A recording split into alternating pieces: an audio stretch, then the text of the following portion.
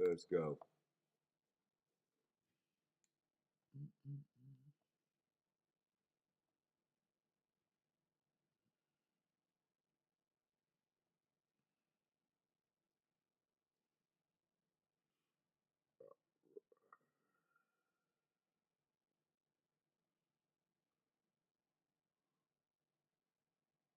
Let's see. We should be live. What's up, everybody? Welcome to the Shake Up.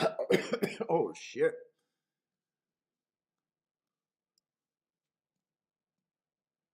Let's get this set up.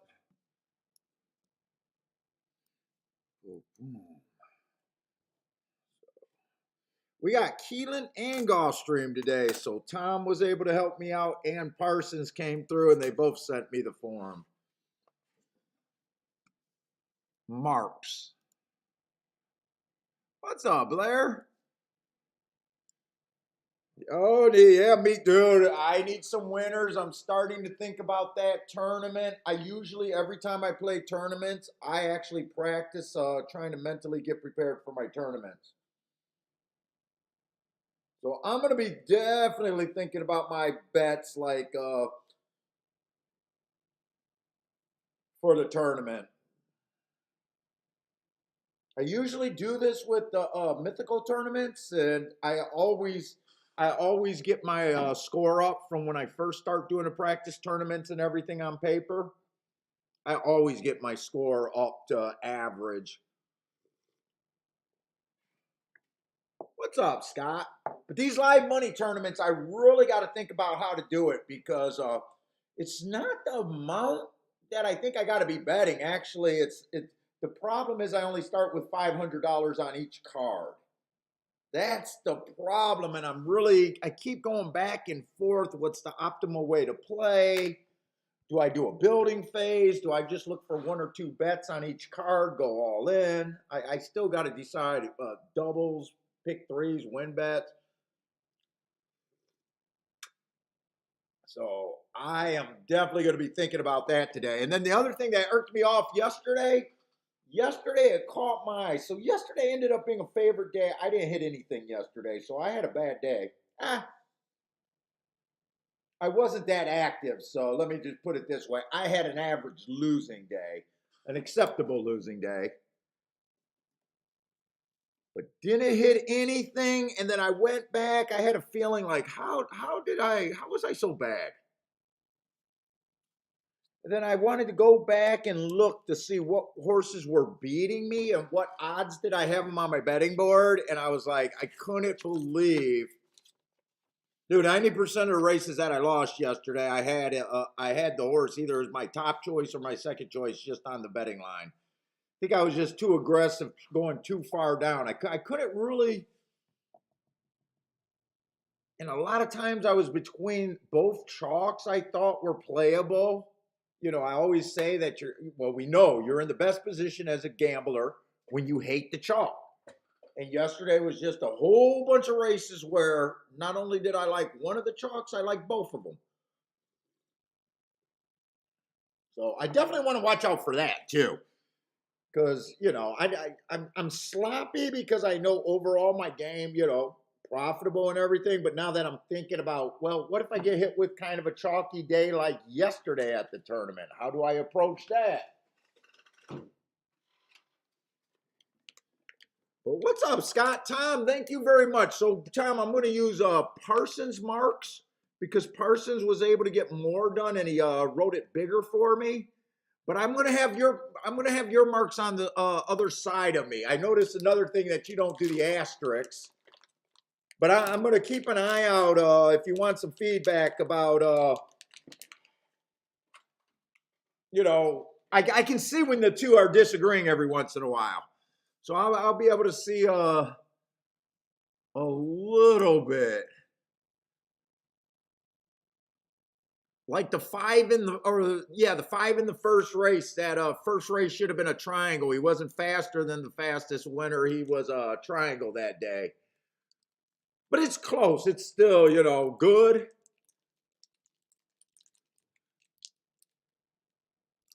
Yeah, I know, dude. You will, if you keep it up, you will definitely get faster without a doubt. It's just, you know, do you give up before you start getting better? Like the people that actually gave it enough time love it. And they don't mind because they were doing other long kind of handicapping processes before. They were doing a lot of work handicapping.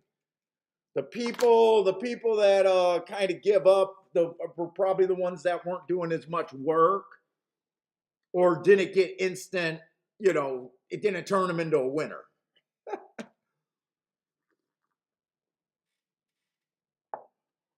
Yeah, but the big thing I noticed is you don't do the asterisks. Maybe you think that you can spot that when you're going. I like to put the asterisks there because it catches my eye, but a lot of it is personal preference, anyways. It's just you got really all it is just extra notes. It's just extra notes that's supposed to help you get to some horses that you probably couldn't have, or give you more confident on that long shot that you were, you know. Hey, what's up, Blue Ken? Dude, I got 10 cigars and I'm smoking every day and I feel terrible and I'm still fucking smoking. But Tom, I definitely appreciate you stepping up and getting them to me, dude. And Parsons doesn't have all the races done. So I'm definitely going to be able to see. But I'm going to keep an eye on both of them.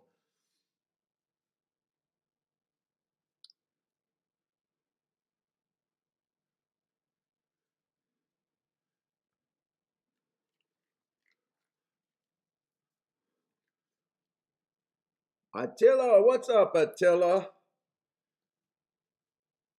How would you guys approach that tournament? Any of you guys play that many live money tournaments? Would you guys be looking for one or two spots? Now, there's no limit on play, so you could take that $500 and churn it up. There's going to be some guys that only do two plays, one or two plays, go all in the only play.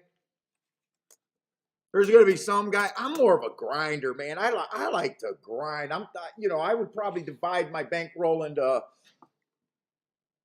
$500 plays to start out. I'm not sure which is the optimal way to play.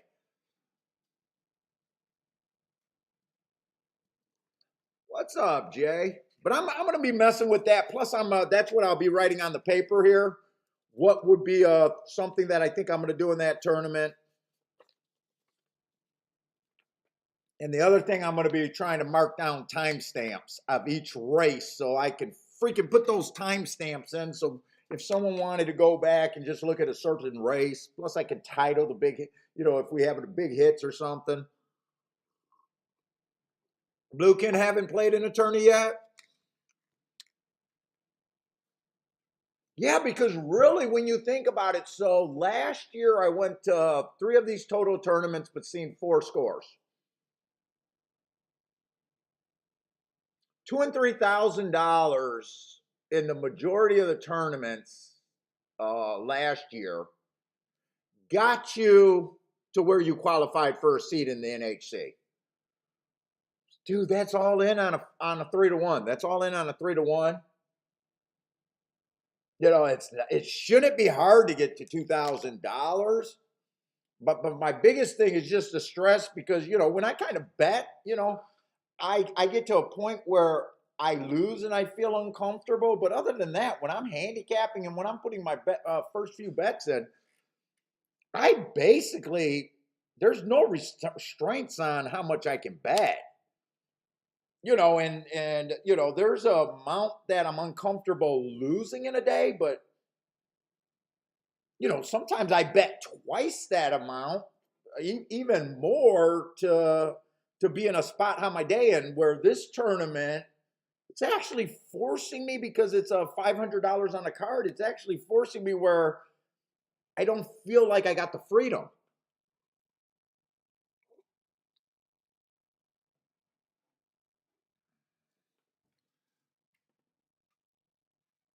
Yeah, the guy next to me qualified. He went all in on I think he went all in on a 4-to-1 shot, got like $2,500 back, and that was enough to qualify. He didn't do nothing. In fact, he thought I was blowing away the competition. I had so many winners. He's like, I can't believe it. And I said, you know what? I was splitting up win bets between doubles and exact. I'd hit the win bet, miss the exact, or hit the win in the double. It was everything was spread too far, is what I did last year. And then I had the thought last year that I was just trying to grow the bankroll, or at least hold on to the bankroll going into the late part of the tournament. And I did a good job on every card getting there, but I also could have won the tournament fucking early in the day if I wasn't betting like a bitch. Like I'd hit a $20 win ticket, and then I'd miss the exacta. So you know what? Maybe I put $100 in the race. You hit the $20. Maybe that was a fucking 5-to-1 horse. You get $120 back and basically didn't move one way or another. That's what I was doing. I missed the exacta, missed the double, or it was the other way. Maybe I'd hit the exacta, but I didn't play it for enough, and I went bigger on the win bet. I was just all over the place.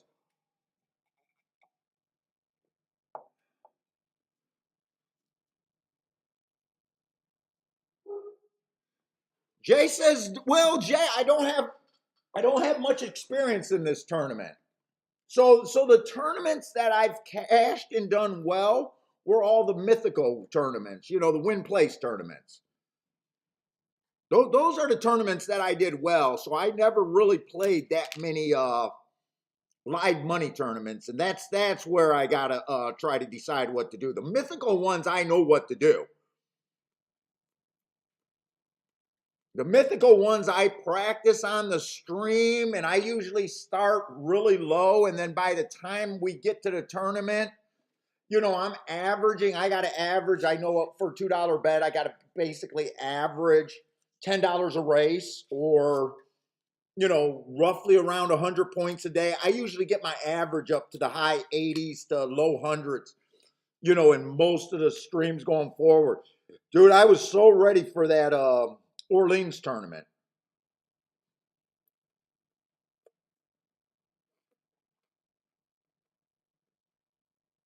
So fucking ready for it, and they fucking it's never happened again. COVID happened.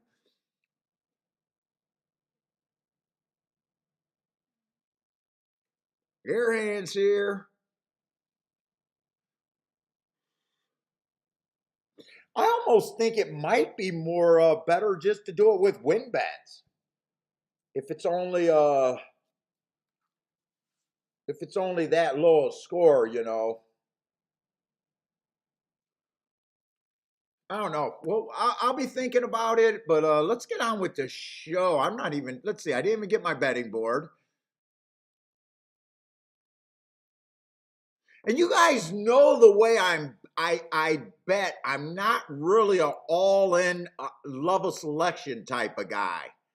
I'm not really. I'm more of a Dutch guy, if anything.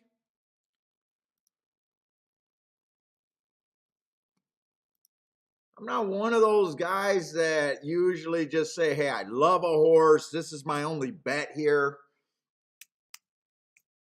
I'm usually more of a little bit more of a hand grenade kind of guy.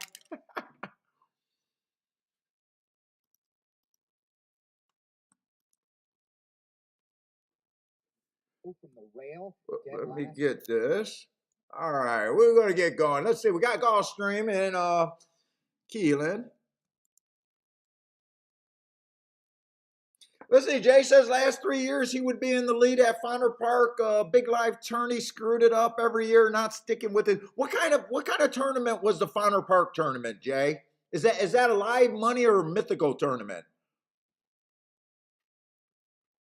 Hey Charles, my ancestry. I don't think I get a different answer every time. I have no idea what I am. Dutch, French, nothing. I'm definitely a Dutch better.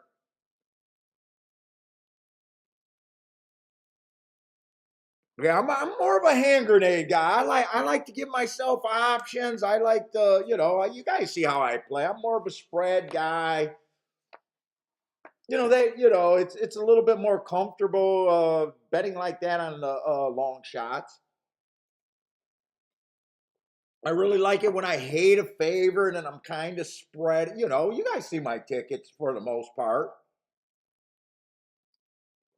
Well, it's a 300. So how did? Oh, Jay. So Jay did. So that $300 live money. Oh my God, that's how did you divide your $300 up, Jay? Because that's even smaller than $500, dude. I'd be so. See, I put too much pressure on these tournaments too. I put too much pressure on these damn tournaments. Oh my God, $300 is so below what I bet in a day. I don't even know what I would do with $300. I don't. Do you divide that up into like 10 $300 or 10 $30? How do you divide that up? What's up, Thad? Cindy's back. What's up, Cindy? So you divide it up into $75. So what? You say you got to hit one out of four plays? $75? Is that what that is?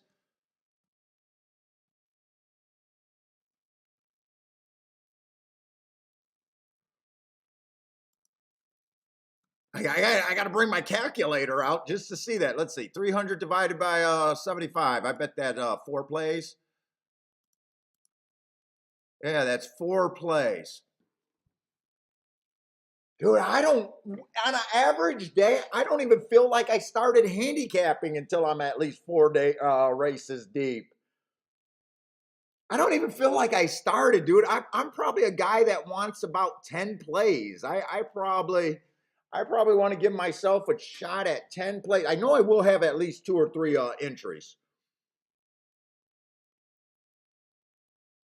So if I take two entries and divide it into five plays each, that gives me my 10 plays. I don't think I got to break it down less than or more than 10 plays because if you don't hit anything in 10 plays, it's probably not your day.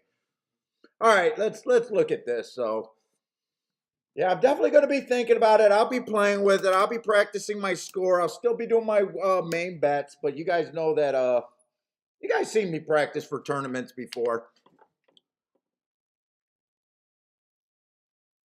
Dane, what's up, Dane? Let's see. 9 horses, 13%. And like I said, man, I was shocked. I've been once that thought hit my mind about I could go back and watch my videos for my damn betting boards. Dude, I'm shocked how many times I got the right points on the best contenders, and I'm still going way outside of that. But don't get me wrong. I'm not talking about being a chalk player. I'm just talking about sometimes recognizing when two favorites are shouldn't be tried to beat. It's easier to beat one than two is more what I'm getting at. But let's see. We got wrong race, right race.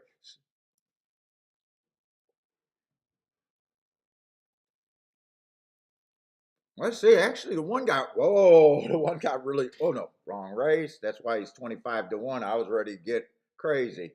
Let's see. One's a first time starter here. We got a maiden claiming 35,000 to Tapeta route. And yesterday on the Tapeta, I charted the races because I was angry with myself a little bit yesterday. Tapeta only ran two races on the routes yesterday, and they both came off the pace.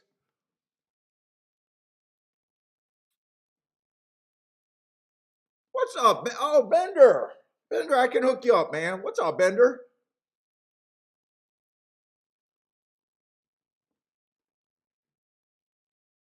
Let's see if the two definitely got a sign of life here to me. Went too fast to win. Oh shit.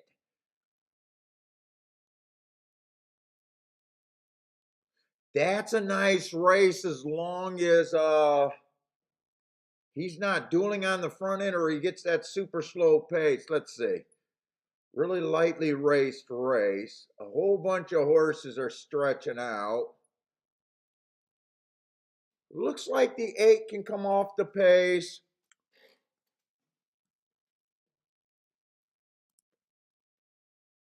Probably going to sit out this race because I want to do my betting line on every bet that I make again. Let's see.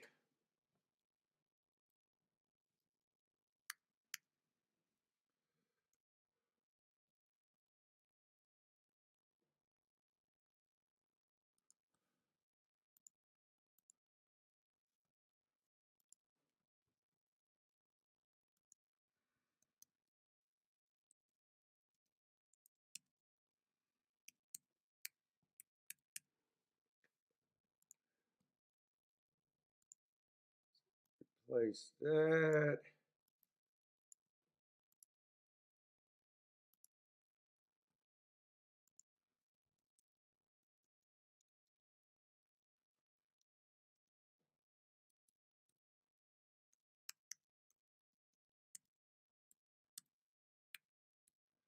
Today's the 15, right?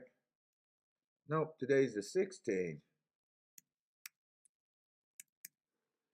By the way, I charted most of this week's for Keeneland too, and I think I know what they're going on at Keeneland.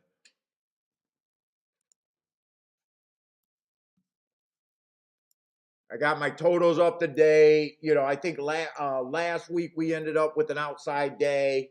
I tried too much to push or outside track. I tried to push it too much this week to the outside.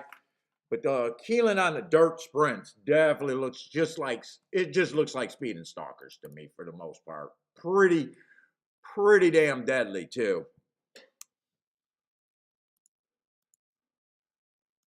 Well, let's see. Let me just get my head together. Probably ain't going to play this race. I thought the 8 looked okay, and I think it was a 2 that was interesting, but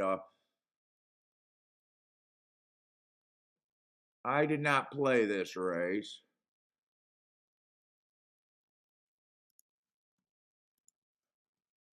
Let me set this up right here.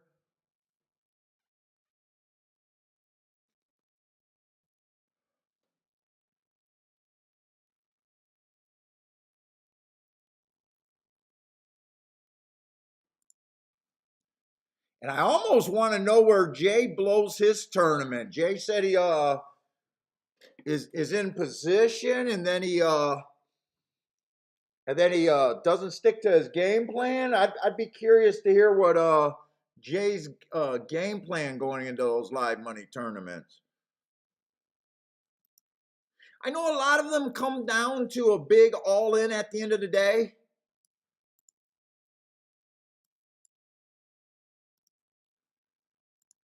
I know a lot of people try to get there.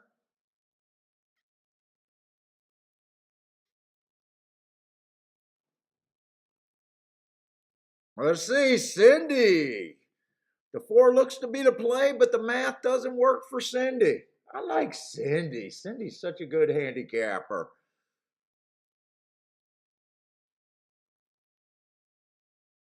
She said her husband told her about the math. She talks about the math. Hey, does he watch the show with you, Cindy, or he's too busy doing big guy things? Is he much for the YouTube shows? Let's see, who was the 4 there, by the way? 4's the favorite at 5-2. Had the right, looks like he could have the right running style, but he is stretching out. I think a lot of these horses were, so it would have been difficult for me to put numbers on this. They got that 24-4, 50-4.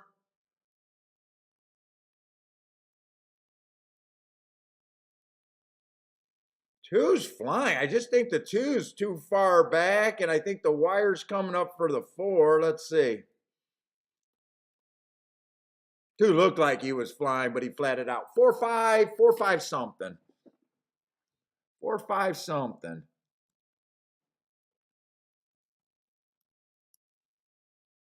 Blair with a boom. Cindy liked that horse, but the math wasn't right for her. What up, Gordon?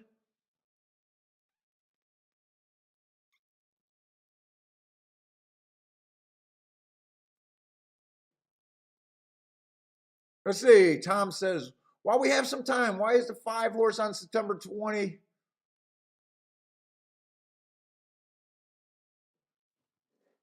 Hey, Tom, what track are you talking about, man? Help me out with the track, though. I know you got both forms in the marks. I'm just curious if that's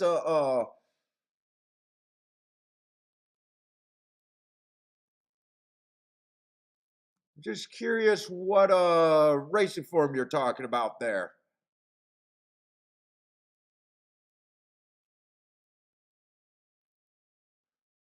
Why is the 5 horse September 22nd not a third mark triangle?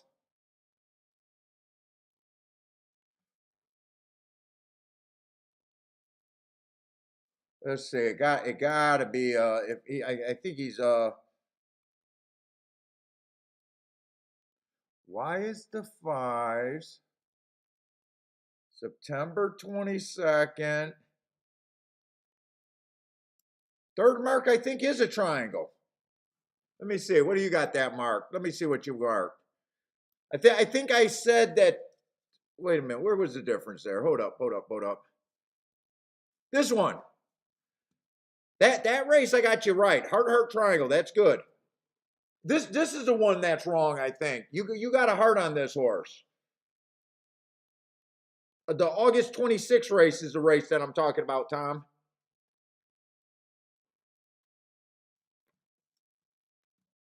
See, I'm not lying. I got yours here, and I'm just comparing. I I didn't take. By the way, I didn't take Parsons' word for it either. When I seen that you guys had a difference, you had the heart, he had a triangle. I actually looked it up, and it agreed with him. So that would have been Kentucky. And sometimes I make a mistake when I'm flipping through forms and I'm grabbing different tracks. Sometimes you're looking at the wrong track sometimes. Sometimes my eye glances over at the right time. Let's just look at that real quick. August 26th, 6 furlongs. I always scroll mine up so my eyes don't get lost. I put it right on the top there. He went 22-4. So he went 22-4 at the first call. That would be fastest winner. He has to be faster than that to get a heart. So 22-3 and faster would have got him a heart there. But that's the August 26th race.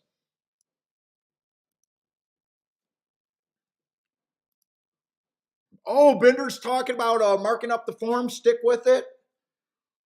Dude, Bender actually reversed and got damn fucking good on his own with that. Oh, like the guys that really stuck with it, I hear good things. But it's definitely not for anything. For everyone. If you're not already a decent handicapper, if you're not willing to do extra work, if you're not understanding about biases or even believing biases, it's really not. It's really not for a lot of people. If you're brand new to handicapping, it's really not for you either. I'm not even trying to push it. I don't push it at all. Actually, I want it to go away.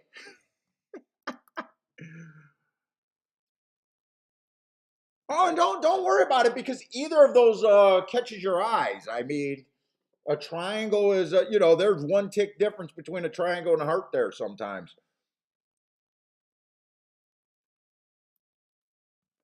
It's not really, it's just trying to do it consistently good. We all still kind of fuck it up. Dude, sometimes when I'm switching forms, I'm marking it with the wrong form, and then I'll go down, do a few horses, and then all of a sudden I'll get to a date. Like, you know how, like, a track doesn't run on Wednesday, so I would have marked, like, 3 or 4 or 5 horses with the wrong marks. And then I would have got to a date that didn't exist because they didn't ran there, and then I'd have to go, son of a bitch. I'd realize that I'm in the wrong data, and then I got to get the right data sheet. You don't make mistakes doing it, trying to do it as fast because it sucks. What's up? River runs deep.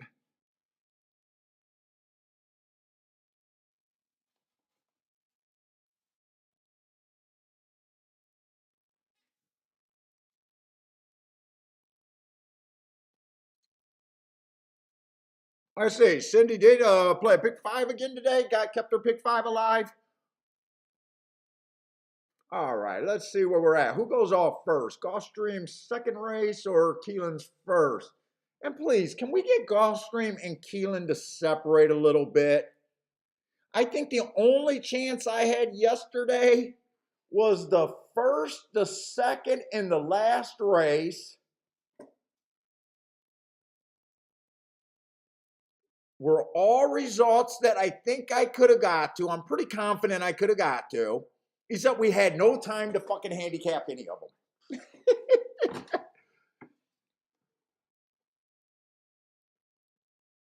Sometimes your day is just dumb luck of which race you're looking at which time, and I kind of think I've kind of fell in that. Gulfstream ended up being chalky, and we didn't. I got very little. I think I only forced like 2 plays at Keeneland. Charles is here. What's up, Charles? Let's see. Did Jay ever ask my question? I wanted to know what part of his Cindy, there's times where I try to watch more races,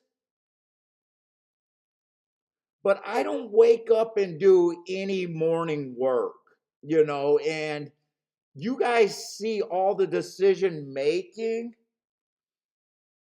There's times where I try to look up some races, but for the most part, I don't. You see the majority of the way I play. But there has been times where I was more of a race watcher. I kind of, because I went to trying to cover so many more tracks, that I just got to trust my notes. What?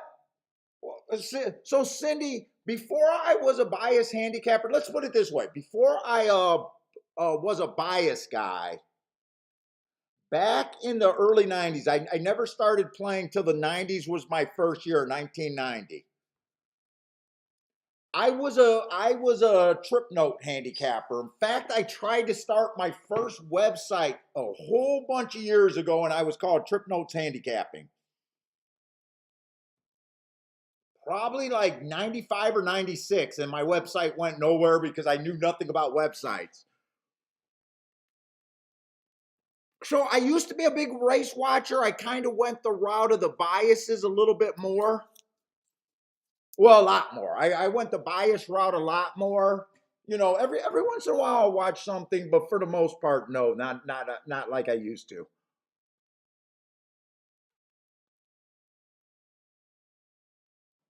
Oh, Jay, you get away. So what? You wanted to play one race at a time, and then started getting more aggressive with doubles or pick threes.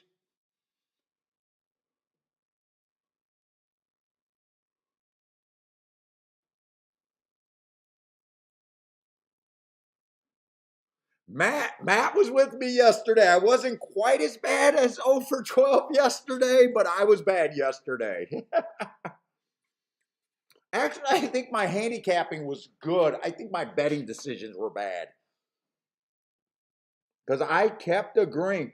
I told my wife I really gotta fucking recognize when I like a chalk and when I don't like a chalk. There's a big difference there. There's a really big difference there.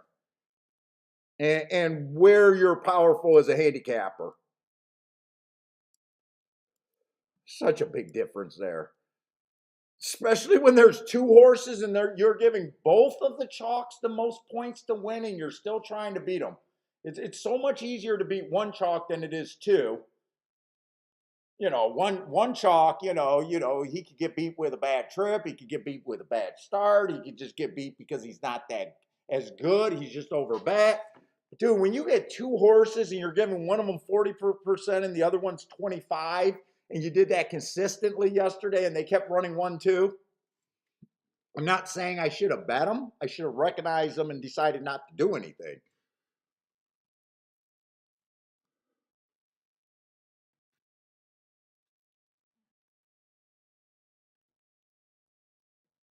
Yeah, but Cindy, I'll tell you another thing, Cindy. When I mark up my notes, so the reason why I don't have any preconceived notion or horses or game plan for today, the way that I mark up my notes, I do like a month first. So, I look at the first horse and I usually go to the latest month. So I would start marking my card right now, September and October. So what I do is September 18th, I mark this horse. And I don't do any more thinking. I'll scan down to the next horse. I go to October, mark that one, September 2nd, go down September, because I don't want to be scrolling and clicking my pages to multiple months. So I go down top to bottom and do like, right now we're in October, so we got less data there. So I do the October and the September. And then I go all the way through the form. So you can see that I'm just doing it like Ford Motor Company producing a car. I'm very short-sighted, and then I come back to the top, and now I'll do August. I'll scroll down, do all the August horses. Then I scroll down and do all the September horses, or the next month, June, I'll do June. And then when I get about most of my data done for the horses at that track, then I go and find the shippers. So that I do the next process. If we're doing a track like Keeneland where you got New York, Oaklawn, and all that, then I just get the Saratoga marks, and then I go through and do it exactly with Saratoga, and then I'll open up my Oaklawn marks. So I don't even get like a feeling of it's just production, just marking for production.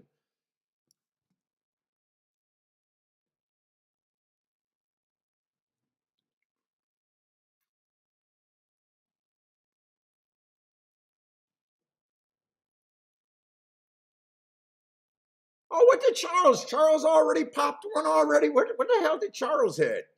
Must have been Belmont or something. Oh, they've been saying that there's an inside bias over there at Belmont. Is that what Charles hit? 30-1. Nice, Charles, right off. He says he's done, but I don't know if I believe that from Charles. Thanks, guys. I'm done. Take it easy, Charles. Go enjoy your Sunday. I don't know if I believe you're going to do that, but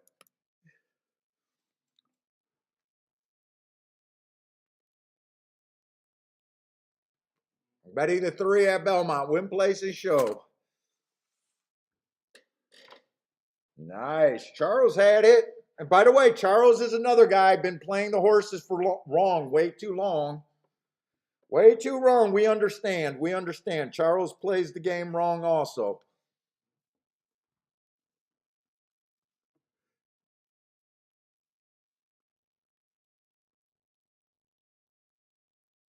We got so many people in this chat room just plays the game wrong. You guys just play the game wrong.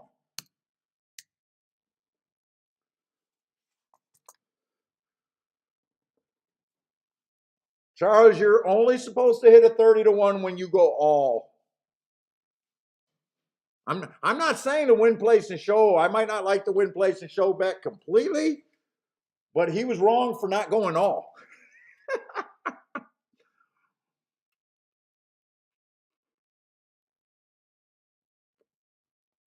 He was wrong.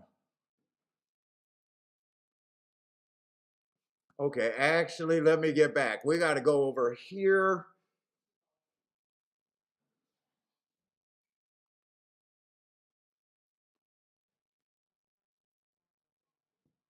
So we got a nice big field of 9 horses. Let's see. There's no scratches.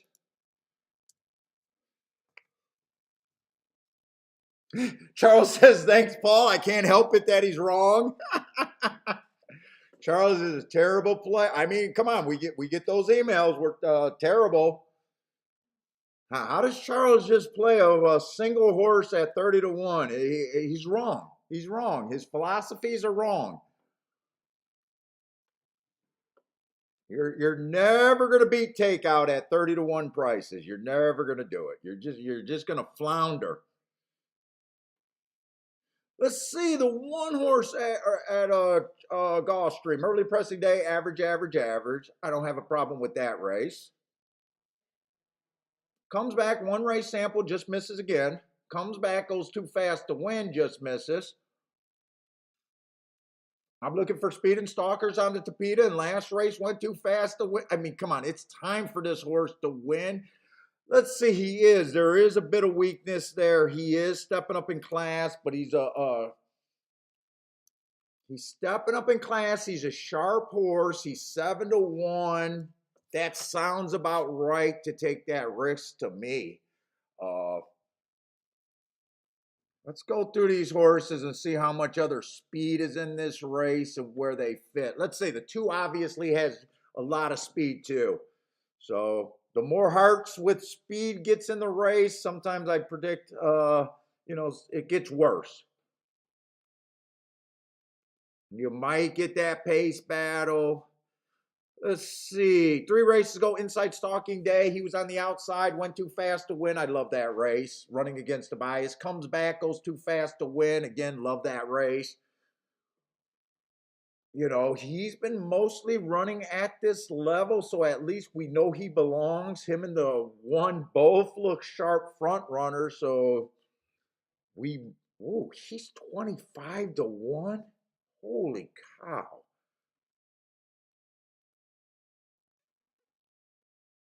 Let's see, 3 horse, 4 races ago, inside early pressing day. I got him running against the bias. He comes back, gets in position, slow, average, average, but got in position. There might be a ton of speed in this race that can help him.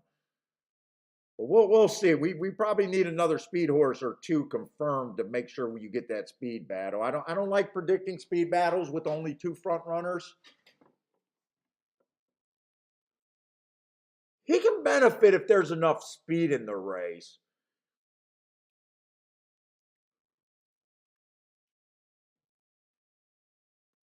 I say 4 looks like a solid stalker. Very nice job getting in position in like 6 of his last 7 races, something like that, without really counting. I'm still looking to see if there's more speed for the 1 and the 2. 5 looks like a little off the pace horse. Been getting position.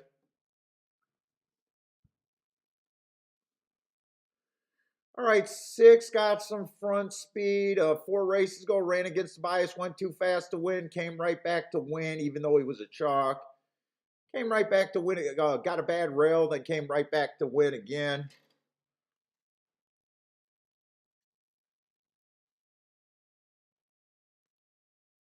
Another fast horse.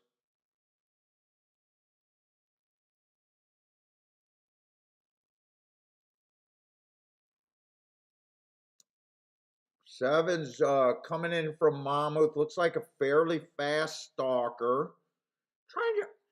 He's been at Gulfstream too. I was going to say he's trying to Tapeta for the first time, but that's not true.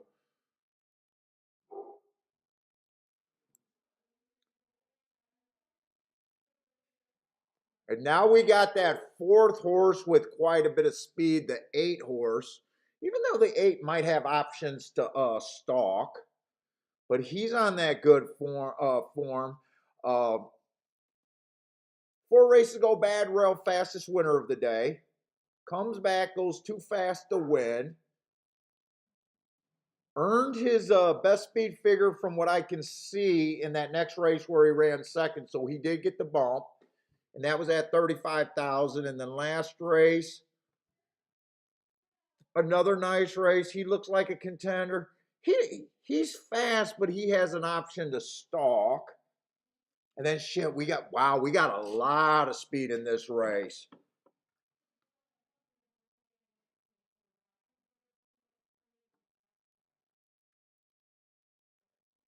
Man, there is a lot of ways that you can go. I think I would have kind of a hard time. Let's see, we got 9 horses in a race. I definitely want to try to do a betting line here. This is tough. I think you can. I think it would be difficult to say, hey, you think someone can come off the pace because there seems to be a lot of blazing speed in this race. I could see someone going with one of these, the 1 or the 3 looks tempting at those prices. I could go a lot of different ways and don't really feel like something's completely wrong here.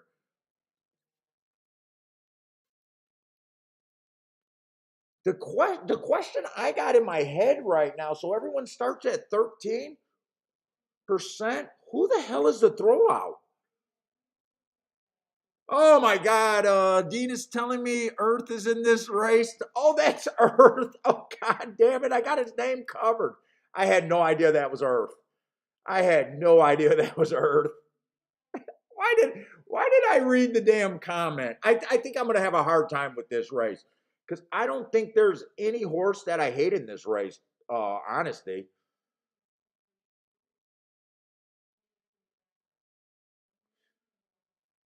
I got a feeling that this almost feels like, yup. That's almost my thought, meaning, yup, everyone can win. I can make an argument for everyone. Dude, I might just say I need 6-1 on whatever. I need higher than 6-1 on whatever theory I want.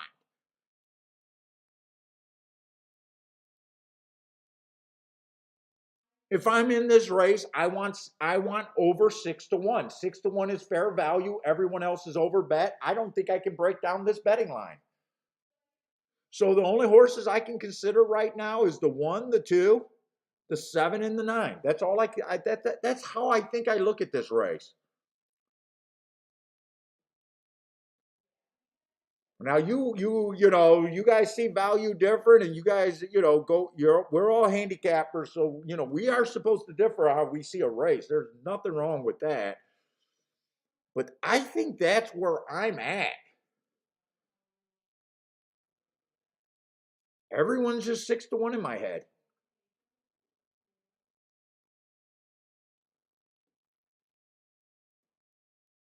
Now is that worth a play?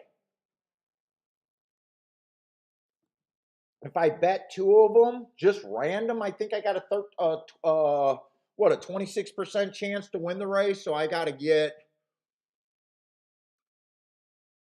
it has to be a pretty big hit. So it looks like it'd really be 2 and another horse if I do anything. 2 with either the 7 or the 1, I'd say. All right, what's up, Peter? Or I sit out. What's up, Crystal Clear? Cindy says the all button. Cindy, you want to see me do an all button in 2 days? I'll be playing right with the all button. Now, I would agree. If I was looking at this race and I was a horizontal player, this would be a spread race. This would be a spread race for me. Let's see. I'm curious because Cindy did play a horizontal. Hey, Cindy, are you deep in this race or do you have an opinion in this race?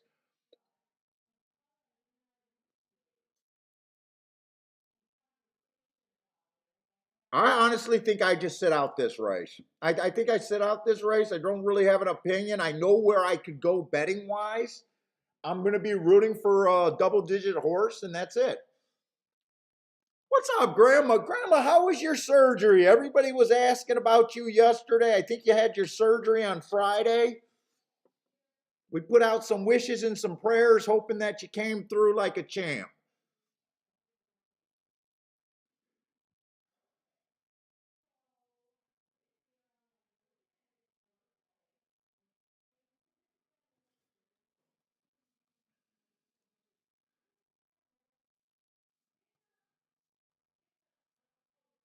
So I'm definitely. Let's see. I want to do well. I'm gonna do by timestamps for a race. I'm gonna try to start putting in timestamps for the races that I feel we had interesting handicapping, win or lose. The first 2 races weren't really interesting handicapping. 4 deep. Yeah, this looks like a race where I would agree. This is a 4 deep kind of deal. I would kind of agree. This would definitely be a spread option for me here.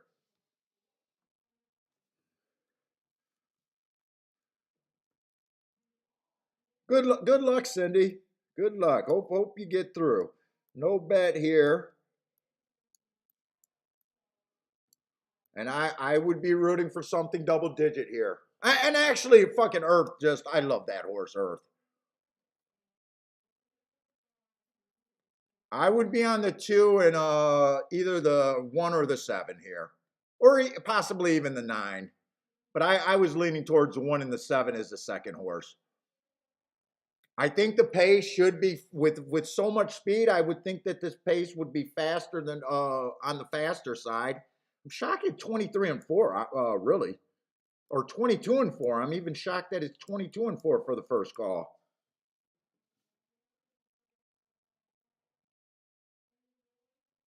Dude, Earth is just a fucking horse that, I mean, no matter what this horse tries, no matter what this horse tries.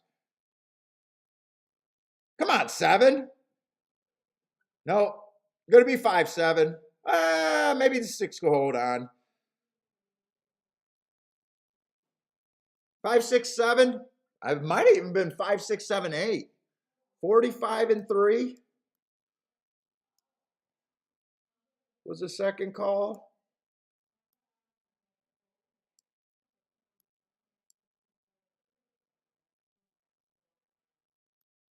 Not letting me put that 3. 5 was 6-1, so right on the line, but I would have wanted more than 6-1.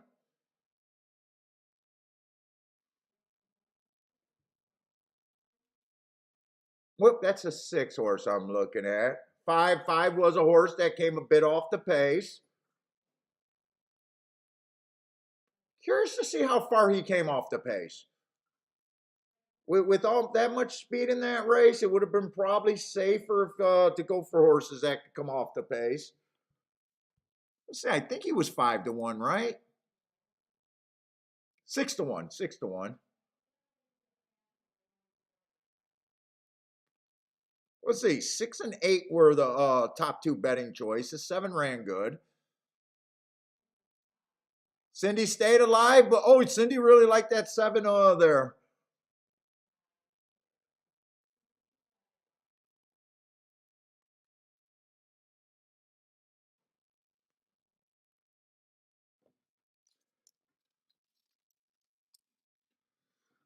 Dean thought when the rail, dude, I love rooting for that fucking horse. I just think that horse runs no matter what.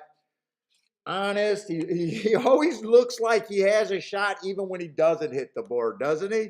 He just runs. He's just an honest fucking horse. I love cheap, honest horses. I love them. Everyone always you know usually people's favorite horses. It always seems like it's some big horse. I love the work. I love the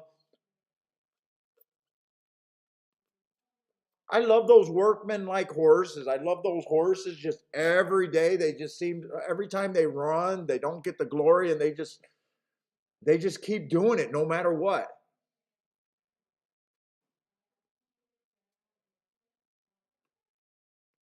Oh, let's go over to Keeneland. Let's go over to Keeneland. And come on, Gulfstream, Keeneland, help me out. Don't be on top of each other. Don't be on top of each other. And we're being sponsored today for Keeneland by Tom. Thank you very much, Tom and Parsons. They both actually came through, sent me the forms, and I appreciate it. I really do appreciate it, Tom. And Parsons knows. I talked to Parsons this morning. I didn't have faith that he'd come through. When I knew he was out at the tailgating yesterday for the Wildcat game, I think.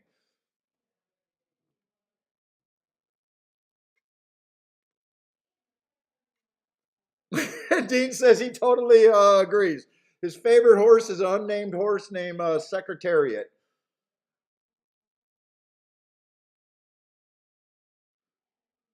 Let's see. The 5 would get a lot of points here. They're getting in the gate. Uh, 8's interesting. 5 and 8 definitely has the best marked races. I'd say 5. I would think would be a little bit better running on a stalking closing day with the Hearts, but those are the two horses that catch my eye.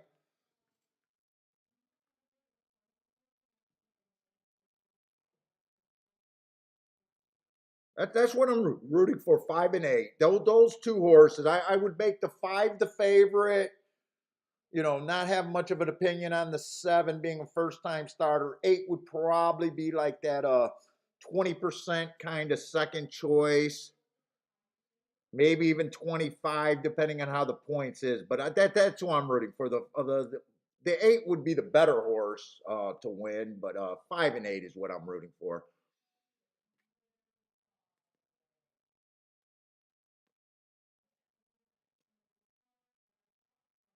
Let's see. Charles thinks the 2 and 5 is good at Keeneland.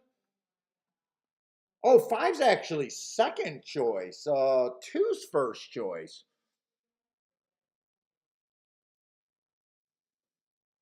Two ran against the bias first time out, and second race was a closer on a bad rail day, but was nowhere near that rail. Still managed to be average, average, average. I'd probably give the 5 more points. I would think the 2 would probably be about the third choice to me there. With lightly raced horses, who knows? I mean, the 8 just earned hearts with some ugly races, so maybe the 8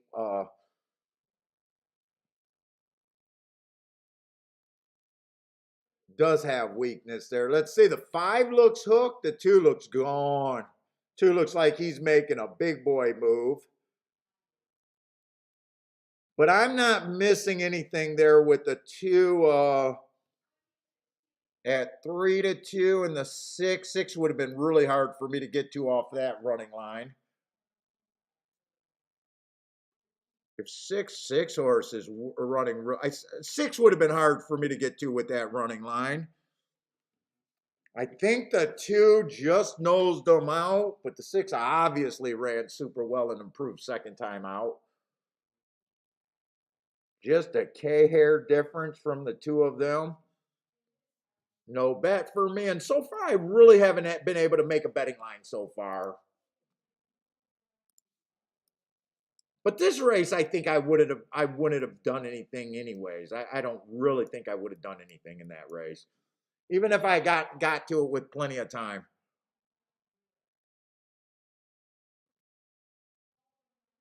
Yeah, that's close. I do think the 2 got it, but unless the 6 got the craziest head bob there. Now remember, I got super blurry eyes. This might even be tighter than I thought. Oh, I think that's tighter than I thought, actually. Does any does anyone got the 6? Does anyone need the 6? Dean says looks like the 2 held on.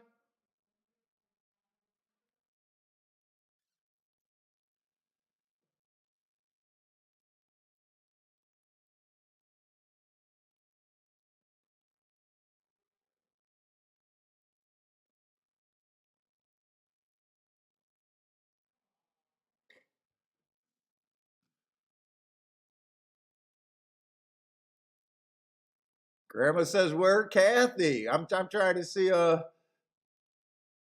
hit the I did an all button yesterday.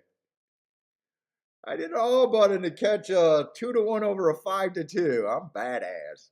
I'm a badass handicapper. I'll probably get more viewers with that bet I made yesterday.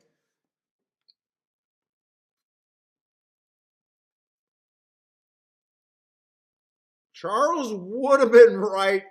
He said the 2 and the 5 would look like they were hard to beat here. Would have been right, but that 6 horse just his first race out wasn't a representation of what he could do for sure.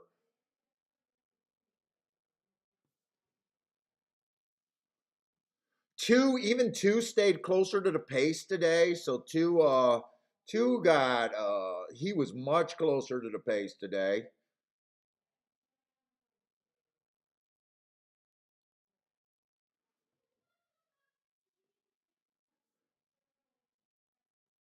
Oh, Charles got the exacta there? Oh, you did get the exacta with the 2-6 box. Okay.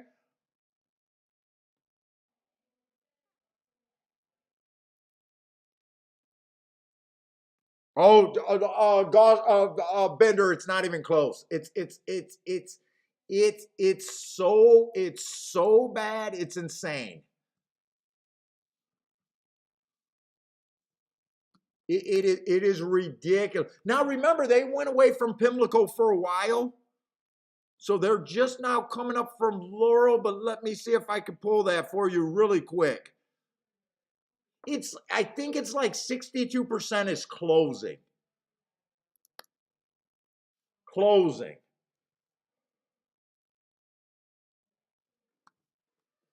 60% closing.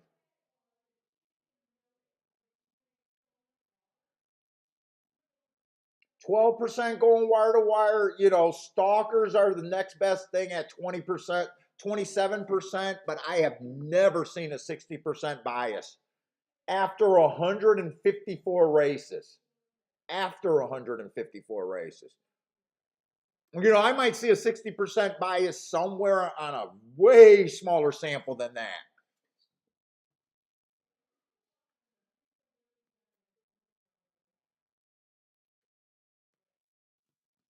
It's absolutely insane.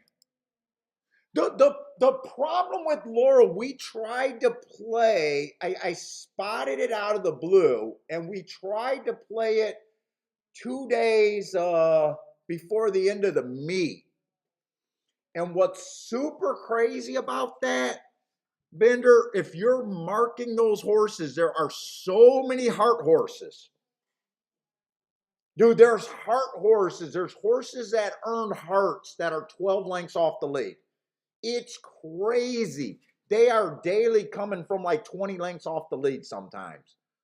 It was, I needed to look at the form for probably a couple weeks to really feel comfortable with how I was marking it, because I'm like looking and going, wow, these are the craziest marks on a closing track that I've ever seen. It was crazy looking at it.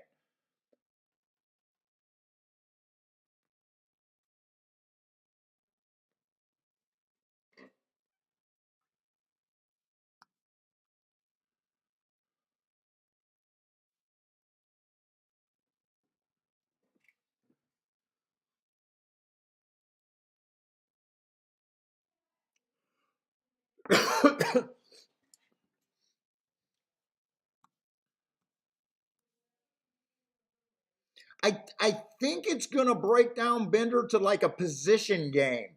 I think if I played Laurel, if I really started taking it seriously, because I thought we were going to, and then they had that Pimlico break.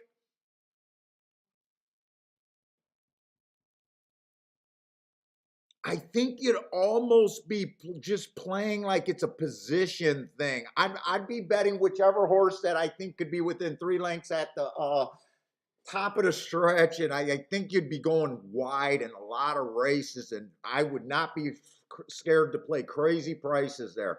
I think the days that we looked at it, everything was a crazy price. In fact, I think I did one bet where I keyed off a 20-1 to get beat by another horse at 20-1 that I did not have in the exacta that I should have had in the exacta. It was like really crazy. Now they'll probably go wire to wire and it'll be a 4-5, but any one race does not make it a bad call. It's just, all right. Let's look over here. We got 2-year-olds. We got the dirt. It looks like we got a bunch of horses with at least enough races where we can get an idea here. And this might be the first race that I actually feel like we're handicapping so far on my end. Let's see, 7 horses. Gross.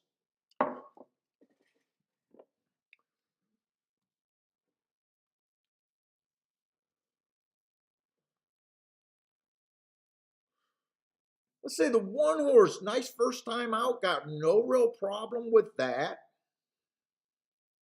Early pressing day, 1 tick slower than the fastest winner average, just dominated that field, comes up, tried a stakes race, no problem there. Bad rail early pressing day, I gave him an asterisk for not having the rail.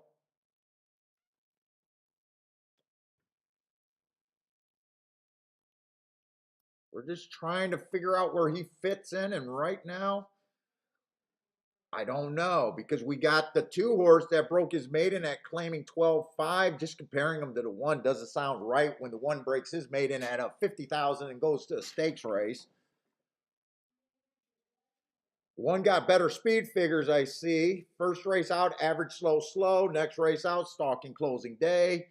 Comes back, average, average, average. And then he finally wins, being the slowest winner of the day. Might have broke his maiden at the lowest level without looking at anyone else. That's the biggest thing to me, that he broke his maiden at the basement. Yeah, 3 horses also broke his maiden at 50,000. Slowest winner of the day, last race.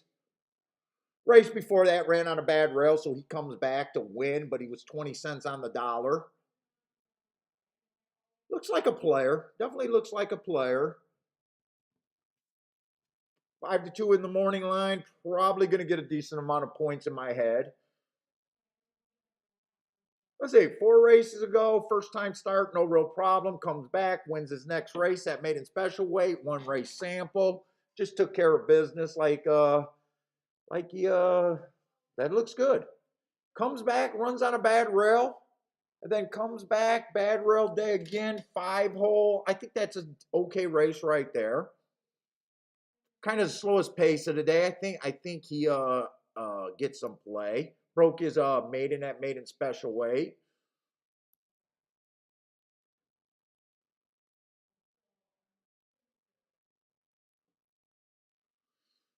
Let's say the 5 first race out, inside early pressing day. Got him running against an asterisk, comes back, runs much improved, but chased the slowest pace of the day, and then he breaks his maiden on a 1 race sample. Hard for me to get a read, but I'm suspect of the 5 horse. I don't think I like the 5 myself.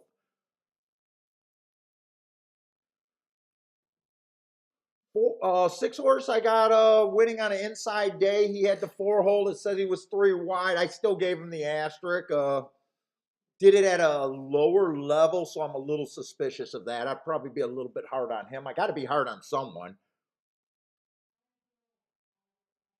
And then the 7 horse, it gets harder to win from the 7-hole. There's speed inside of them.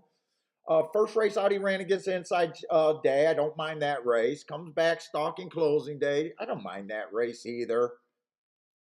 Broke his maiden at 16,000, so a little bit less. And then last race ran on a bad rail, improving speed figures.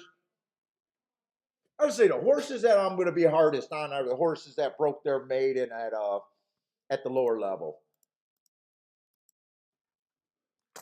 Let's see, everyone starts at 17%. I don't think I got to be crazy hard on them. Let's see, a 6, I'll probably just say, hey, I need a 20 to 1 somewhere around there to be interested in. And who was the other horse that broke his maiden at the basement?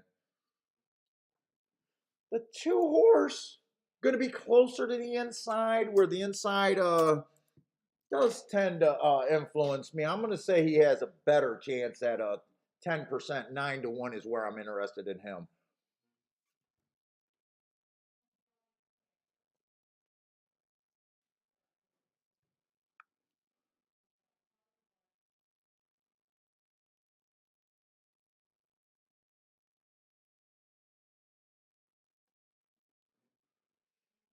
Let's see.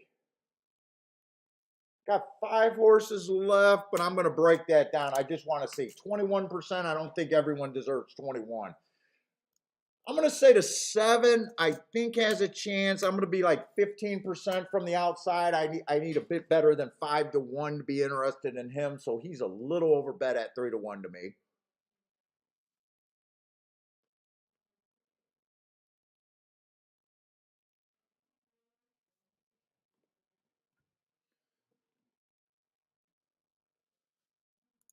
5 horse, I think, is about the same. About a 15% chance to win.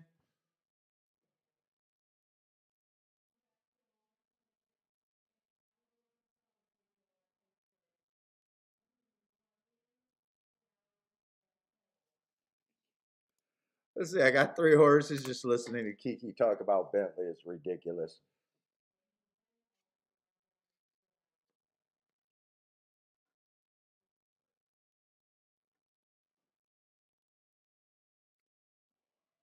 I pretty much think that I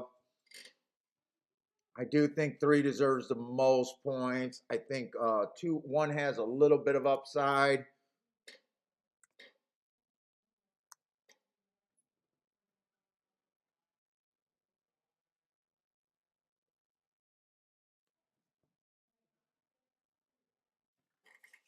Let's see, how do I get my timestamp? Do I got to look at my video?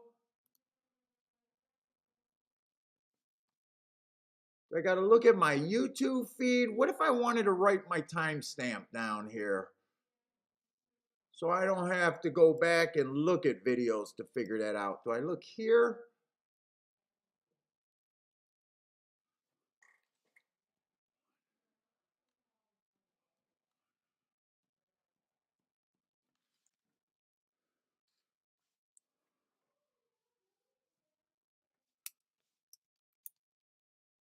I hope this works out. Third race.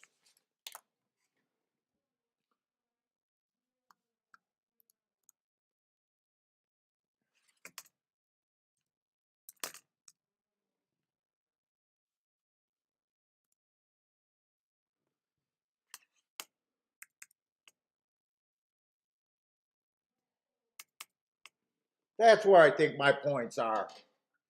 I think 3 deserves to be the favorite. I got him at a 2-1 morning line.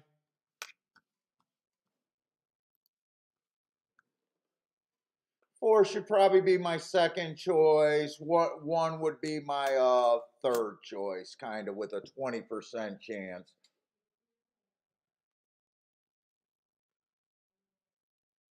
1 at 9-1. Yeah, I definitely want to do something with the 1 here.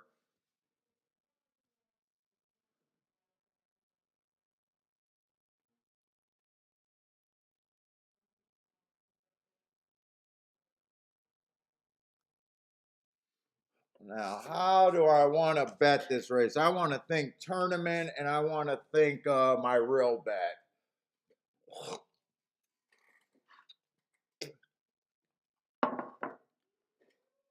I think 1 would definitely be a win bet no matter what.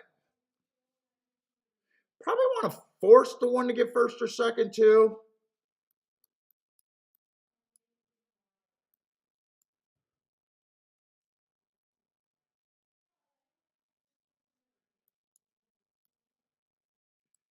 I want to be narrower, especially in the tournament.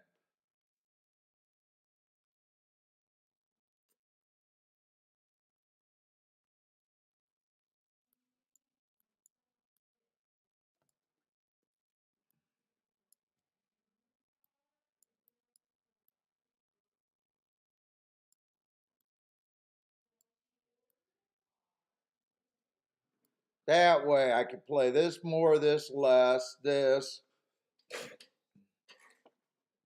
That's a pretty skinny ticket for me. Bender with the boom. Was that at Laurel? Good. Did I have decent advice?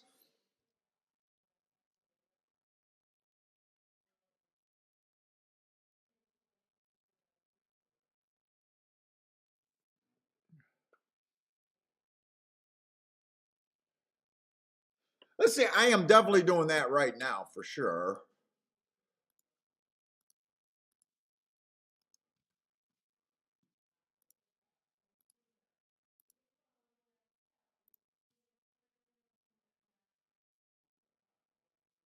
What was it?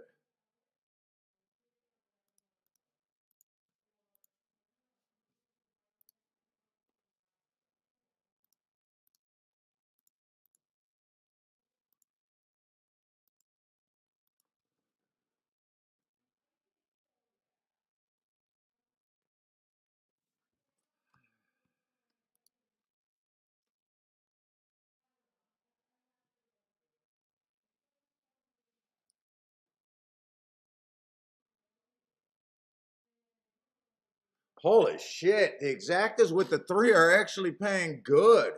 3-4 is actually paying 18 to 1. 3-5 is paying 27 to 1.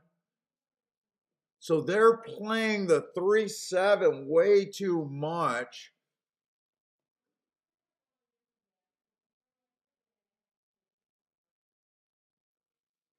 What is 4-3 paying 17 to 1? Do I want to grab that in a 5?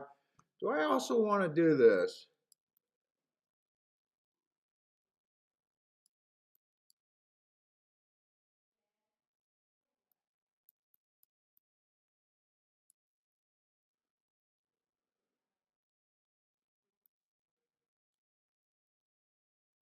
Do I want to do that too?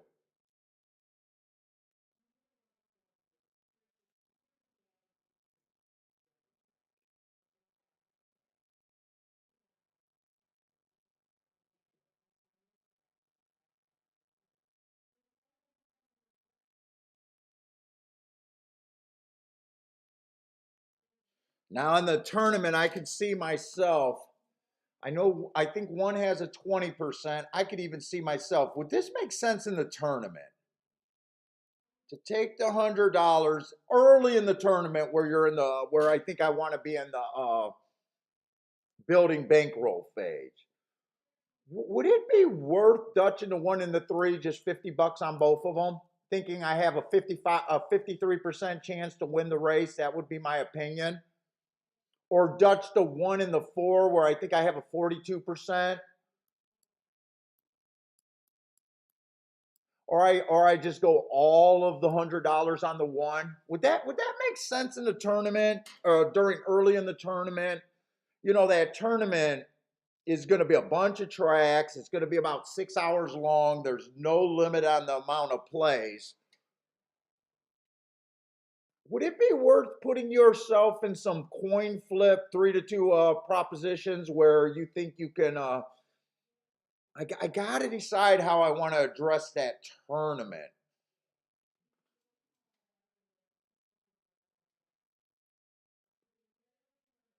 Or you take 50 to win on the 1 and do this for maybe 3 just on top, $25, spend the 50 that. Oh no, you would want to put the 1 in there too.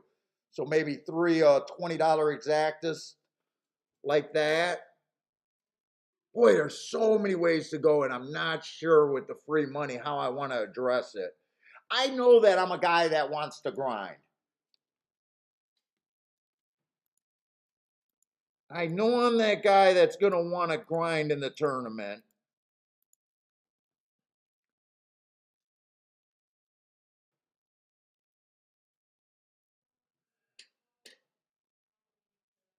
Touching the 1 and the 4 makes sense there. The 4 wins, you pick up 200 and some bucks. If the 1 and 4 would probably make more sense than touching the 1 and the 3.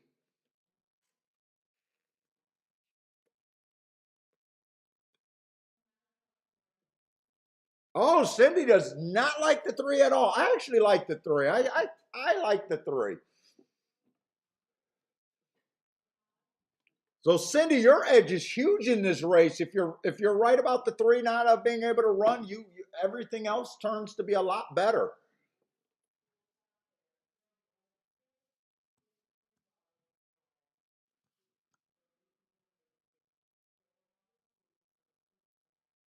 Oh, I didn't think the 7 would be the fastest. I was kind of thinking that the 7 would not be the fastest early.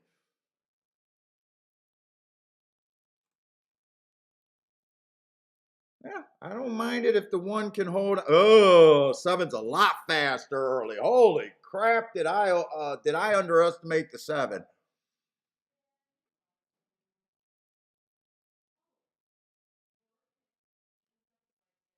Oh boy, did I underestimate the 7 speed. Holy cow!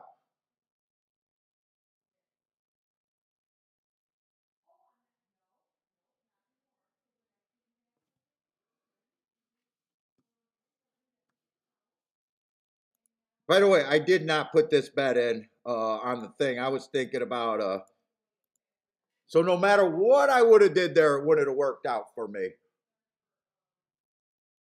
Chalk race.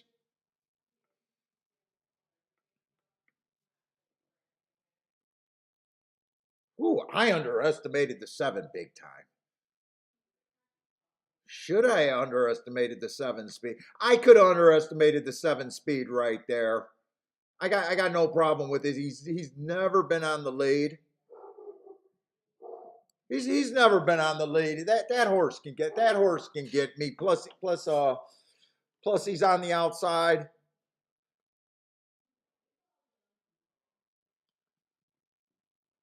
Woo, he was much the best. Okay, he did beat me there.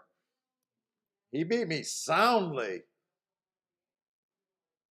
Let's see if I'm right about him not running. That exacta that I was thinking about, the 3 with the 4 and the 5 would have been okay.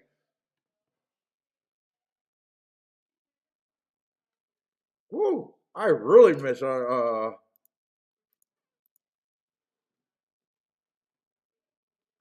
thought the 1 would be faster. He had super slow speed figures, but he tried that stakes race. I was willing to forgive him there. I'm not a big believer in speed figures. The speed figures did tell the story that race, though. 3 and the 8 had the best speed figures or 3 and the 7 had the best speed figures. That was the 2 best horses there. Okay, speed figures worked there.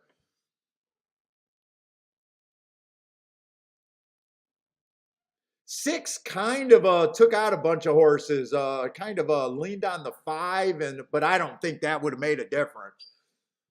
Okay, they caught me on that race. I don't mind my betting board there. I was against the 7. I didn't think the 7 was the fastest horse early, so okay, I'm wrong there. But I didn't mind my betting board there overall. Let's see. I want to see what Bender hit over there at Laurel. Right, Bender? Is that where you hit over there at Laurel?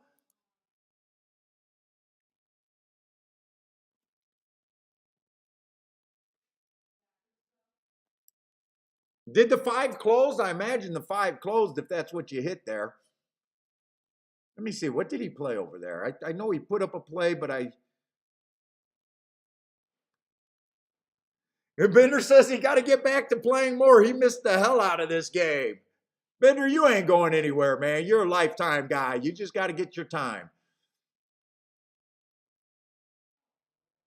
10-1 in closes over there at Laurel. Nice job, Bender.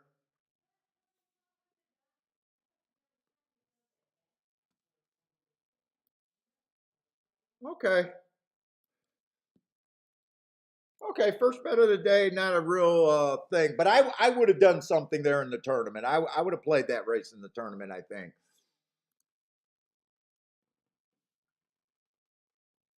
Win bet on the 5 is what you had? Nice. Okay, Keeneland. Now, I did do the Keeneland's thing. Let me just throw that up real quick as long as it's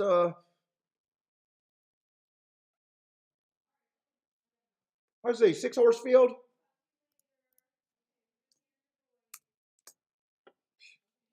My wife sounds so sweet when she talks to everyone but me. Jesus fucking Christ, man. I get a crush on my wife every time she talks to the dog or to someone else. But dude, she's mean to me. That girl, I think she's abusive to me. Did you hear me, Kiki? Yeah, I do want to give you a kiss. You sound cute up there. I was just talking shit about you. I said you sound so sweet and cute every time you talk to someone on the phone or to the dog. You sound like a bitch when you talk to me.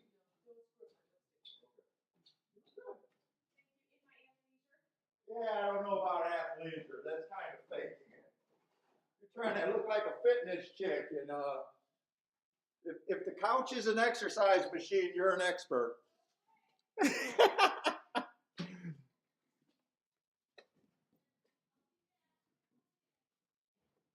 Okay.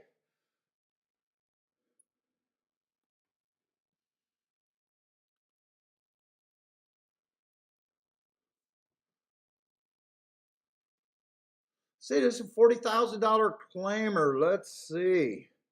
First time out on this horse. Inside was good. Inside speed favoring track, handled business there. But I would say right off, you might want to be suspect of that. And his speed figures did go down. 2 races ago, he went too fast to win. Got his bump back. But Belterra, 1 race sample, not sure. 2 looks interesting, but not at 8-5 for me. That's a nice race at Kentucky Downs. Could be speed in the race with the 1 and the 2.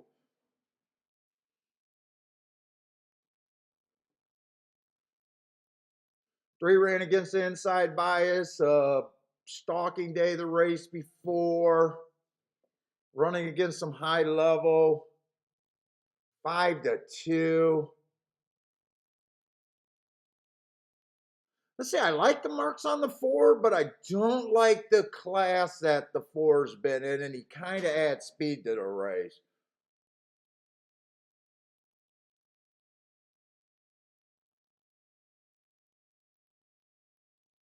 Feels like there could be a lot of speed. I think I'd be interested in the 6.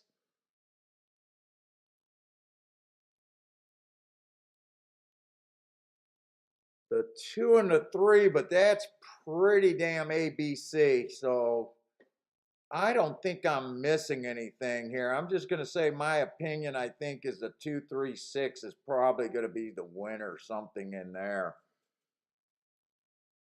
If 7 wins, he's coming off a year layoff. I couldn't get to the 7. I feel like the 4 is cheap. Okay, the race is off, so we'll see how that plays out.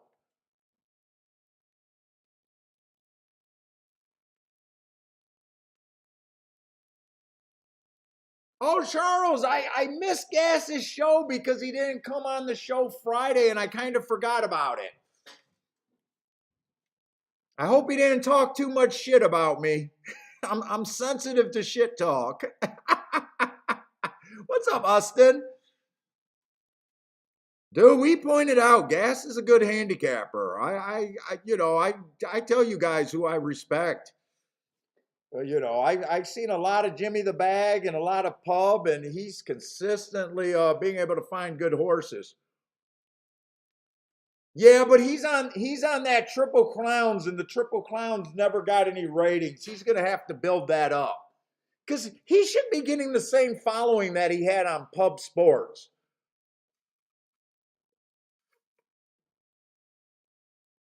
He's probably going to need a bit of time to build that up.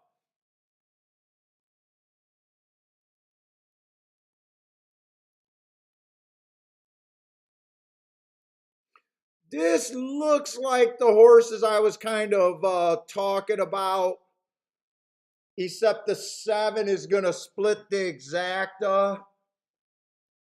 I think I thought that the 2, 3, or 6 would win that race.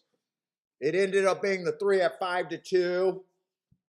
But the prices were so low that I don't think, I didn't have time, but I don't think I would have touched that race.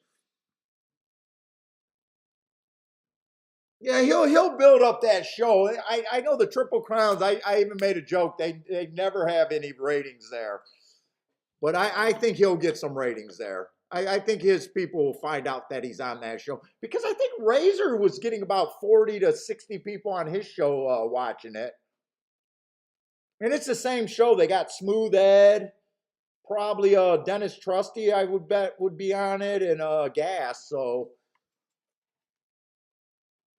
He probably has the same people. Blair says, let's go.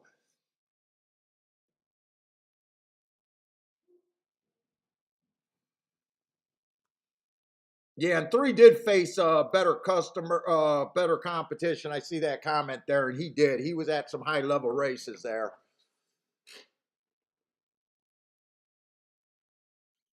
Dean's pointing out that Lanier has always had the superfecta there. 7 would have been the hard one for me just off of the year layoff. just off of the year layoff, it would have just been hard for me to trust him.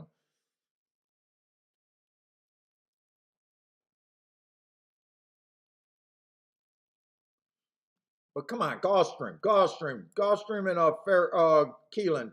Can we separate a little bit more? Let's separate a little bit more so we can at least have some fun handicapping. Whether there's plays or not, I don't care. But I'd like to have a little bit more time to look at the races.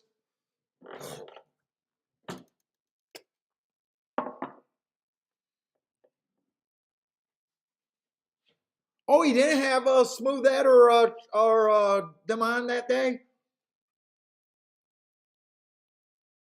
Oh, Sure Ed and the is it Sure Ed or the Smooth Ed? I think they call him Smooth Ed. I think the older dude is called.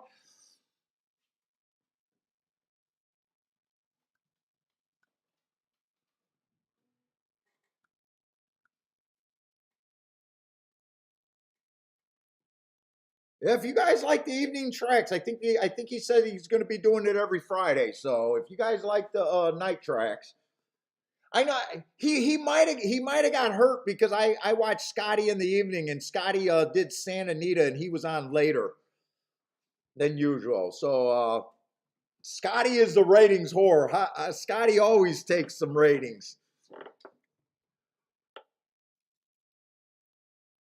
Yesterday he did yesterday he was doing Santa Anita mostly.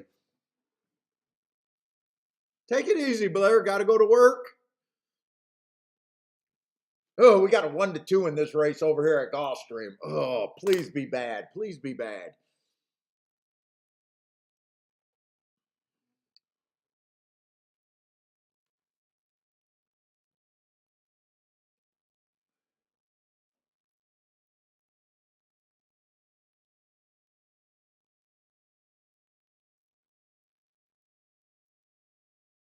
Yeah, we got a 1-2 that always puts you in a tough spot. Let's see, and he does look good. He does look good to me. 1-2 is definitely, like I said, the most I can give a horse is a 50% coin flip chance. I don't want to be living at 1-2. That's for sure.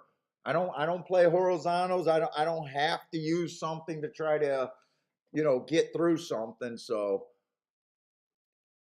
he might look good enough just to keep me out of the race. Let's see. 4 races ago was a speed favoring track. I gave him an asterisk. Nice race though. Average, average, average.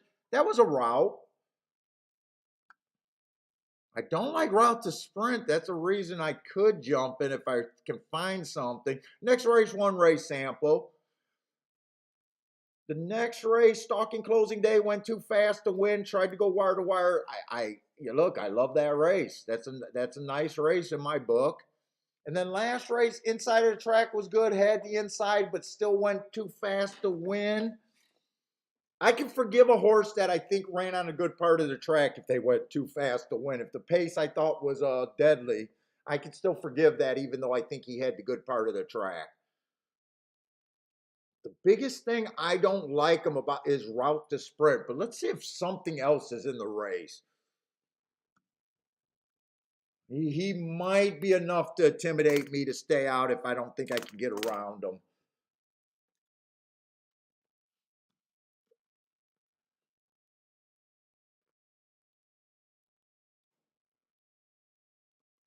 Let's see, the ones coming from Monmouth, 4 races go. Nice race, fastest winner of the day at 16. Comes back inside speed day, didn't have any speed, had the good part of the track. I can forgive him for having the wrong running style. Kind of suspect that he's mostly had speed in that race. You would have thought that he would have benefited. He was off a claim. Maybe some things changed. Who knows? Or that's the race he might have got claimed in. Let's see, 7-4. No, he got claimed before that. Let's see, comes back fast for the first call, average, slow. And then last race, early pressing day, average, average, slow, dueling at the top of the stretch in position. Not bad, but 21-1 makes everything different to me because I don't think he should be 21-1. Put it that way.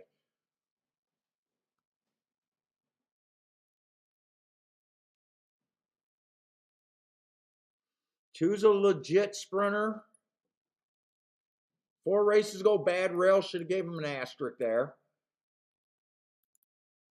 Should have gave him the asterisk. I want the asterisk there because I think that makes that race looks a little bit nicer. Comes back early pressing day. He was closer to being a closer that day. I don't mind that asterisk. I love that his speed figure went down. Next race, early pressing day. Position at the top of the stretch, just not good enough at 32,000. Nothing's wrong with that race, really.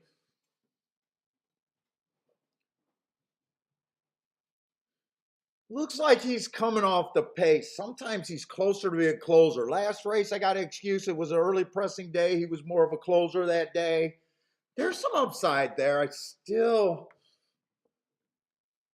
see. Is this a Tapeta? This is a dirt race.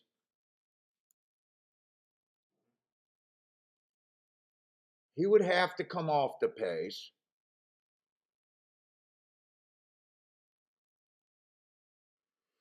Three looks like a fast stalker.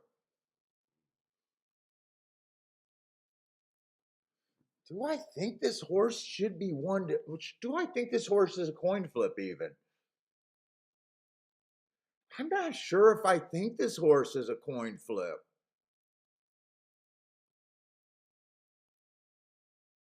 The 4. I'm not sure if I think the 4 is even a coin flip here. I think this is a fairly competitive field.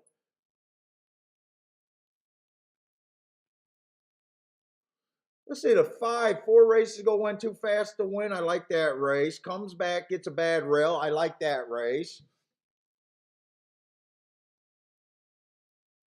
Kind of another bad rail day. Had the 4-hole. I think he's a fast stalker. Last race, the inside was good. And he really didn't fire. God, I like some things about him, but I really hate his last race. I hate his last race. That's almost unforgivable that he ran so bad that race. It's kind of an early pressing day and he had the good inside. That's kind of unforgivable almost. 25 to 1 though makes me say he's not that bad. I don't think he should be 25 to 1, but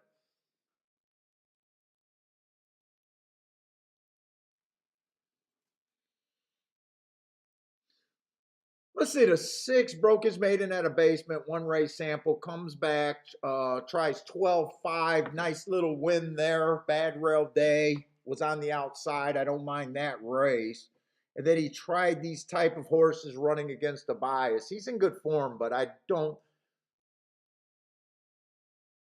think he should be about 10 to 1, if not higher. Kind of the same with the 7 horse.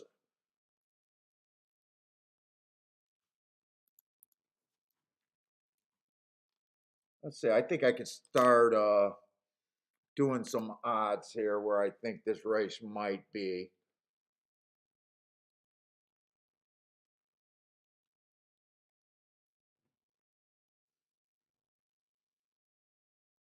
H route to sprint, I don't like that, and he doesn't look as good as the 4 horse. I like that race 3 races ago where he ran on a bad rail. I think I'm hard on the 8 too.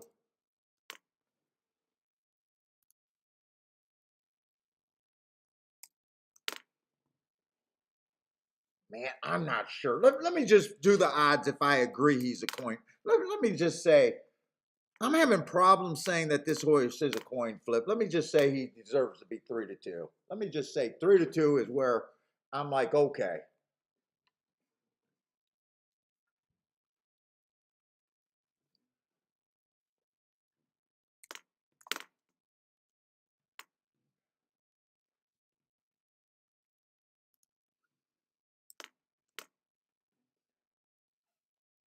I think I can work with that.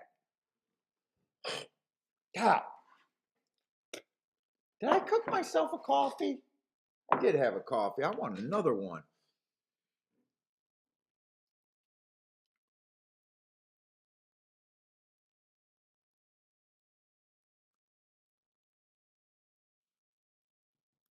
I might just go 18, 18, 18.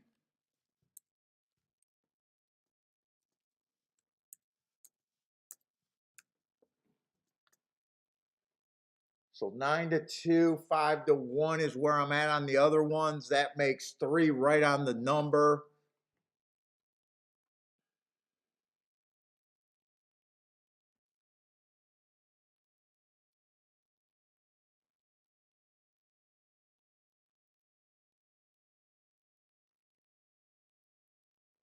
One, I think I'm priced in to have to play the one regardless.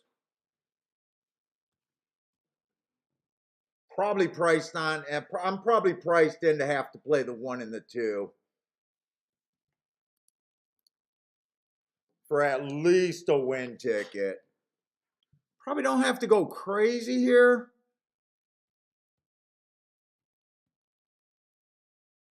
Ooh, you guys are hitting today, hitting at all the other tracks except for the ones I'm looking at. I'm freaking jealous.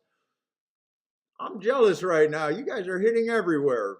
Bender's hitting at Laurel, Charles and Lanier's hitting over there at fucking Aqueduct. Jesus Christ. And Keeneland and Gulfstream just hasn't looked like much so far.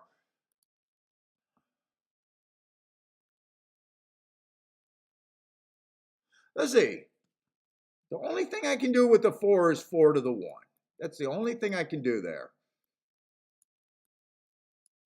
I do know that. That's the only thing I can do. 21-1. That's the only thing I can do with the 4.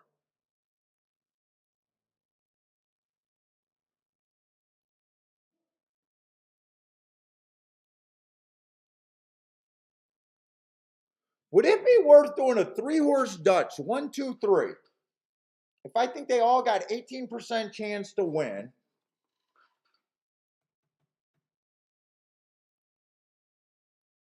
combining a Dutch, I think I have a 54% chance to win that race.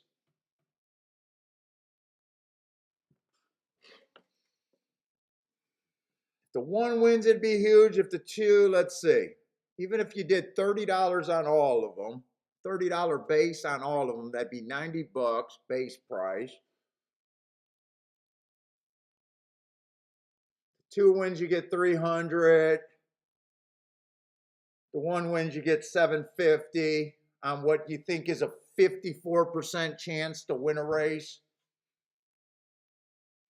3 would be the worst outcome. You would get 180 back.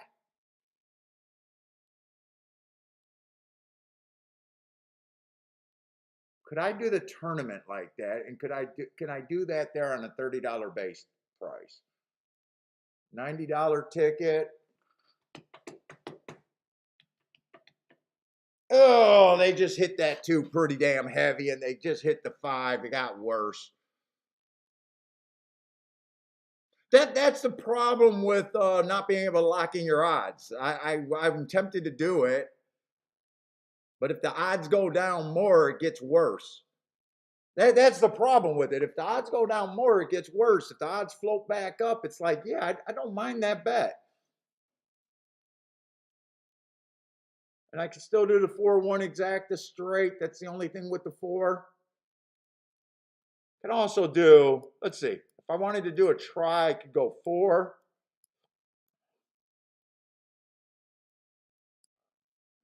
1, 5.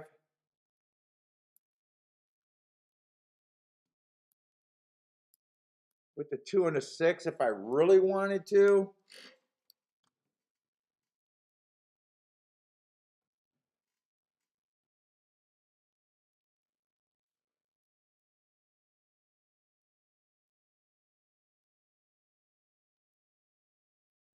I could even do a 4-5 if I wanted just to go the 4 route. Whoop! I wrote the wrong number. That's supposed to be the 5.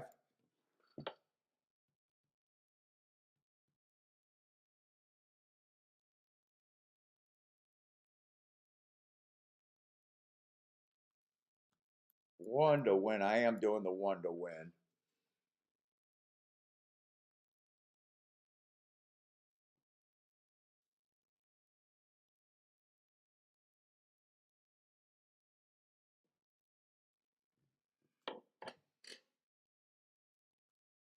Seems like I pick one. It seems like I pick one or the other. Go with the four. Go with these tickets with the four. Bet the one to win.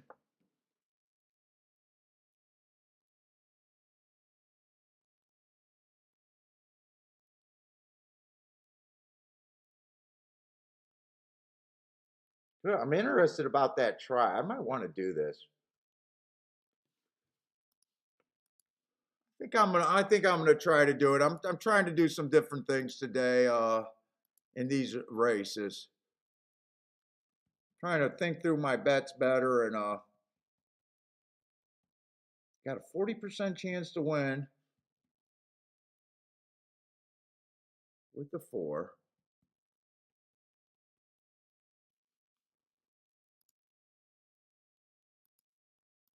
Four with the 1-5 exacta. No key box there. Do the try.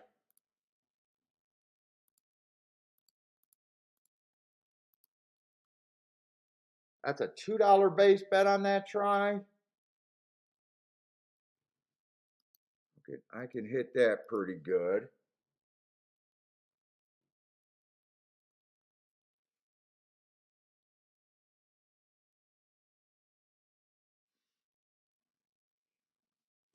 Let's see. I'm going to start out with the one to win. I don't know if I'm going to do the others.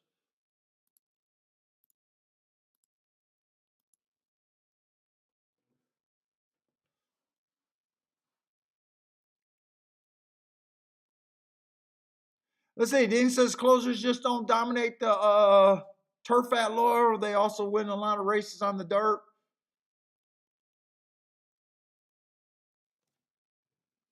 I'm still like, should I do that 3-horse Dutch?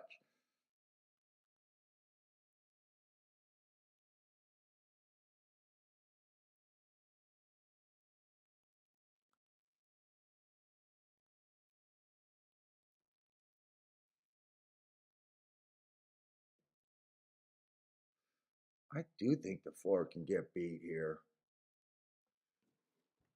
Dude, I liked it so much better when the 2 was at 10 to 1.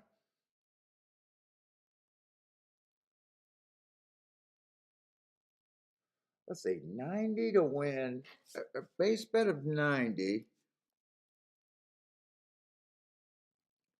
That'd be 140. And another 70 on the worst thing. 211. You got 3 horses, you'll be getting even money.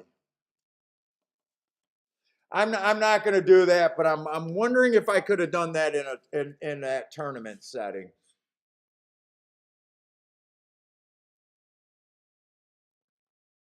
I I think it was either that whole bet or this bet. Since I already put this bet in, it only makes sense to do the one. If I did the 1-2-3 Dutch, I don't do this bet. But I already got this bet in, so trying to think it through. I could have went either way there.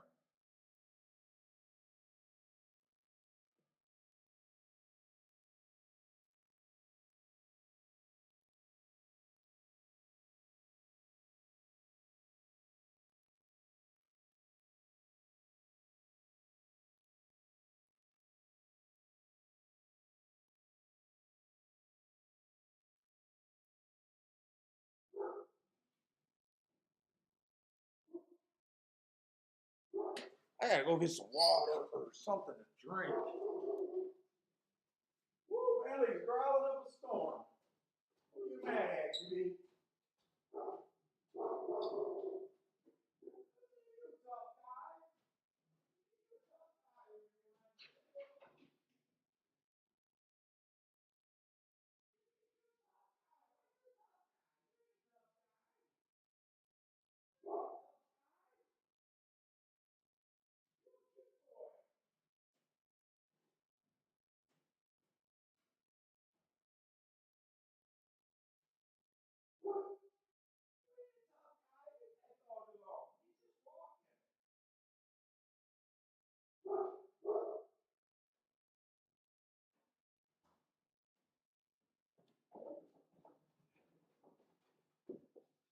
Just walking, B.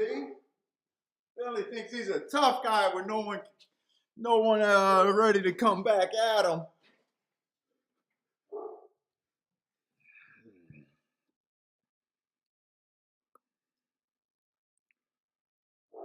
Did that come in 4-8 maybe?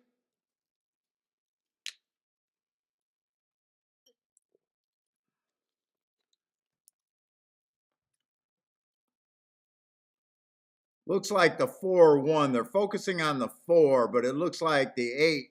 Yeah, 4-8-7 all outside.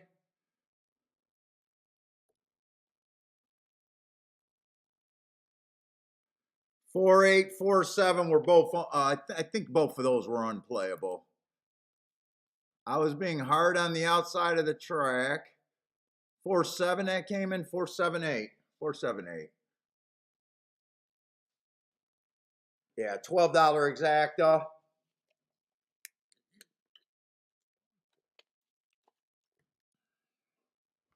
All right, at least I didn't play against the horse that I thought had the best chance.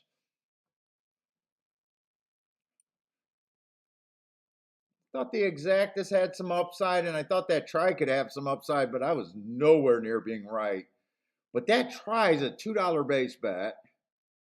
The exactas I didn't do for much, only $10 there, so cheap ticket.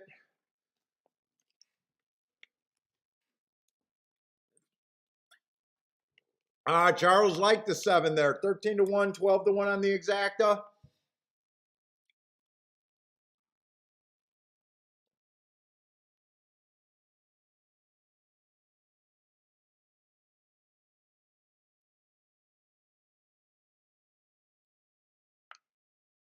See, this way, if I would have did this, that I would have had to do a $90 base bet to get 200 back roughly, even money, and I had to be right.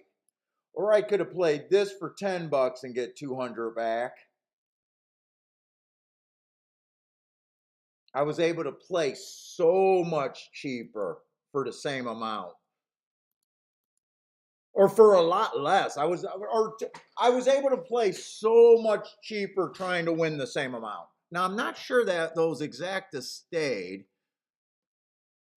Oh, 4-1 actually went up to 31 and actually yeah, I liked what I did there.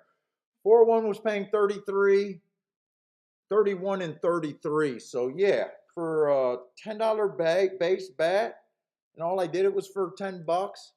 Would have got 300 back and didn't have to risk as much. So, okay, but both of them would have been a loser, and both of them are a loser. So I did that. That was the better way to play that. That was the better way to play that in my mind. Let's see. I did the Keeneland stuff. I got enough time to look at Keeneland real quick. The running styles.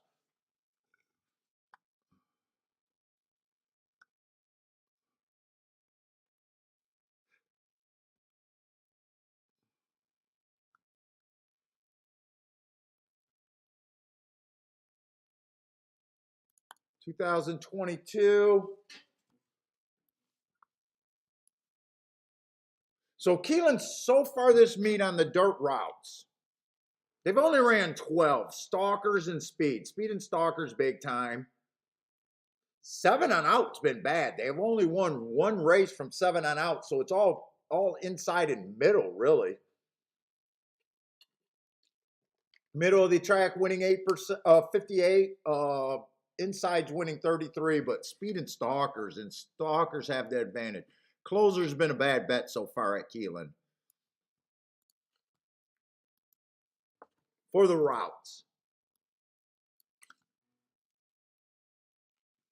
Let's see, 8 horses here.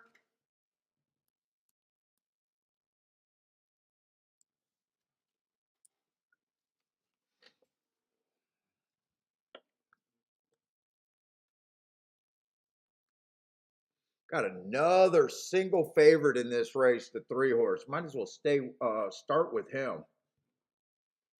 Yeah, I love that race 2 races ago. Went too fast to win.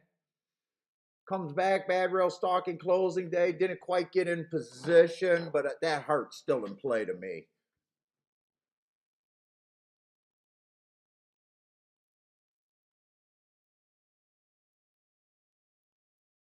And he looks pretty damn good, especially when I'm comparing him to the 1 and the 2. Two's definitely going to have to improve. Not a bad race first time out, but definitely he's going to have to improve. Coming from Indiana, and the next race is a 1 race sample. Oh, Parsons actually has Indiana. Parsons has Indiana. I was going to say, how does he have Indiana? But that's right. He said he was able to get the other horses too for me.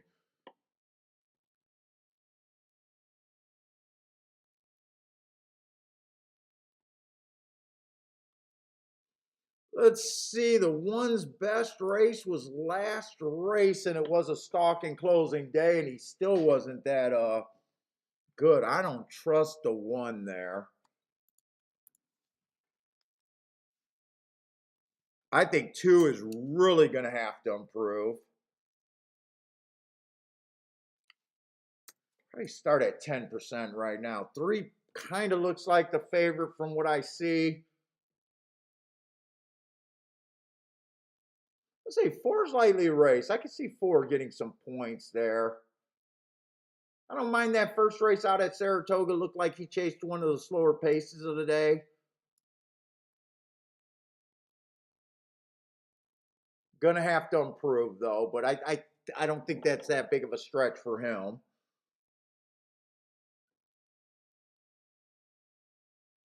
And I think 5's really gonna have to improve here. I might even think the 5's closer to 5%. Let's see. 6 horse got some upside, but definitely going to have to improve too. But I think he has more upside than the other horses. I like some of his races.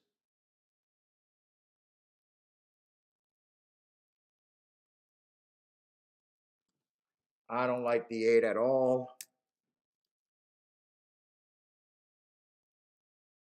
I can't get to the 7 off of that bad rail race, but if he improves, he did run on a bad rail speed favoring day, but I think it's hard to get to him. I think this horse does look like a coin flip.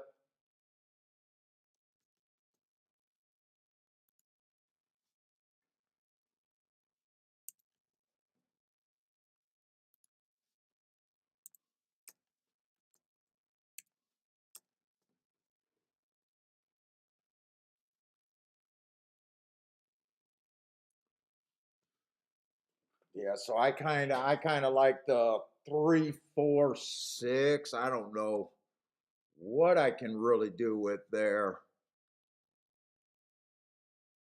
Yeah, Parsons is playing golf today. I was calling, talked to him when he was on his way to play golf. Let's say 3, I definitely have to beat him. The question here, do I want to Dutch the 4 and the 6? I think that's where I'm at here. Do I want to Dutch the 4 and the 6?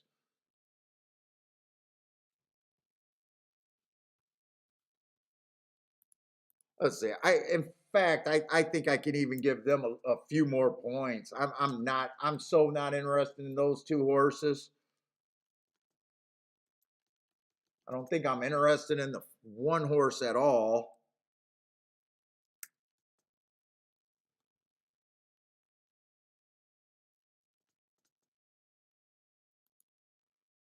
That moves them back up. That moves them up a little bit better where they're a little bit of an overlay. I can Dutch those 2 horses. I think that's the only place I can go.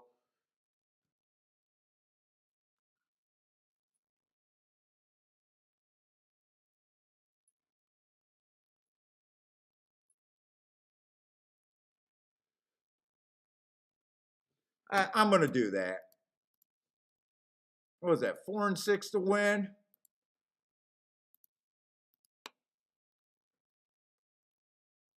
Dean says if it helps, the jockey on the 4 got the yellow silks. That does help. If I get beat here, I actually want it to be by the 3, but it's if I get beat here. Because then I just say my handicapping was good. I was trying to get by him and I'm okay with it. Maybe, and then maybe, then the discussion is, should I have just sat out when I thought this horse was a coin flip? I think in the tournament, my goal is to only play in races where I hate the chalk, where I say I hate the chalk. I'm playing a lot of races lately where I'm just trying to beat a horse that I like, and that's always weak.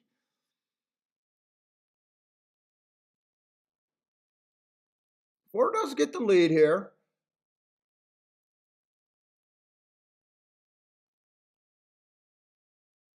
Let's see, crystal clear, 346, 346 with the 158.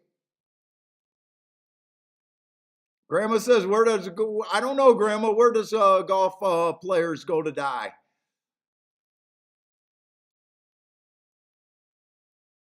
At least I'm going to make the 3 come and get me. I'm happy with this, but the 3 does look loaded. He's cutting through and he has a firm hold. Can I get a steady out of him? Give me a couple steadies. Give me a little traffic coming from behind. I always say the worst bet in horse racing is a short price closer. Come on, 4. Keep it together.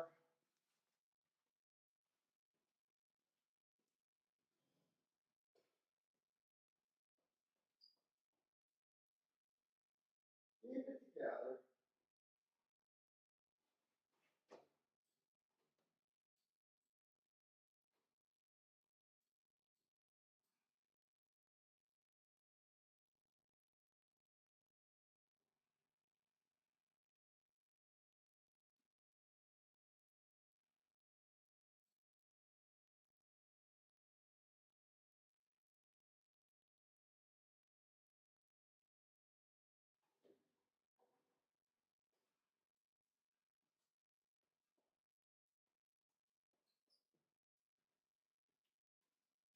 Ooh. Holy shit, he didn't get it. He didn't get home yet.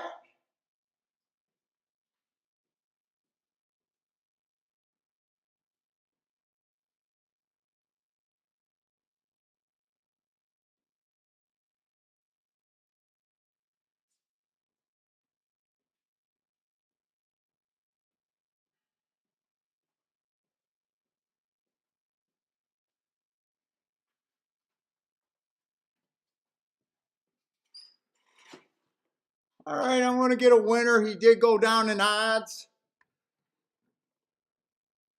I just put 50-50 on him like I was doing the tournament.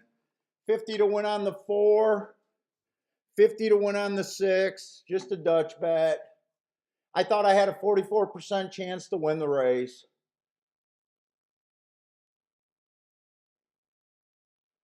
So I'm going to get like 220 back. So if you think you got a 44% chance to win and you're getting a bit better than even money, quite a bit better than even money, I think that's an okay bet in the building phase. I think that's an okay bet. One got second. Wow, one got second there.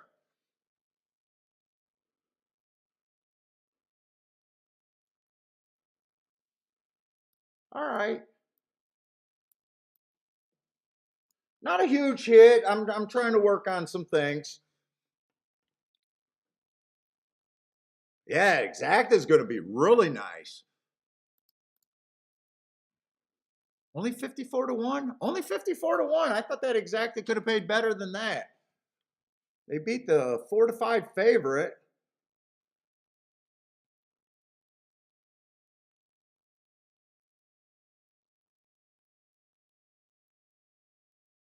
Dean says it wasn't the handicapping, it was the yellow silks. I make things too hard, just the yellow. Oh, those are more green. Those are more fluorescent green, maybe a hint of yellow, not complete yellow. Maybe a little more yellow on the sleeves though. Yeah, maybe a little yellow on the sleeves. Oh yeah, that's yellow on the sleeves. Fluorescent green, I think on the body, but I think those are yellow sleeves. Okay, yeah, you're right.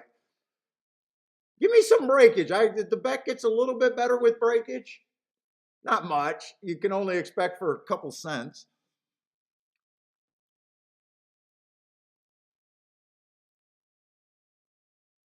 Let's see. Charles was saying 8 had a trouble trip last out. Oh, bumped at the start. You might have even had more for the trouble trip there.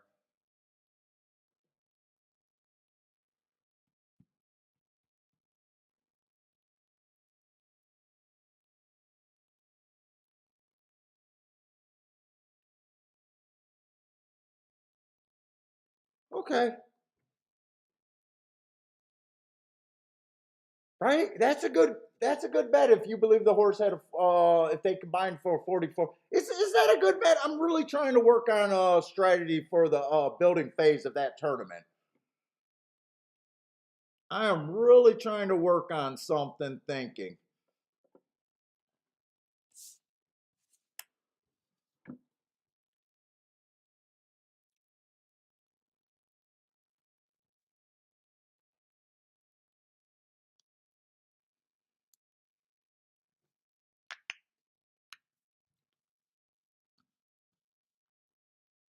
4 went wire to wire.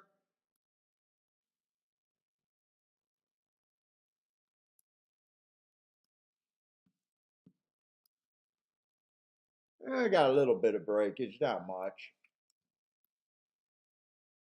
Let's say Gulfstream.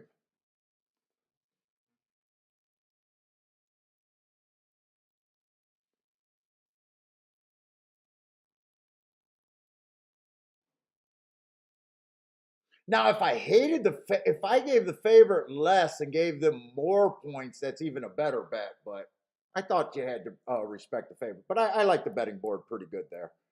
Betting board was pretty good there for me.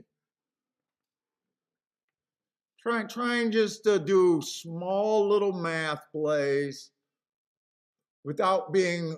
I'm usually too over aggressive. It works out. I'm not trying to change my play. The reason why I'm doing this is not for my overall plays, but just the strategies. Like your overall plays day in and day out, you don't really care about 1 day or 2 days. But on those tournaments, the goal is to get to the NHC. So that's why I'm having trouble deciding which way I want to play. Do I want to be me and only need one race? As long as I don't go broke before that one race, I could get there in a single race, or do I really don't know which way to do it, and I'll probably for the next month or so be playing different ways just to decide which way I think is the optimum strategy. Is at least the goal. I'll probably end up reverting to my old ways, but I'm really thinking about the tournament. I want to get to the NHC this year. I got 3 days, three tournaments that I can make it happen.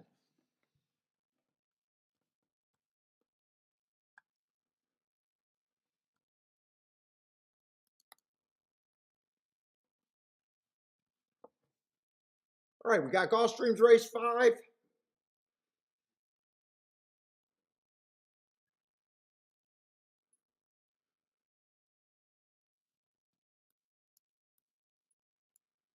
See, the 4 horses scratched.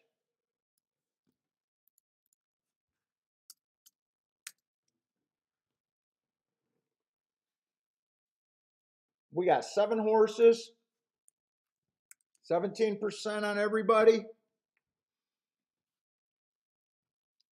Did anyone did Crystal, did you hit that exacta there, the 4-1?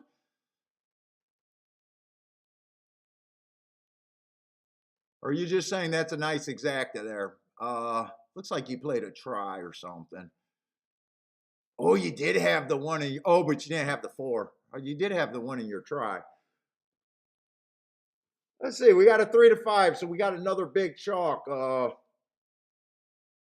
Let's see, this is a Tapeta route race. They came off the pace every race yesterday. And the other thing about yesterday is They were getting that 50, 25, 50 and change, I think, in both of those races. Let's see, the one is the big favorite. He looks pretty good. He's majority of the time he's stalking. Every once in a while he goes to the lead, which I got to worry about. 3 races go at 20,000. I don't think that was a terrible race against better. He just misses at 12,000. 3 races go on a stalking closing day. Just missed there. I don't have a problem with that race. Comes back on September. That's Kiki's birthday. September 9th, stalking closing day, made a middle move. Might have made his middle move too early there. Stalking closing day, made a move. Looked like he was going to make a move into something. It said rated in traffic. That might be a replay worth watching. I don't know. Depending on what, maybe that traffic, if he got steadied there or something. That almost looks like he could because he looked interested. And then last race went too fast to win at this level. I definitely think he's a player. 4 to 5 is the question.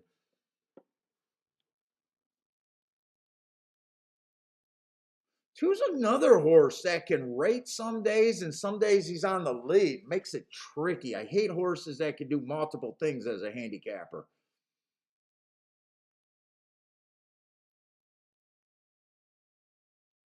Yeah, those hearts are nice, but I don't want him earning hearts here. Stalking closing day next time out. Got a bump on the speed figures, but this would be the race he needs to win if those hearts are good. Wow, even the 3 horse. If he rates, really nice win on a stalking closing day, fastest winner of the day, and then he comes back dueling on the lead. I don't know why he'd be dueling on the lead today. I think there's some places to go in this race.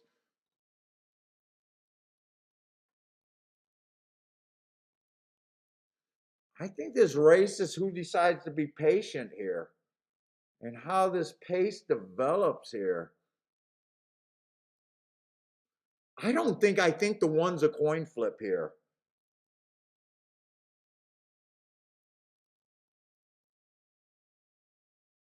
Seven looks like he's going to lead. I like his races, but you guys know that I just don't think you want to be on the lead at the Tapeta. Dude, I'm hoping. I think if the one decides to go and gets in a thing with the 7, that this could be something here. Let's see. I do like the 8. Let's see. There are 2 favorites here, and I do like the 8. So I do think both. I don't hate either of the chalks. That's going to make this race tough now. I just said that I want to be playing in the majority of the races where I hate the chalk. Oh fuck. Let's see, 8. 4 races ago went too fast to win while stalking. I like that race. Comes back, wins right off of that race. Stalking closing day, fastest winner of the day. That race he decided to close. Comes back, tried to close again at a higher level, 20,000. It's no shame not working out at 20,000. And then last race, stalking closing day. I definitely think he's a player, and I definitely think the one's a player. I think it's probably going to get hard to get past both chalks. Let's see, the 7 with the front speed. I think he's priced right. I don't really like speed on the Tapeta. If he gets away slow enough, he can win. But right now, I don't think he's offering any additional value. Nice price though, but I think I got to be hard on the 2 horse now.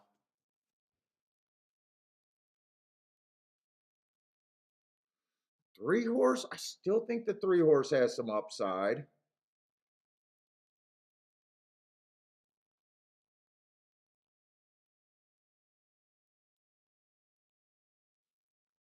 Let me see if I can get both of these horses 15%.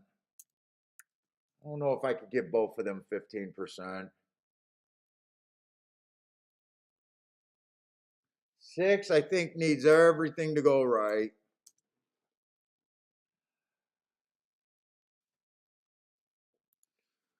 That is where I think I see the race. I think it's going to be hard to get past the 1 and the 8 here. I think it's going to be hard to get past both of them. Yesterday was kind of the same thing. I was noticing that I liked 2 chalks in every race, and they ran first and second almost every race, and I was trying too much to beat them or have someone come in between them.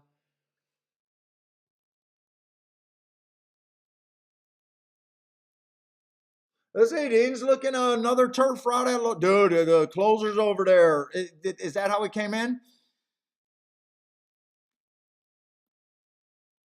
Frankie Tubbs got to play over there at Aqueduct. So did Charles.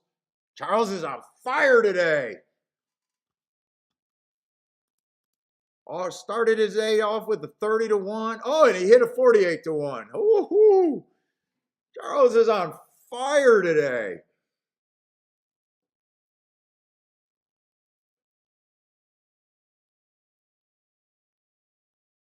Fucking Aqueduct was the place to play today. I'm sitting here trying to get 7-2s home. Aqueduct was the place to look at today. Holy shit. What's up, Mac and Company? Mac likes the 5 here.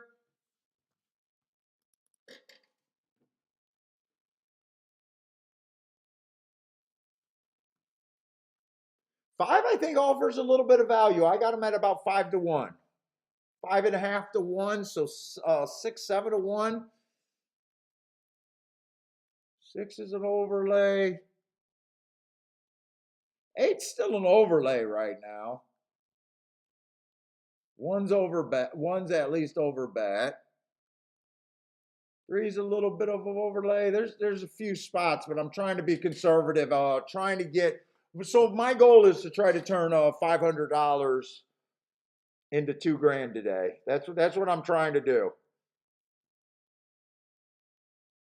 I'm trying to limit myself to $500 like I'm playing a single card.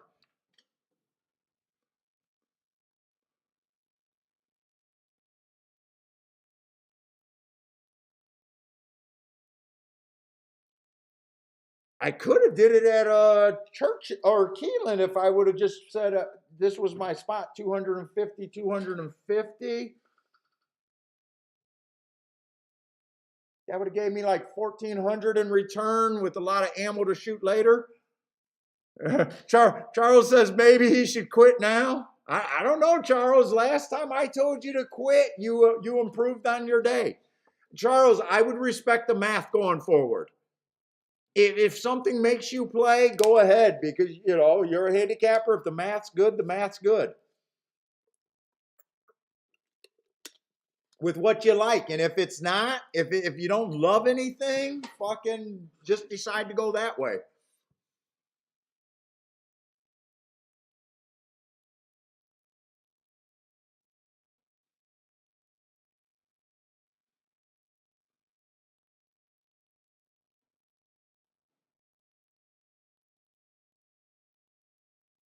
Dean says the mafia grows every day.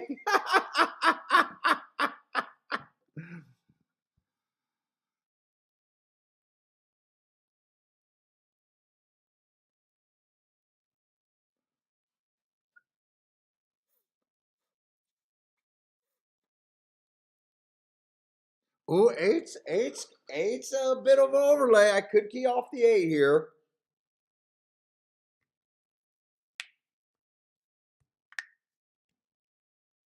I think I got a 33% chance to get 3-1. Not really what I like to do, though. Not really what I like to do. Let me write down some bets that I might be thinking of. I could key off the safest part.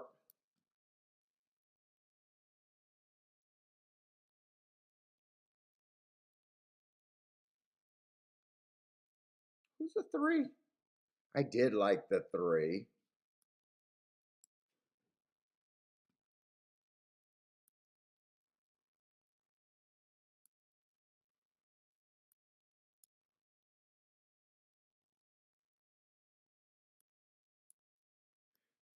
I'm not putting this bet down, but that is something I could consider here. 8 to win even. I'm just writing the different directions I could have went here. Let's see, 6 is not big enough. I could even do the, well, 6 is a big overlay. I could do the 6. What is a 7 at? What is a 7 at? 7's right on the number. I could bet that. This is what I think I could do. Try to beat the 1. Key off the safest overlay. 8 to win. 6 is a big overlay. Think I combine. I think I got a coin flip to, or 43% chance to win the race, but I did no bet here. I'm writing no bet here.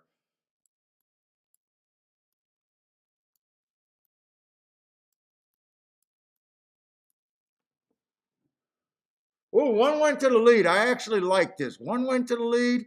He's getting dueled with. Ooh, did they really go 22-4? Holy cow. This is a Tapeta route, right? I have not seen a 22-4 on the Tapeta route. Yeah, I think they're coming from way off the back. 22-4, I mean, should be insane on the Tapeta. Unless the clock malfunctioned.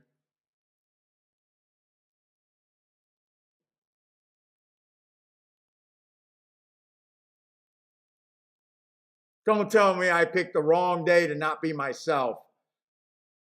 Don't tell me I picked the wrong day not to be myself here, people. 6 is done. Is he done? 1's coming back. Okay. All right. This looks like okay. 6, get out the way.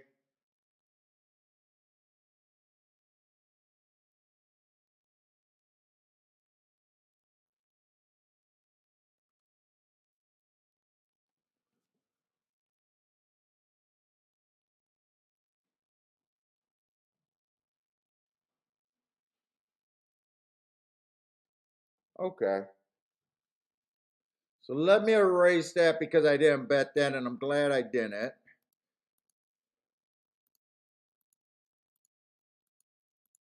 I did think it was going to be too hard to beat those 2 chalks, though. I thought the 2 chalks combined for a 66% chance to win that race. So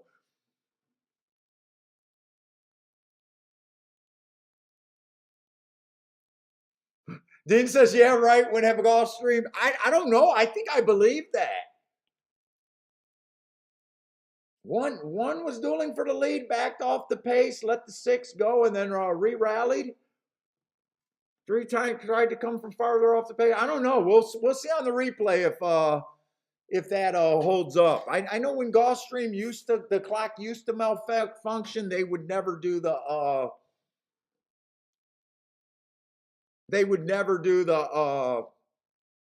times. They would take the times off the replay.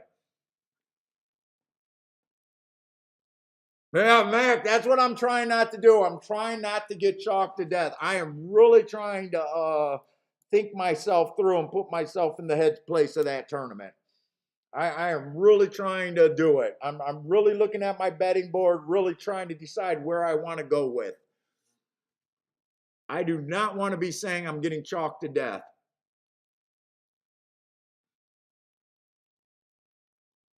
Let's see, Cindy. So I was in good spot with Cindy. I was on Cindy's 8. I was the 8 horses where I would have been with Cindy's husband over there. But 1 did win that race, so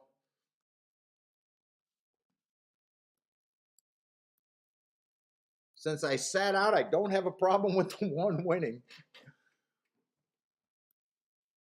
But I if I would have did something there, you guys seen what I was where I thought I could have went, that would have worked out. Okay, Keeneland. All right, we got another dirt route. 6-horse field.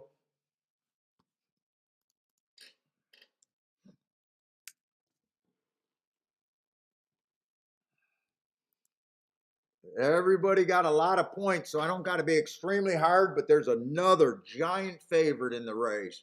I don't mind that. If I don't like them, it's great. Let's see, only ran one race coming from a super high profile barn. I don't know how the hell that caught my eye, but it did. Oh, I mean, I can definitely see why he's being bet with the speed figure and Todd Fletcher and all of that. Let's see. Let's just say I agree that he's a coin flip. I don't know if that's true, but let's just say I agree. 1-2 morning line. Holy cow. 1-2 morning line?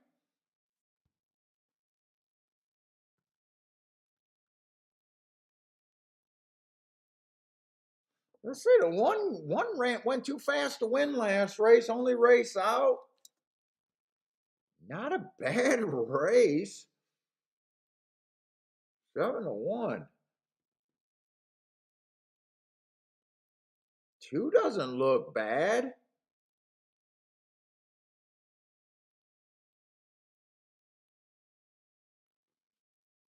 I would have gave him an asterisk 2 races ago. Stalking day, he was more of a closer that day. And he won that race running against what I would say would have been the bias there. You know what? 2 got some upside here. 1 got some upside here. They definitely got to improve speed figure wise. I'm not a big speed. In fact, I'll tell you right now, if this didn't just jump out and I seen that speed figure right away, I probably would have been like average, average, average. Okay, they're betting them because of Todd Fletcher. But there, I see a lot of places I can go. I can get to the 6. I like the race on the 6. I like the race on the 1. I like the race on the 2.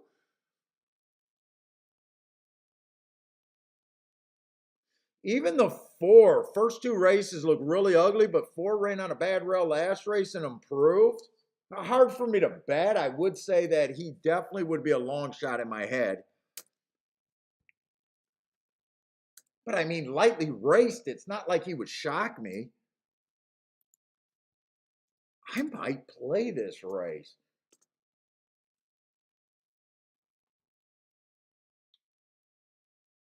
Even the 3 wouldn't shock me. I think everyone else, other than the 4-horse,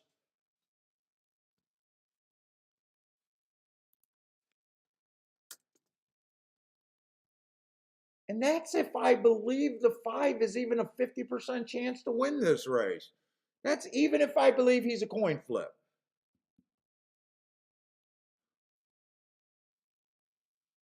And really, it's just that speed figure. It's just a speed figure, and I'm not even a speed figure guy.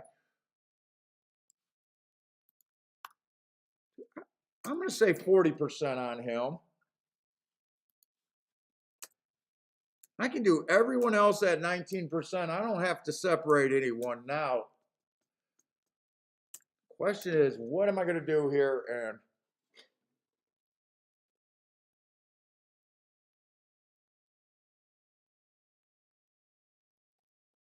can I do something with that?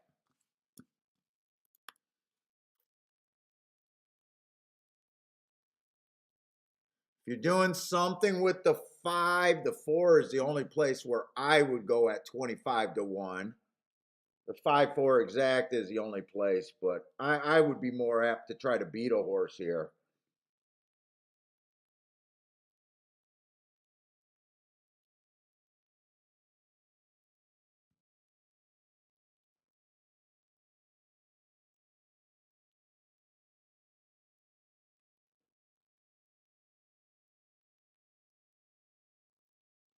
First time starter, what's up? Randall Gordon, what's up, man?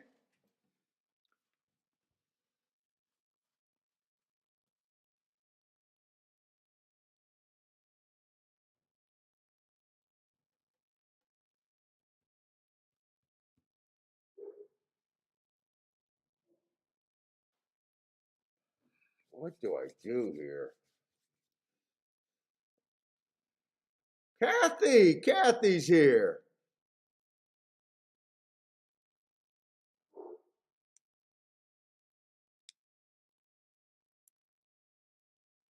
That's a really nice race on the 6th last race. 2-point overlay in my guesstimation.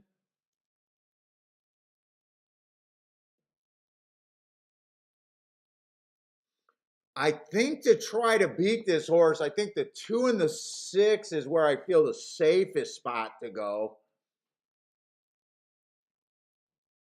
2, 6, and 1 is probably what I'm considering more, but 3 would be the biggest overlay.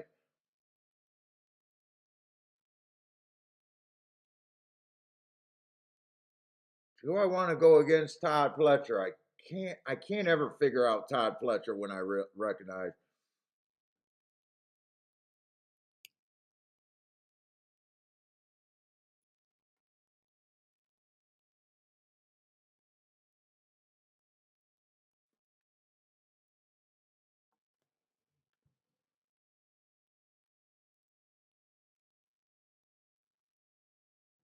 If I did combinations, I'm even tempted to box the 1, 2, 3, 6 here.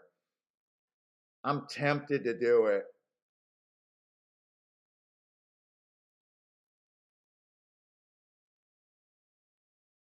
1, 2, 3, 6. I'm also tempted to bet the 6 and someone else in a Dutch. Probably 6 and a 2. Let's see, they're getting in the gate, and I still have not decided if I really want to try to beat this horse yet.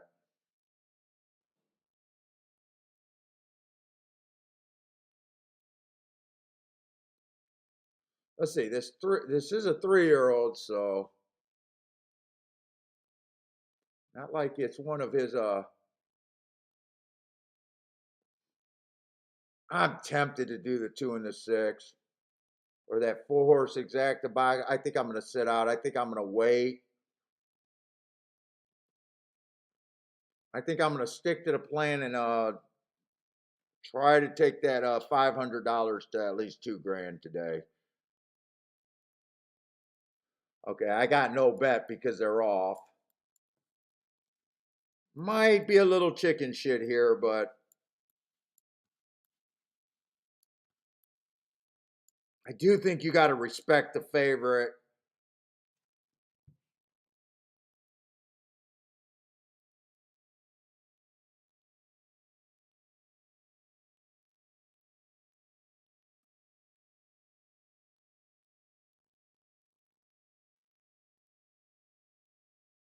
Yeah, speed 2, possibly, and can stalk. Trying a mile for the first time, so there was a. I know if I would have did a Dutch, I would have used a 6 and probably the 2. I think I was tempted between any of those 4 horses, but I know I was going to use the 6 if I did it. I was leaning towards 6 too, but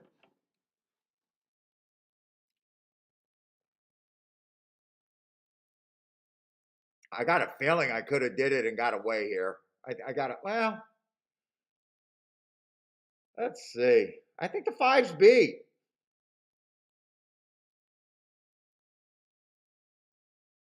5's beat. Is 5 beat? Or is this going to be a horse race at the end? Come on, 2. Come on, 2. Can you fight? Can you fight? Don't do bumping. You don't need to bump. Oh, there's a big bump. This is going to be looked at. 2 got his nose down, but that's going to probably be looked at. I think there was a big bump there.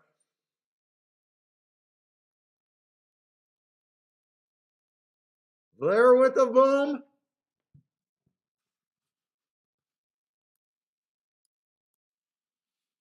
Oh, God, how do I not bet a horse named Speed Bias, by the way? How does this guy not bet a horse named Speed Bias?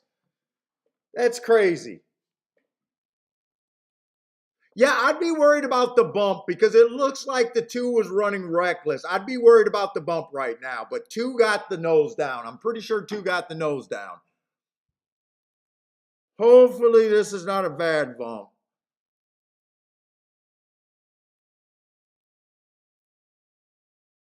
What's up, Hassan? Hassan, I hope.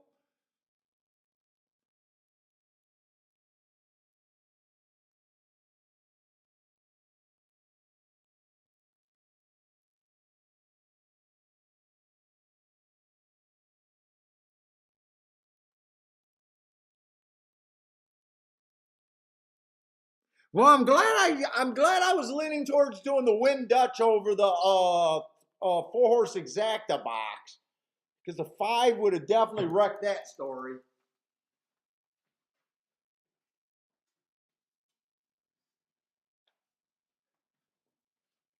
Dude, I want to find an all-in race late in the day is what I really want to find. Oh, so far I only played 2 races and only hit that 7-2 winner. Come on, let this be clean here. I don't think it's a dead heat. I think right now there's nothing flashing. So right now I think the 2 got it. It's just you got to worry about that bump. And I'm not even sure who called it. Caused it. It just seemed like they hit pretty good there. Chalky on the 2 doesn't look too worried about it, and so far, at least it's not an inquiry.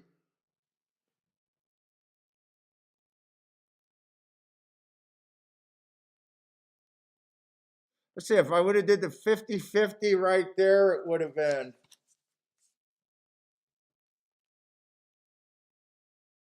140, 280, about 360 back, 360. It would have been building the bankroll a little bit.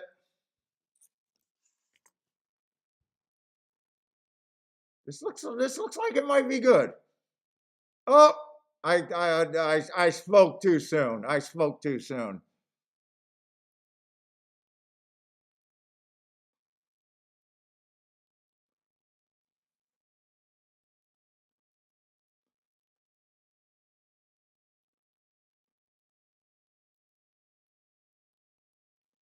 Yeah, Kathy said, hold your breath. I think you're going to have to hold your breath on this one. Hopefully the 5 came out. So far, I think it looks good. There's a little bit of rubbing. I don't know. Boy, that one was big. But they're rubbing, they're racing. Does Todd Fletcher get the nod being the bigger? I don't know. I don't even know if he's a bigger trainer. Fuck, I don't know. Maybe they don't like Todd Fletcher in Kentucky. I have no clue.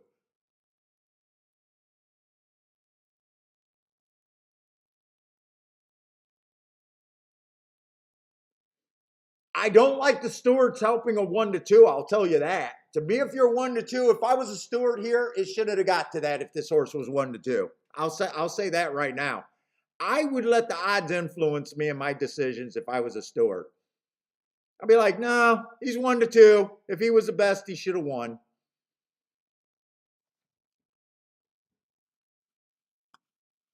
I would be biased against that. But I don't have a dog in this fight. I just know a mythical bet what I could have done there. Charles says 2 will stay up. I hope the 2 stays up.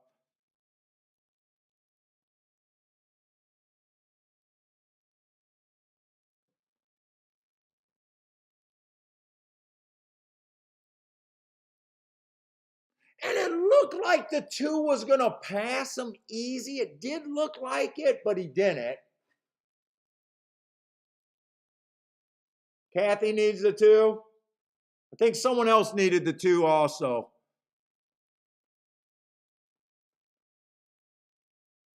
I think they did the right thing. Don't help the 1-2. If the 1-2 was a 1-2, he should have won the damn race. He got back on the horse. I think your guys are good. No change. No change. Ronald hit the 2 also. All right. Ronald, Kathy. Who else hit the 2? I think someone else hit the 2. Blair hit the 2.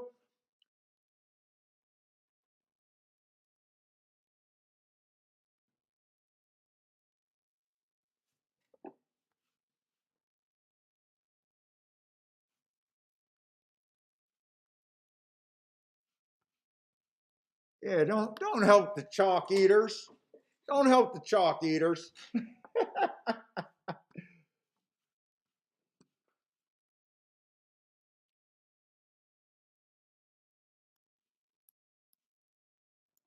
All right, I like my betting board there. I just decided not to do what I could have done.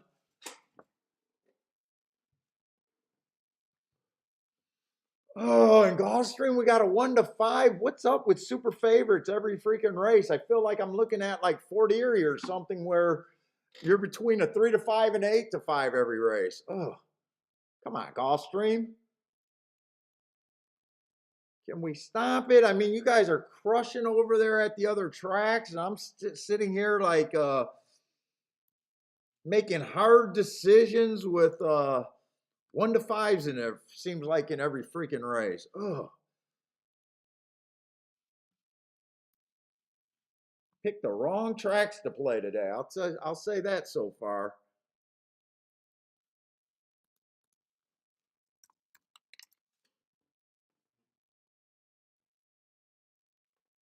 Let's see, did I scratch a wrong horse? I might have scratched the wrong horse. It was a 7 and a 9 that's out of this race. I think I scratched someone. I scratched the 1-4. 7 and 9 are scratched. So that means there's 7 horses in the race. Let's go.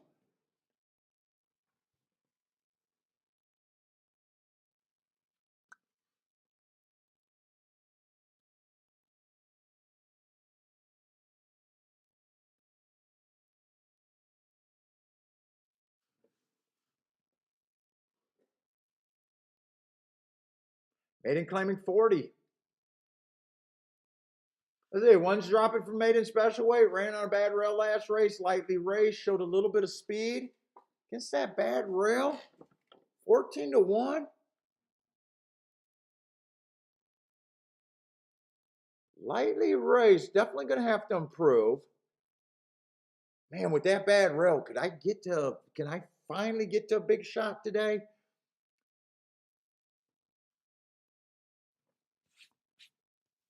I'd say at the very least a little interesting. Let's see, 2's coming from Colonial. I'm not sure what I think of the 2.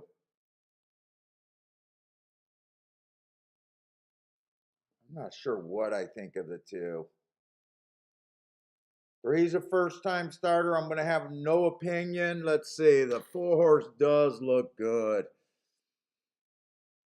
If he runs that race 3 races ago, that looks good enough here so far. If he runs last 2 races ago, that looks good enough. And then last race was even a better race. Went too fast to win, just missed by a neck. I'm just going to say right away, I'm okay with the coin flip. He does look good here. Let's see, 5 only ran 1 race. Definitely going to have to improve. I don't think I'm interested in the 5. Slow, slow, slow. Let's see, 6 a first-time starter. 8 has absolutely no speed. I'm not interested in the 8.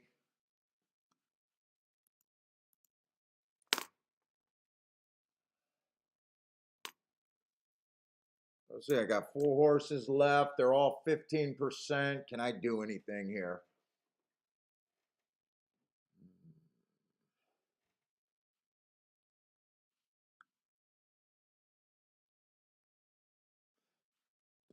Let's see. 6 is a first-time starter. I just don't blindly bet first-time starters, and I got to take a few points. I'm just not interested in the 6 and the 3. I'm just going to say 10%. That leaves me with 2 horses. Oh, one's going to be a big grab, and so would the two. I don't understand the two. I don't think I could play this race myself. I don't think I can play this race myself.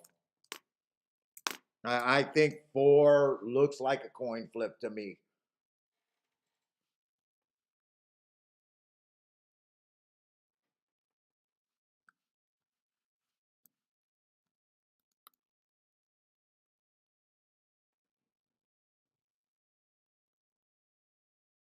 Oh shit! I haven't done the tic tac toe board anywhere actually.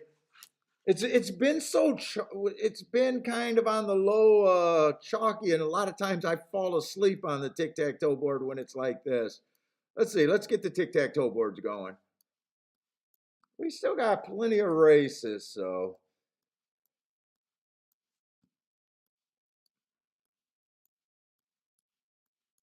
let's see. I'll do Gulfstream and Keeneland to get it started. Let's see. I'm looking at Gulfstream first.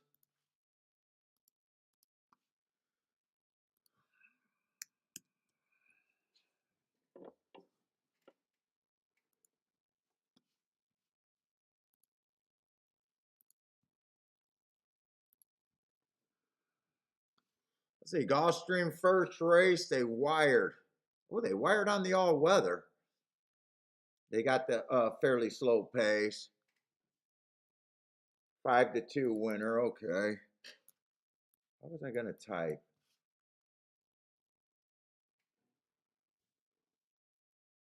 Second race was a price, but that was a tough race.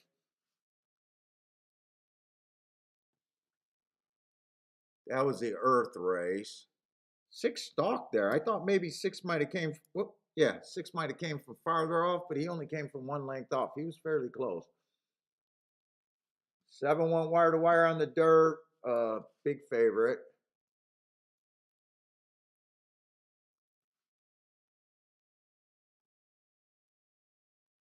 Four went wire to wire on the dirt. Another big favorite.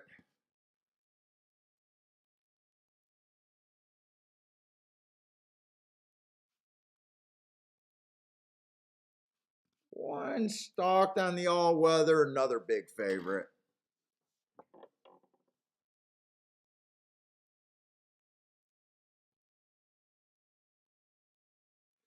Let's see, what is that? One, two, three, four, five. Am I caught up there? What are they going in the six race or they're going in the six race? So that's all the races. So the only price, the highest price was 5-2, other than that Topeka route race that I thought was impossible for me. Didn't even put a line on that race. Everything else just was 5-2 and under. Let's see, Keeneland. Let's do Keeneland's here. Give me a nice big spot for Keeneland. Oh, man. All right. Fuck you then. I've got a big spot at Keeneland to right. I'll be right here.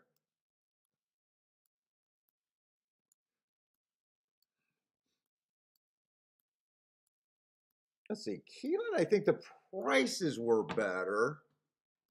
Keeneland definitely had some prices today. They had that 6-1 that just won.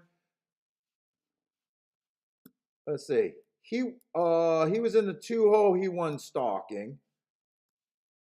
That was just a tough call, and I wasn't really wasn't willing to do anything. Okay.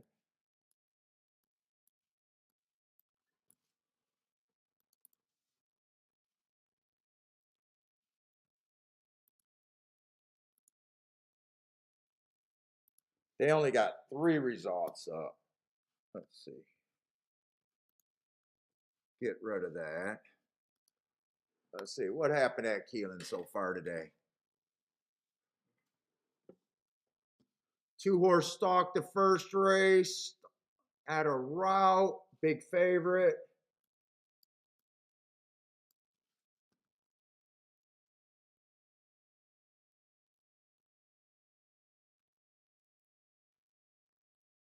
Three horse closed the third race. Favorite. 5-2. Not a bad favorite, but 5-2.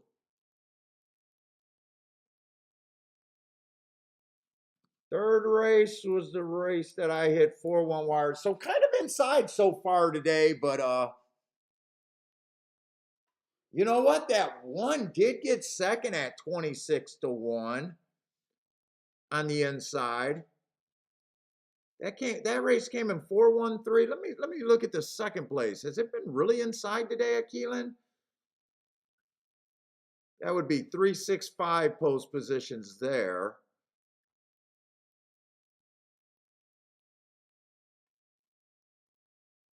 2-5. I don't know. Might be kind of inside at Keeneland, or might just be there was a long shot that ran second from the one hole. I don't know, but everything. I think the highest winner today was 6-1 in the last race, and before that 7-2. So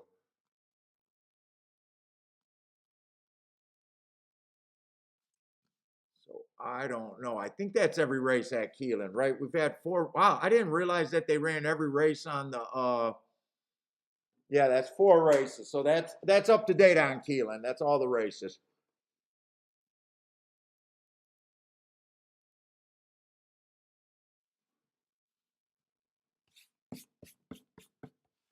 I'll be right back. I'm gonna go to the restroom real quick.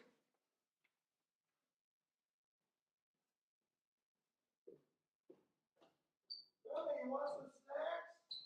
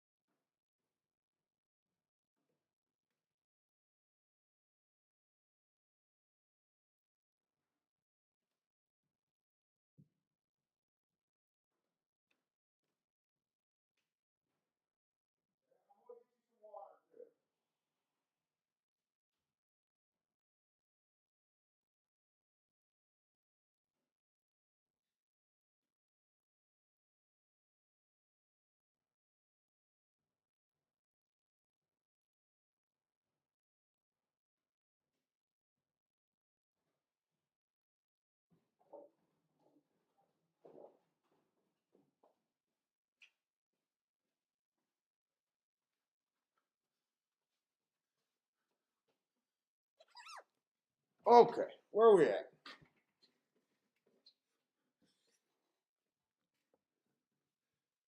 What's up, Case? Oh yeah, that Aqueduct's paying like crazy for that pick 5 with a what, a $40 horse and a $60 horse, was it? What's up, Lloyd? Elliot, what's up, Elliot? Frankie with a boom somewhere? Oh, Aqueduct boom. Let's see, Gulfstream. I kind of lost my train of thought. Let's see, Gulfstream was a big favorite, right? There's a minute for that race. 4's at 1-2. I think he's a coin flip. Let's see. Could I do anything here? Let's see. 1 and 2 are overlays, but man, I wasn't the 1 and 2 both colonial horses, and I wasn't sure what the 2 was. I 2 kind of got my 20% by I couldn't get to anywhere else. He's going to have to improve. Yeah, Colonial and Tampa. What I did, depending on how much you trust that bad rail,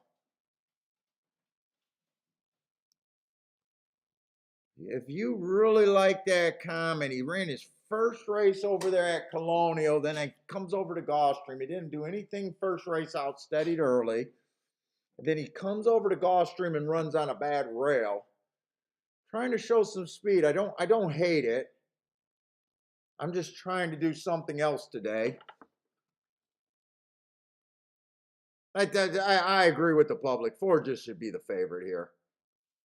I want nothing to do with the 8, and the rest of the horses are first timers. And I want nothing to do with the 5. I mean, 5 can improve. He only ran 1 race, but I can't. I don't see an excuse there. Yeah, I can't do anything there.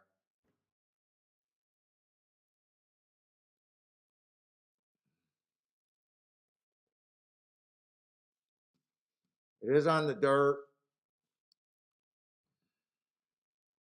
This was a mandatory race. I would probably take my shot on the 1.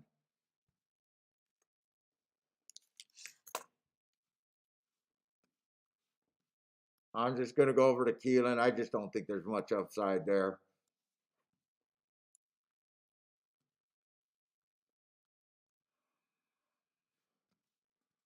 Let's see. Keeneland, we're going in a 5th race. 5.5 furlongs on the turf. We have not seen many turf races over there at Keeneland that's been sprints.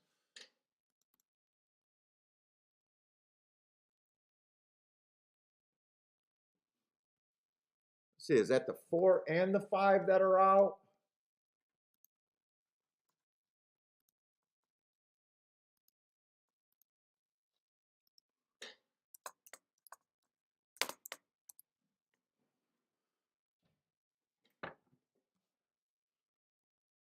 $13 is in, so what does that give us? 11 horses, something like that?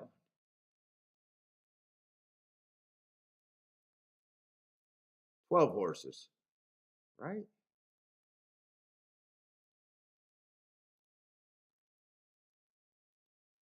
11 horses. 11 horses. Gonna have to be really hard. I'm gonna have to be hard on horses to even see the 6 at 7 to 5. Let's start out. Let's get these scratches. I'm just looking for something where I say I hate the fucking favorite and I want to go. I hate the favorite. That's all I gotta say. Hate the favorite. Find me something.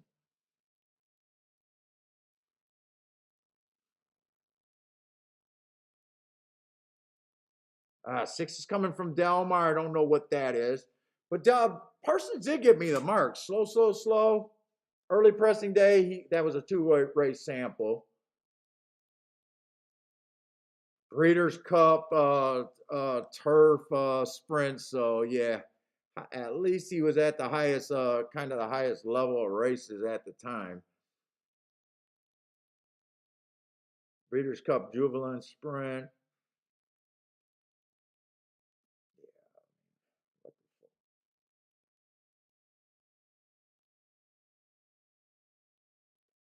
Let's see, the one I like that race 4 races ago, Stalking Closing Day, but that was earned at a route. I hate route to sprint, though. But that's a nice race. I just hate route to sprint. Dude, those hearts, that was at Laurel, too, where the track was close. I just hate route to sprint. That might be a really nice race. I think that's a really nice race.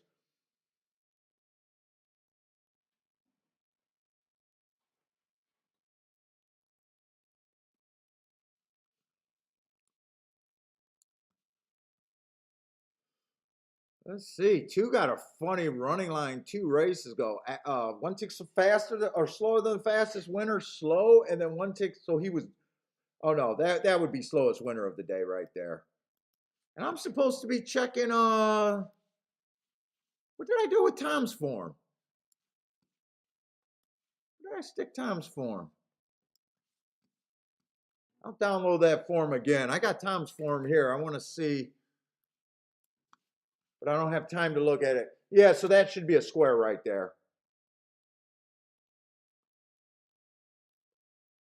Last race, Stalky closing day, won that race, no problem there, being faster and then average.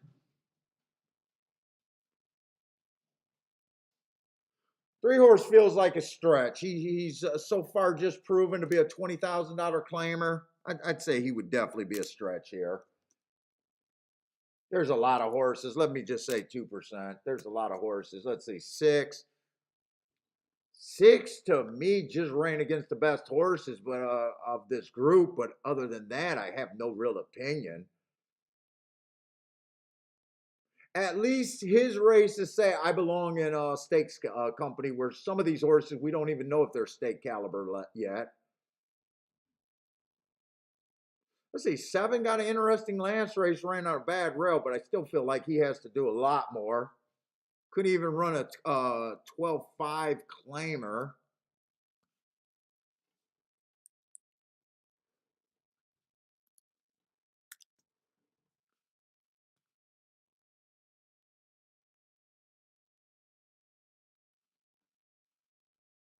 Slowest winner of the day and earned a good speed figure. I wonder how that was a big speed figure. How do you earn a giant speed figure on the slowest race of the day? That seems a little suspect to me.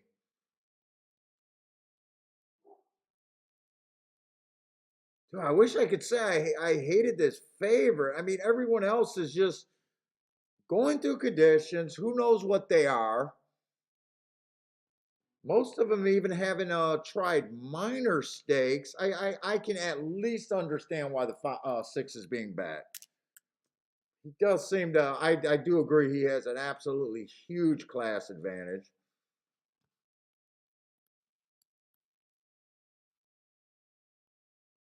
One's interesting, but I hate route to sprint. Yeah, Gulfstream, the four horse just won, so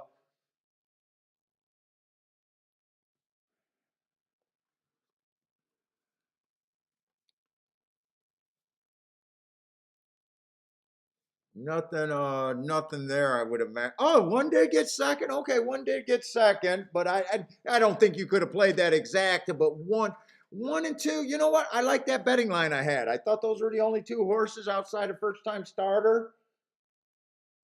I don't think that try has any upside, and I guarantee the exacta doesn't have any upside. No, the exact is paying $9.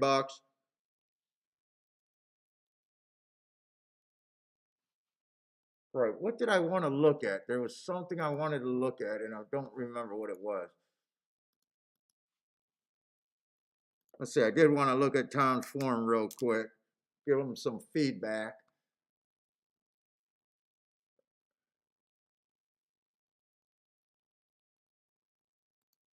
Let's see. Is this it? I want to download that.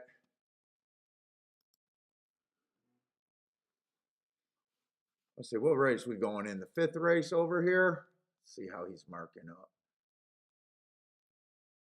No, that's the wrong form. That's my form. Ah, here it is. No. Here it is. Here, I see it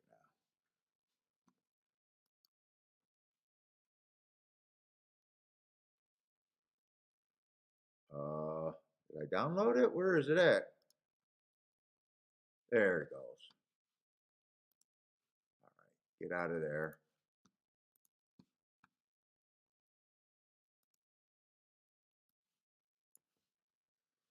Was it Keeneland fifth race? Where are we at? Fifth race?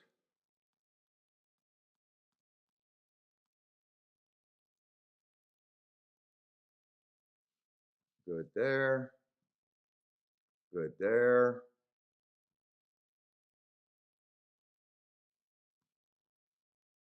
You made the same thing. This should have been a square right here. Oh, wait a minute. No, no, I'm seeing it wrong. He did not win that race. No, no. He did not win that race. No, I'm good with the zero there. No, no, you're good. You're good.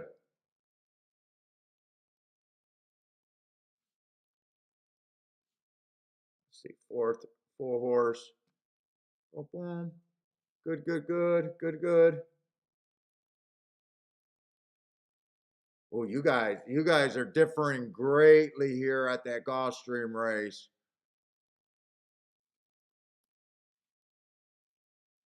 One of you gave a heart, one of you gave a square. That race is really.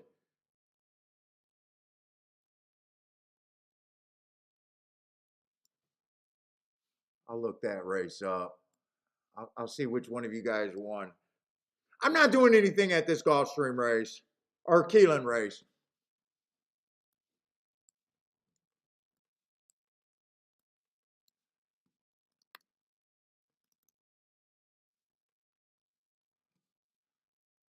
Let's see. You guys are really disagreeing on that race.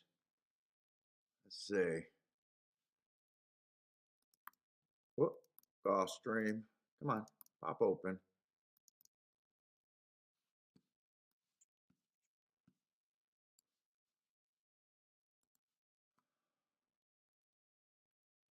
What day is that? 23rd.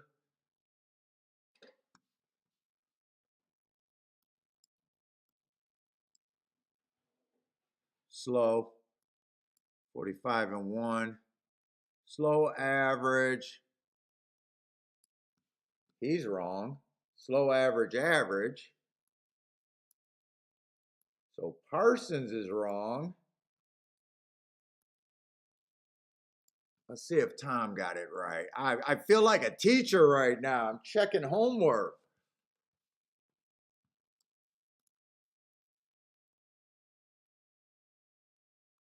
I think you looked at the wrong race because you even got a speed favoring day and it was early pressing day. You actually both got it wrong. It should have been an EP day, slow average average. You got cross-eyed. I bet you might have looked at no, you didn't look at the dirt sprints. I don't know what you looked at, but you both got it wrong. You both failed. All right, Keeneland is running.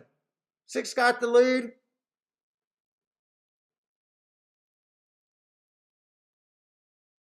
I couldn't make any real case. I'm interested in what the 1 does, but I hate route to sprint.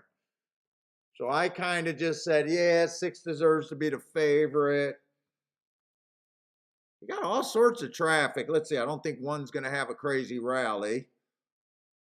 7 was interesting coming off the bad rail, but man, I did not think that 1X. Let's see. Did the 9 look any good?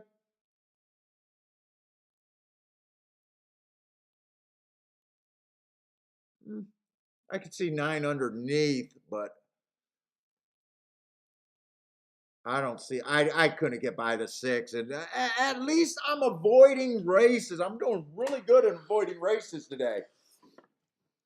Really good in avoiding spots that I think are not great. Might not be the funnest show where I only played 2 races, but you guys are playing, and I have no effect on what you guys are doing.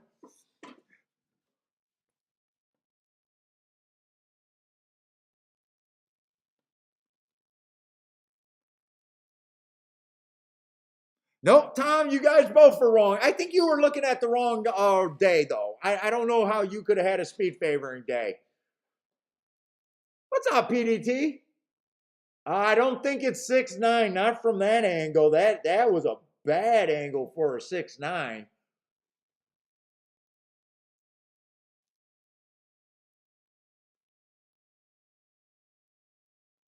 You know what? I did agree that 6 was a coin flip, and he did go off at 2-1. I'm shocked the 6 went off at 2-1. Wasn't he below? Wasn't he like well below 2-1 most of the betting and just flipped up late? I think the 6 actually went up in odds. I thought the 6 was well below 2-1 most of the betting.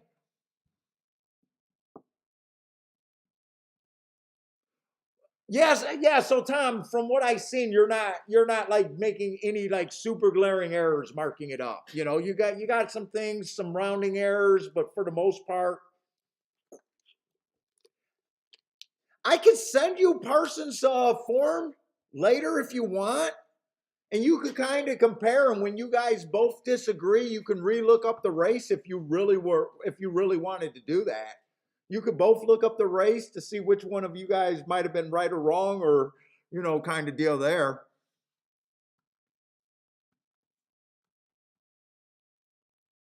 Oh, you looked at February 3rd by. See, that's why I like to. This is what I always do. So to be faster, I get it on the month. So I try to get it on the month, and if it's 128, I don't scroll that up to the top. Uh, so I'll scroll 128 to the bottom. But I got to remember I'm looking down here. And then if the next race say 115, I scroll that to the top. So I'm kind of using the line to make sure I'm getting across. When I look at 121 right here in the middle, that's when my eyes drift all over the place. So I either use the bottom line or the top line to kind of help me, either the top of the page or the bottom of the page,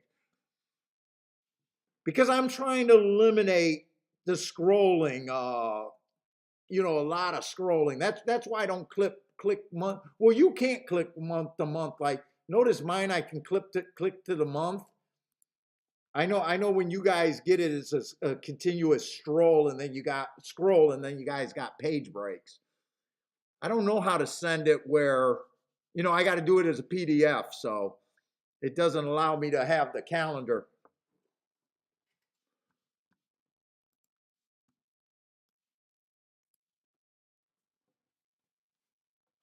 Oh, you're writing down the differences and checking already. Okay, cool. You can do that on the stream. Okay, cool.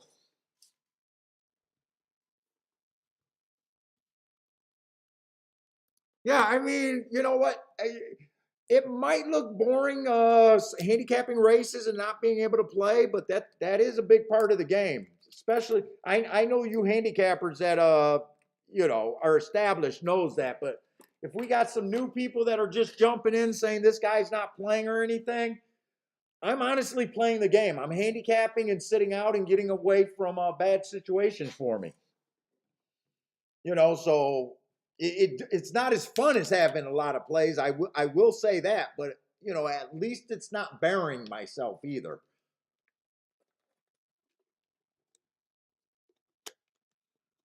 And I'm not trying to avoid not playing. It's just I'm not seeing good math situations with good opinions so far today. The only race I was a little sticky about is when I could have dutched the 2 and the 6. The 2 ended up winning by a K here and surviving a objection. That was really the only other play I could have made today. Thought about it long and hard and just decided not to do it. But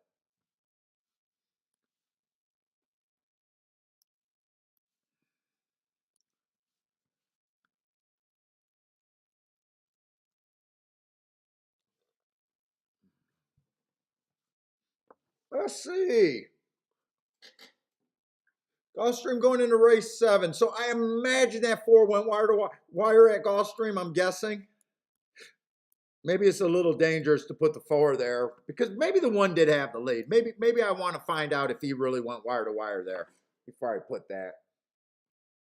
That's right. The 1 could have had the lead there.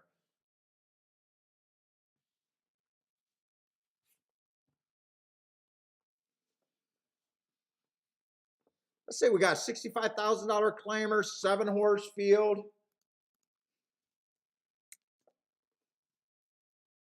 Random is 17%, about 9-2, just random. Oh, Charles got another aqueduct play. Charles hot over there at the duck. Hot at the duck.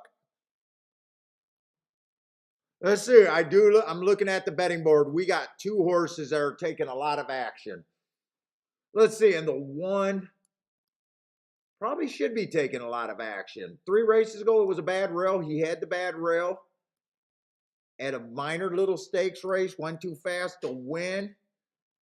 Matt strides with the slowest winner or fastest winner of the day, but I'm stopping at the 6 furlong mark. So that was an extremely fast race. I love that race. Came back to win within 3. 2 races ago, bad rail day. Matt strides with the fastest winner, dueling. 1 tick slower than the fastest winner at the 6 furlong mark. Another good race. And then last race, inside of the track was good, and he won that race. Average 1 tick slower than the fastest winner. Matt strides with the fastest winner and won ahead Bob. So nice race. Got no problem with him, and I'm going to say he probably deserves to take action. Stretching out, but he actually earned his best speed figure. Now this is what I don't get. How the hell can you make a speed figure or trust a speed figure when the clock malfunctioned?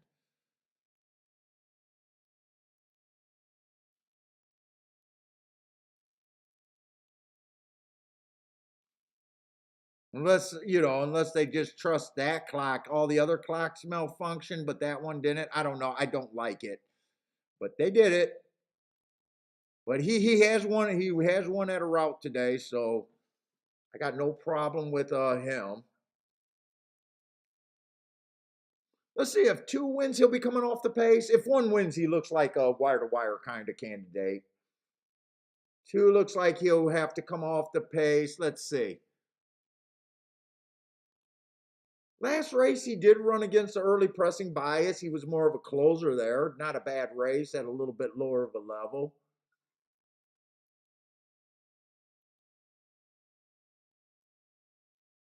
Not doing a great job in getting in position lately, but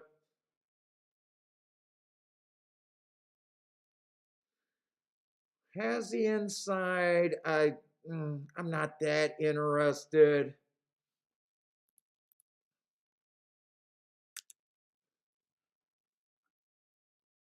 3 would be coming off the pace also, running at some higher levels over there at Keeneland. Had a couple graded races, with no shame in not being good enough for those. Let's see, I think I should look him up. I think I should look him up. That's a grade 2 race. He's 6-1. He probably has a bit of upside.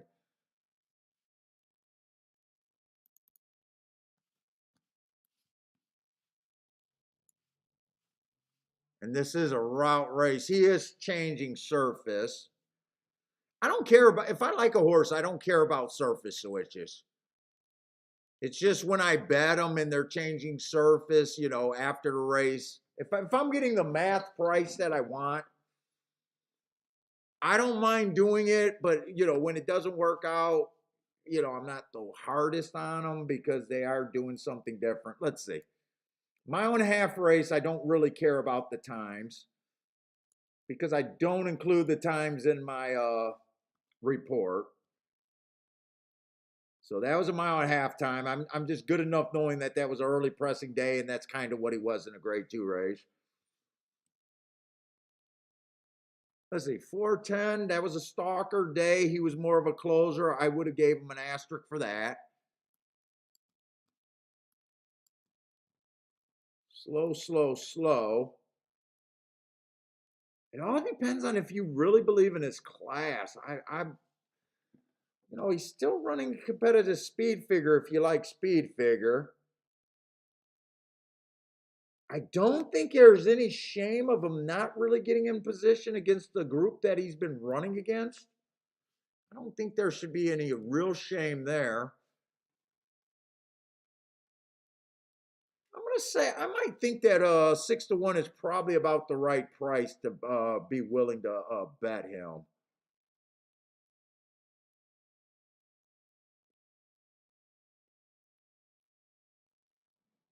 Let's see, if the 4 horse goes to the lead, I think the 1 should be able to put him away. He's been running his better races at a bit cheaper. Once he went up to this level, he doesn't seem to be the same horse. I would think one should be able to put him away, which I think would make his chances of winning. If the one doesn't break and he's the only one on the lead, maybe. We got this 5 horse, which I have no clue about. I don't even know if that's Europe or South American racing right there. I have no clue.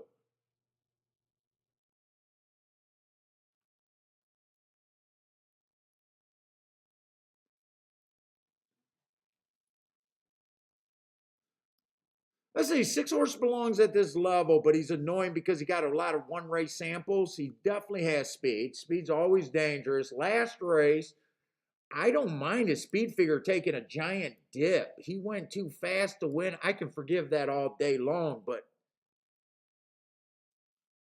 I don't think he's a complete throwout, but he's going to have to do it with the one. I think just depending on what form he comes back in.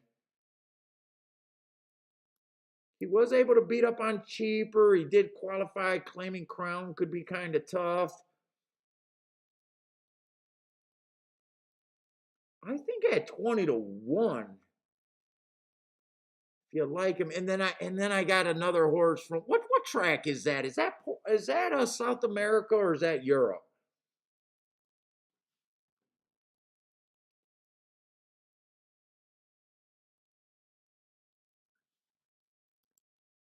Can someone help me out with what track that is?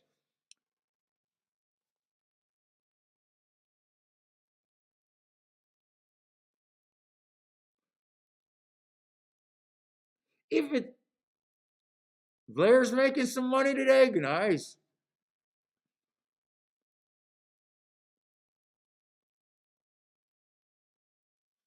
Trying to see if anyone gives me an answer about what track that is. I have no clue. South America?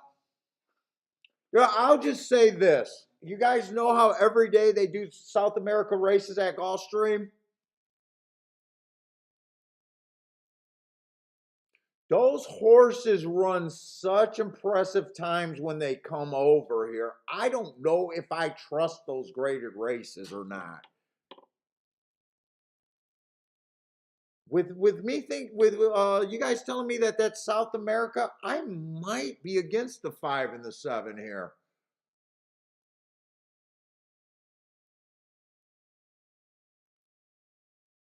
But I swear to God, just charting South American Day, it's like I'm charting the Arabian horses. If you guys ever see a track that runs thoroughbreds and then they run a Arabian race, those horses are running and they look like trotters out there. They don't run like trotters. Their times are like trotters. They're so much slower.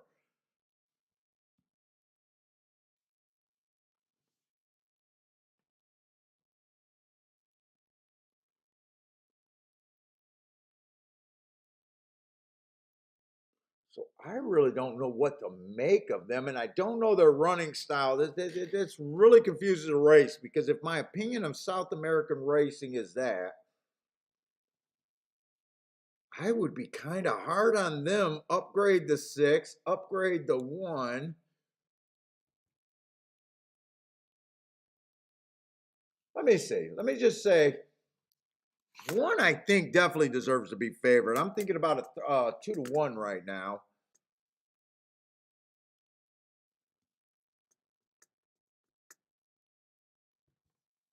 Three, I am not sure what the 3 is.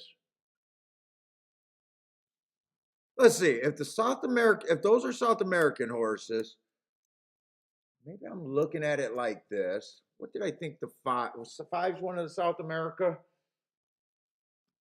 Do I really want to give them both 21%? Do I really want to give them 21%?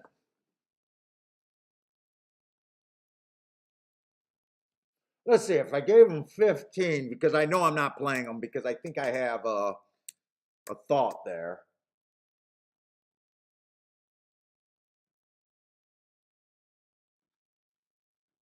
That would probably make this horse almost a coin flip in my head.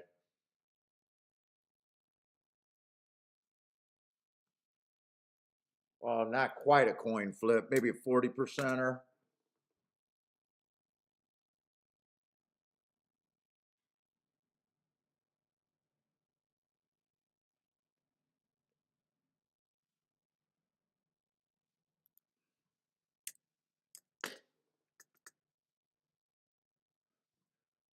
I think I play this race a bit.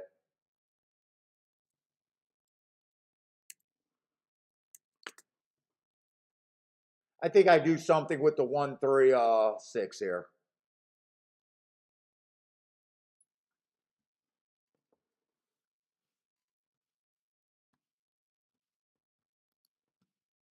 Let's see.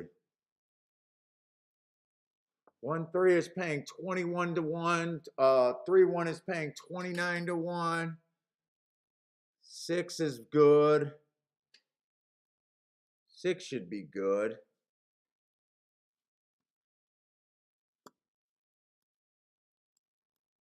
I think I test this out. 1-3-6 in a box.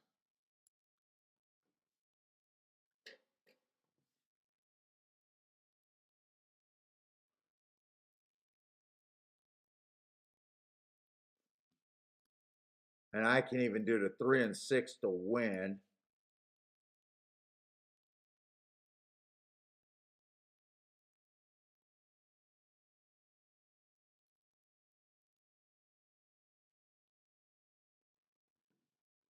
I play this race.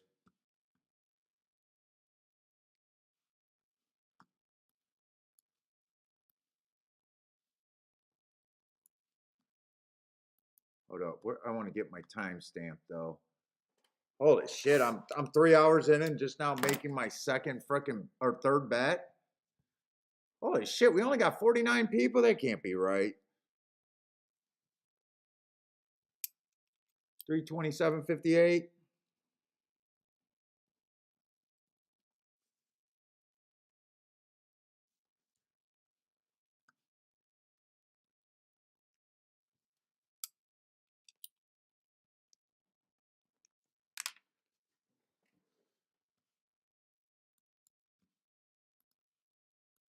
We'll see if I actually put the timestamps in.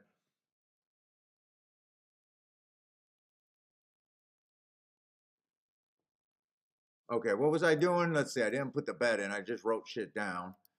3 and 6 to win.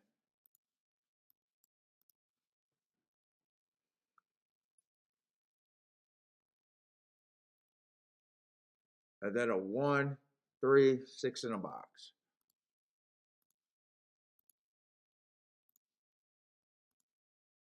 Now, if those two, if that South American form is better than I believe, I don't know.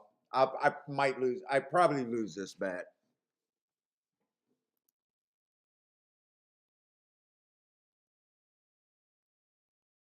Blair says, if you believe in back form, 3 wins by a block. I don't mind. I'm hoping 3 kind of wins by a block here. I would not mind that. I would not mind if the 1 and 6 hooks up, duel each other into submission, and the 3 wins fairly easy here. My opinion is, as soon as I found out that was South American racing, I was harder on the 5 and the 7. I don't really have anything to back that up other than when I chart the South American races. And aren't those South American races on South American Day at Gulfstream? Aren't those all graded races? So basically, I'm saying these graded races might be playing like claimers in my head. They might not be anything special. Hey, what's up, Lou?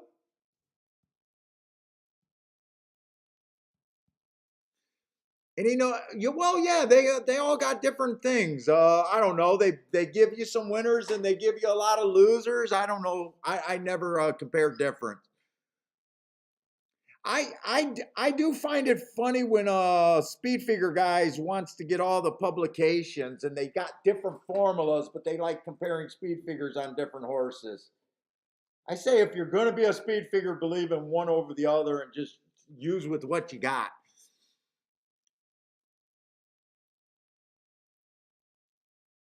Let's see. Blair likes the 4 to win over there at Gulfstream. Who else got some plays? Charles doesn't use speed figures. Yeah, I never went the route down. I knew from the beginning.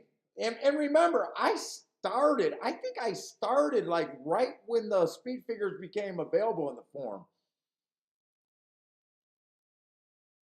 I don't know. I don't know if they were 1990 or maybe I wasn't buying the form at the beginning. Maybe I wasn't buying the form my first couple years. I'm not sure.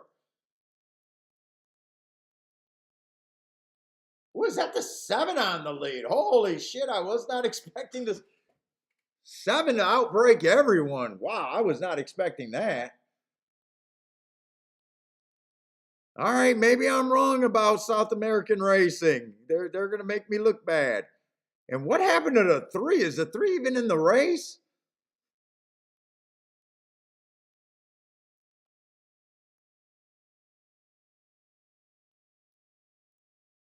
Come on, I got a big out with the 1661. 6 looks like he's losing ground. I don't know. South American horses look okay to me right now. Oh, yeah, I was wrong about my South American opinion. Please forgive me, my South American friends.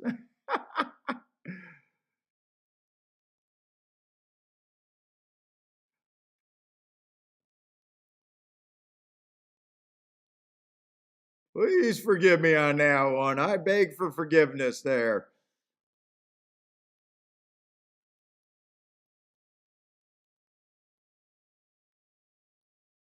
Three left himself way too much to do, but I don't even think he would have done anything if he was closer. He probably would have passed the 1. He might still pass the 1. I needed to be right, so I don't mind. My whole opinion was I thought that the South American wasn't as strong.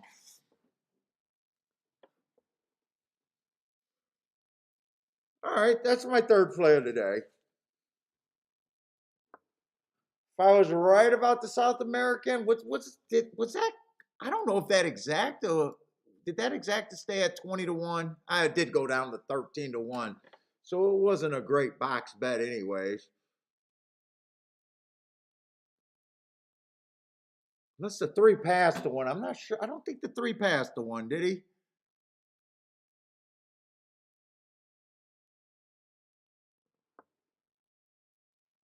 Yeah, I needed to be right about the 5 horse. 1 horse I needed to be right about. Okay, didn't work out.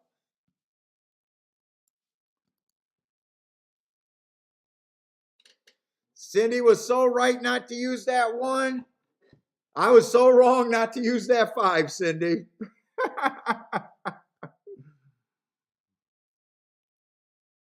Dude, if I did not ever chart those South American races, I would not have played that race though. That was the only reason I did that race for that opinion. So I don't even think that's one I can laugh at. Like I'm not taking any I don't feel beat up on my handicapping opinion there.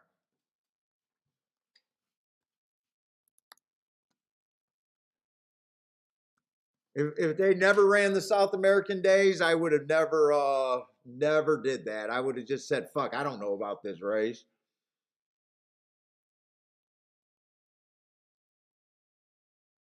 Let's say race 6. So that was a race I couldn't oh god, race 6 at Keeneland just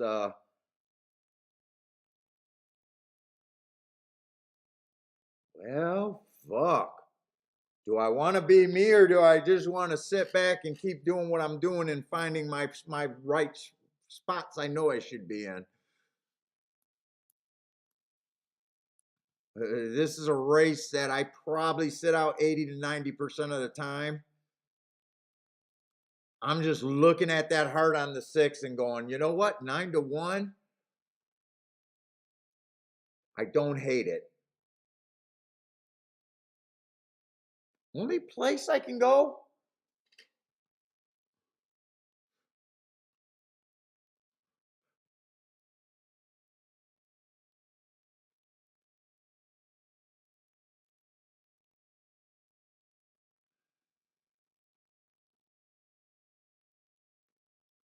Let's say dirt. Oh, this is our first dirt sprint on Keeneland, I think. And I did the running styles. I think the running styles are speed and stalkers, big time at Keeneland. Let me look that up. Speed and stalkers on the dirt, I think big time. I don't even think it's close. Where's Keeneland? Let's see. Only place I can get to 9-1. Or 8-1 right now. I probably do this. Yeah, last week they went wire to wire, or this week. So far this week they are going wire to wire 53% of the time. So speed's been deadly. Post position's been fair. For the meet, 57% wire to wire for all of this fall meet, and for the year, both meets combined, 52% going wire to wire. For the year, post position's been fair. For the meet, post positions started to average out to be fair.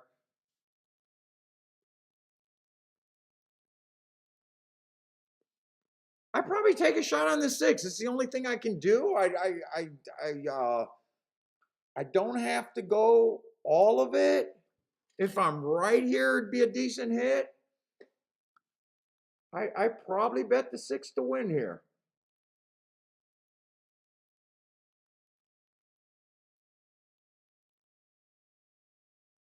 Could I do the 5, 6, 7 and I could possibly even do a small 5, 6, 7. I don't think I want to be crazy on that.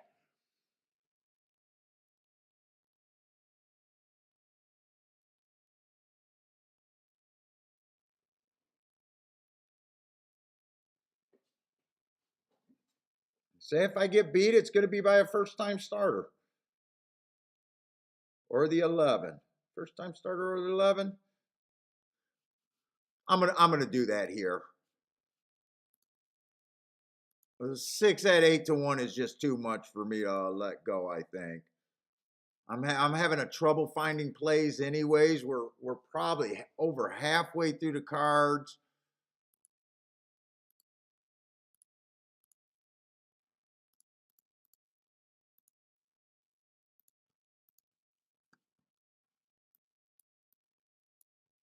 Was so proud of my spot selection, and then I did this race. But really, the 6 is the only place I could go here.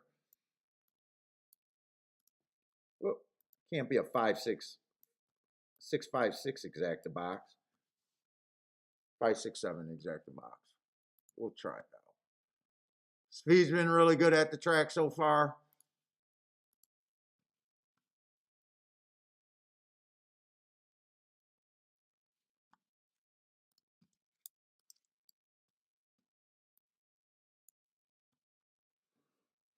Let's see, Thad's looking at a 8, 9, 10 in a box. Elliot's taking a shot with the 11. Ooh, 29-1 on that one. Ooh, we get to find some girls. Private dating chat girls. Let's go.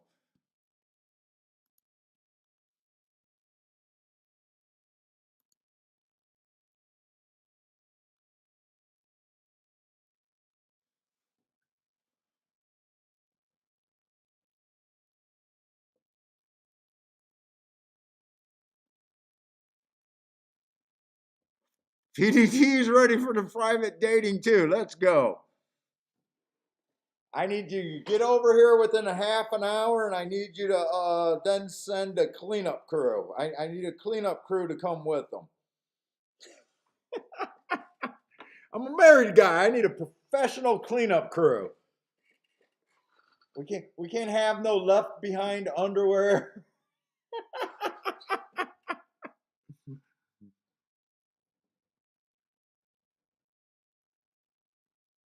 Shit, I need you to clean even the rooms that we don't even go in. I need a professional crew.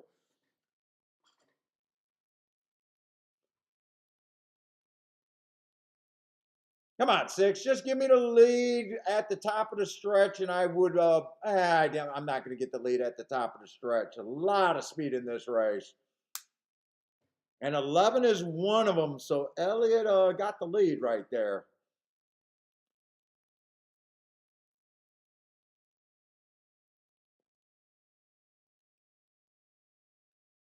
Okay.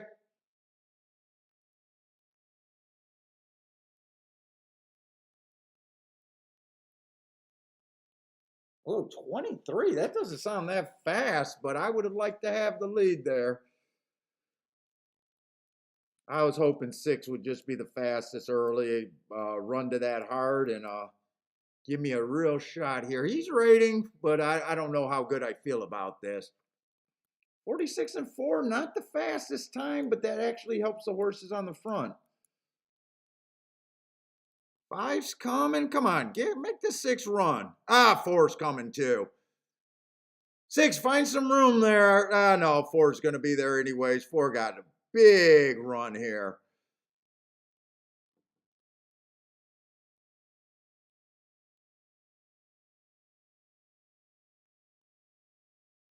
Okay. None of the speed held up there. Four came off the pace. I'm not sure how far behind.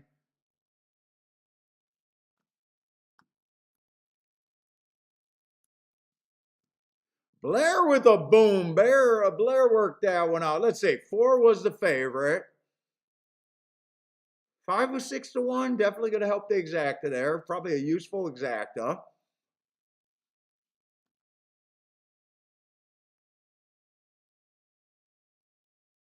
Oh, Blair says four is royally bred.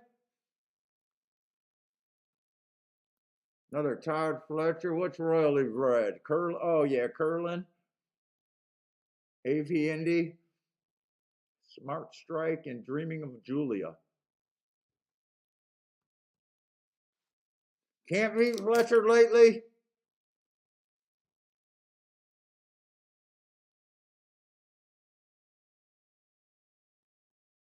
There says that horse is going to be a monster. I have no talent in spotting monsters. I do not have that in my game. I always say that Pat Rat, or I still call him Pack Rack. I'm not sure what he's called. What is his name on the wrong lead? He's good at that.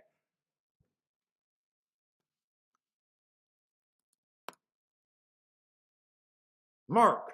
Mark. Mark's good at that. Four is a monster.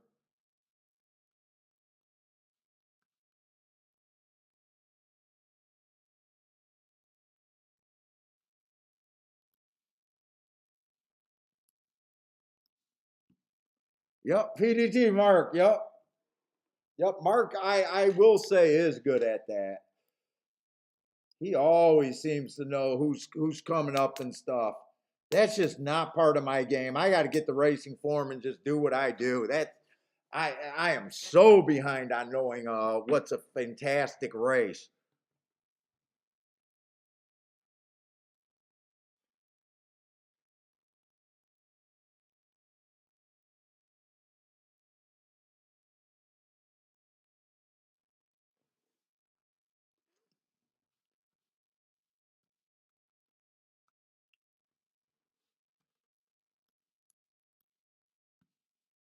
Let's see. Did I move this? How did this get bigger? All right, I did bet two races where I didn't have complete understanding in the race, but I'm not going to beat myself up in either of those races. I didn't go that much, especially in that Keeneland race. I thought it was worth a shot, but I wasn't putting a ton of hope in that. I was just hoping to get a little lucky there. But back to the drawing board.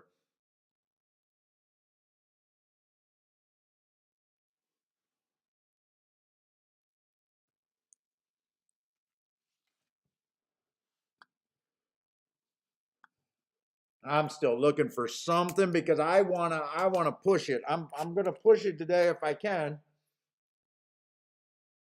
But I gotta find something I feel like I can push it in. I'm just running out of races for the most part.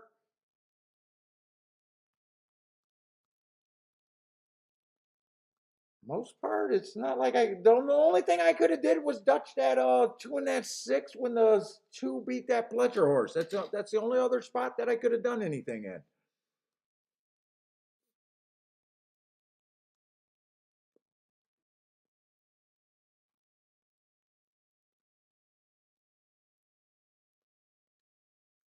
That's the only other spot. So I decided not to do it, so can't really cry about that one.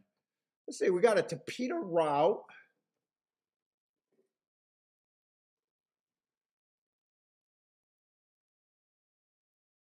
Let's see, one is scratch, two horse. 4 races ago was just slow. What is this? $20,000 claimers at this level. He was just slow on the turf. Hasn't raced. Only ran 2 races on the turf that I can see. Oh no, he's a turf horse. He could have ran on that turf. I was seeing if he was even a turf horse. He has 3 wins, 23 starts. So yeah, he has a record on the turf. I was trying to excuse that race because of the turf, but let's see. Next race, 1 race sample. That is what I'm usually looking for on the Tapeta. He's going to have ugly marks, but he does a fairly good job getting in position at the. He does a very good job getting in position. Very good job getting in position. If we get the pace, I don't think he's a throwout. Generally on the Tapeta, I think they're backing up unless we don't get that pace. Let's see, one's coming from press style, or I'm sorry, three's coming from press style. I said yesterday, just knowing press style from the past when I used to chart it all the time, the route races were extremely off the pace. This horse was going wire to wire there. I don't know if that trend's still holding, but that is stuck in my head. He actually went wire twice on the Tapeta. But I will say, overall, press style horses coming from Gulfstream has not been doing anything, and for a while we were getting a lot of them. And I can't think of very many that's been doing anything.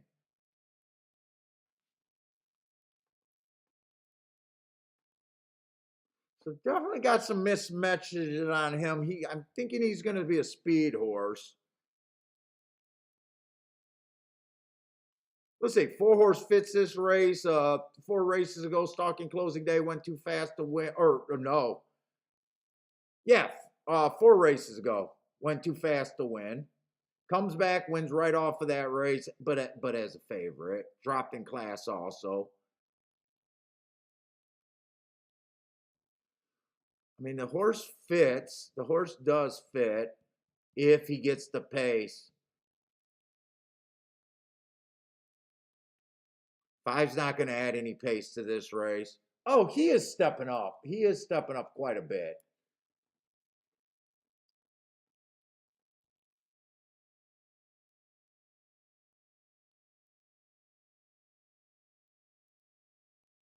Well, I'm not seeing any pace in this race actually, which means they might get that 25 and 50 here. All right, the 8 horse shipping from the West Coast might give you some pace.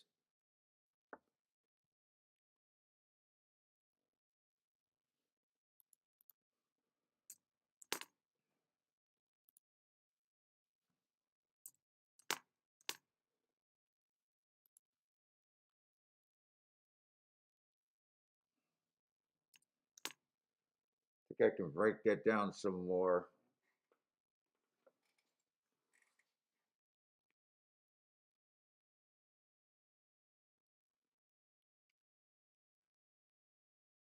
Six does look like he can get first run over some of these. He has the ability to stalk. Favorite.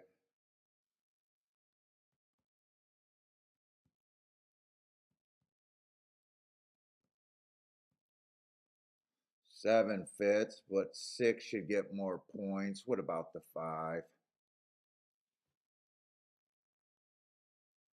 This looks like a jockey's race to me. It looks like if they close,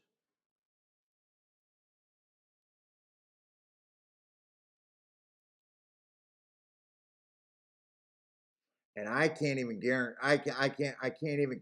I'm not even sure if the. I'm not even sure if the 3-horse goes to the lead.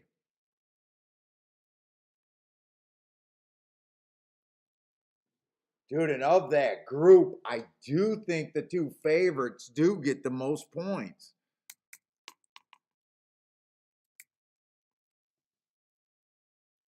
Oh, that's so brutal.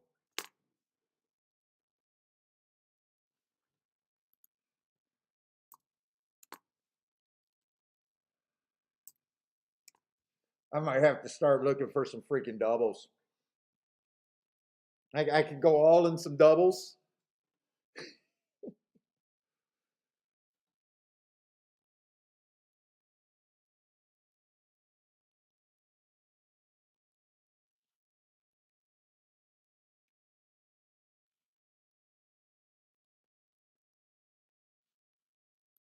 I don't think that's enough points for the other horses. Oh, no, I do think it is. 15%. No, I think that sounds right.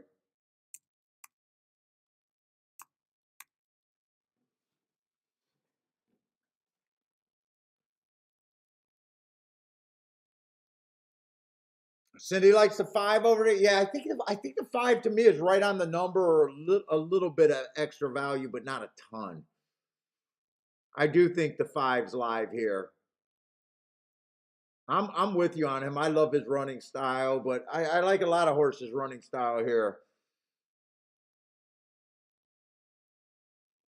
5 is live to me.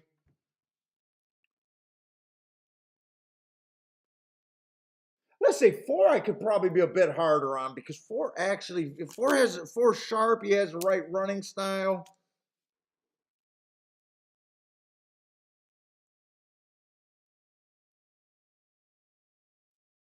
I could take a harder opinion on the 4.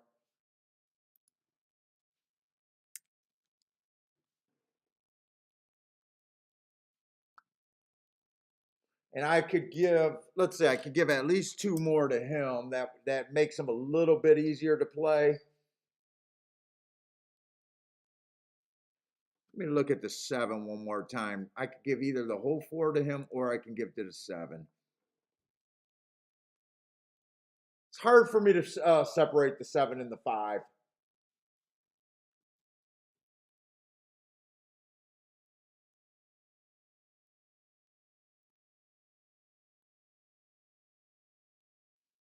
We got some races here at a higher level where he's competitive, but he did have to drop.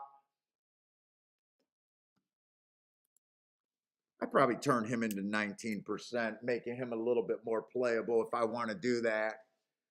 Except he just went down to 5-1. I do think the 5's playable. Dude, I just got another chalky race here.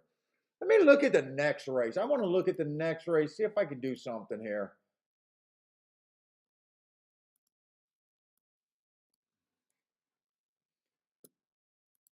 You know what? Do it on this one. Maybe I can find a double. I think I got to find something. I'm running out of races. I've been very patient. Let's see. I got to get the scratches for the ninth. Wow, we're already in the 8th race. Holy cow! Oh, that race is just scratched down to nothing.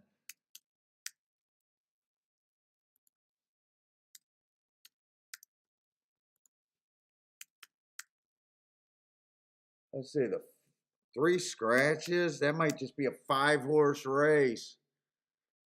God, that kind of that does take some of the.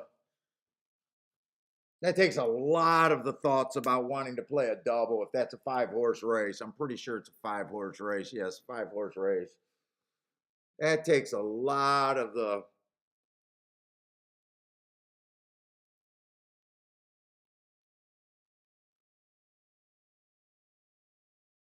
That takes so much of the.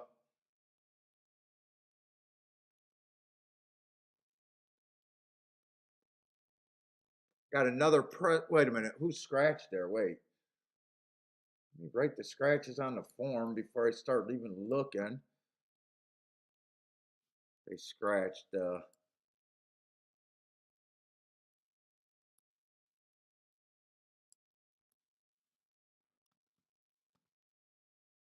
6 is going to be a huge favorite.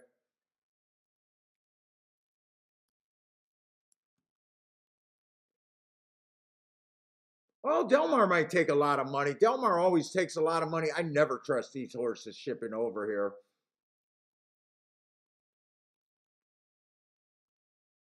One's in very good form, but he does feel cheap.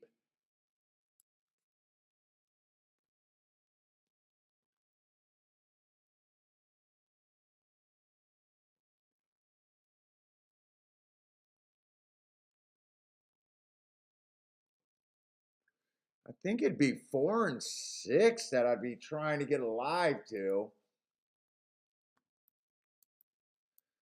4 and 6, go back here. I don't think those can be played. I'm going to look at them, but I really don't think they're going to give me much upside here.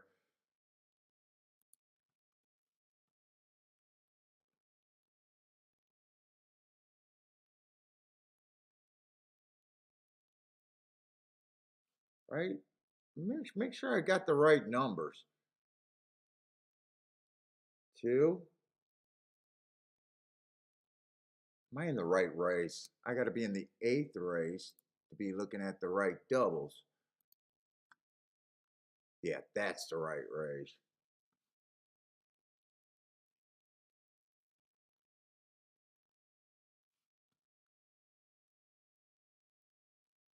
Holy shit, 2 to 4 is paying 112. Wait a minute. 2 to 6 is paying 22 to 1. 5 to the 4 is paying 64. 5 to the 6 is paying 22. Wait, these are not bad.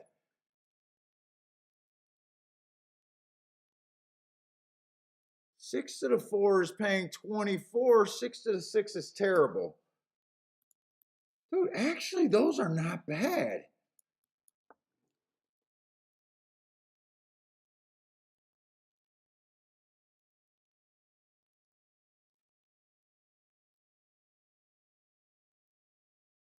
I think I play this. I think I got to force myself to play this. And 2 at 4 to 1, I think is a pretty big overlay.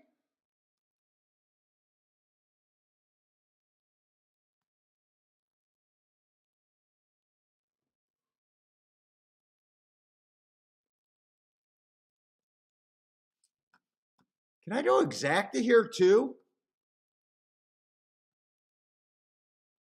2-4 exacta I can definitely do. 2-6 I can't do.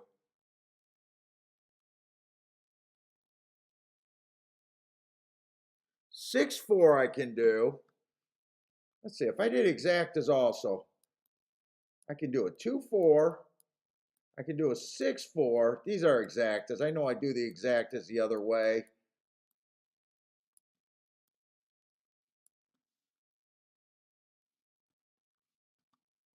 Obviously can't do the 2-6. I think I play this race a bit. I think I play this race a bit.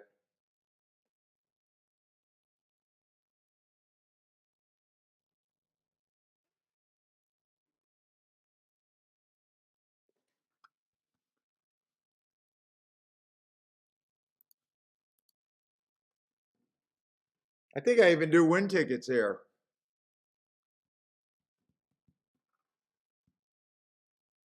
I'll think through the win tickets. Let me do the doubles first. 2 and 5 to the 4 and the 6. And I did check those, so those should be good. 6 to the 4 straight. It's the only one I can do there. Exact box. That's a key box right there, actually. That could be a key box. I'm just forcing the 4 to be first or second with the 2 and the 6. Oh, shit. Wait a minute. Those are the wrong numbers. No wonder those are paying good. Wait a minute. That's supposed to be 5. Hold up. That's supposed to be 5, not 4. It's Supposed to be 5. Shit, hold up, let me cancel. I think I used, did I do that double right? Okay, I did the double, okay. All right. But I got to check those exactas, hold up. 2 to 5 is 20 to 1. 2 to the 6 is a no-go. 6 to the 5 is, I don't do the exactas there. I don't do the exactas there.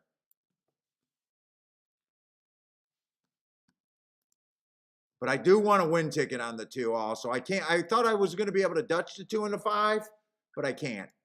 But I will take the 2 to win there. So all I got is a 2 to win and those doubles. And these are bad. I guess I could have did a 2-5. Oh, I can do a 2-5 exacta box, though. I think I can. Let's see if I can get that in. I'll do that. I thought the 2-5 was paying 20 to 1.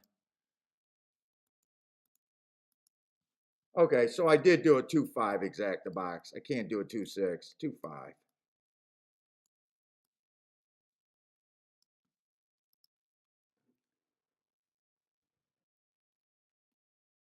Crystal says Keeneland is Crystal Clear says Keeneland is good now.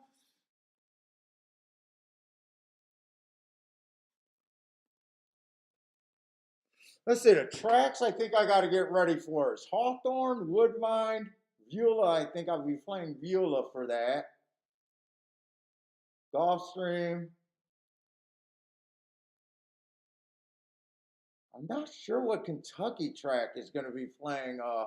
That might be Churchill.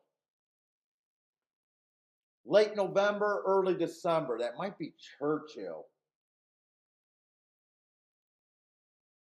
Ooh, 3 got an easy lead. 24. Hopefully that's too fast. 2's in good position. And I keep thinking I got the 4, but I don't have the 4. I gotta go pee right now.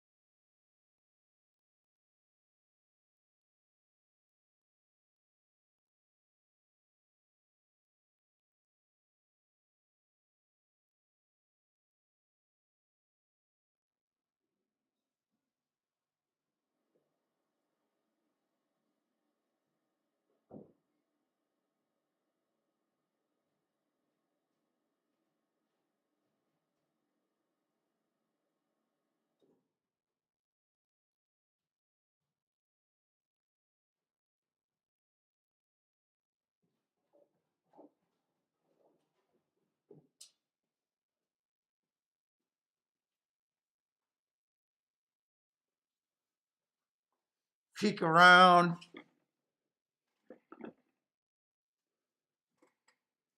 That looks good. That looks good. That looks good. That looks good. Anyway, I can hit the exacta too.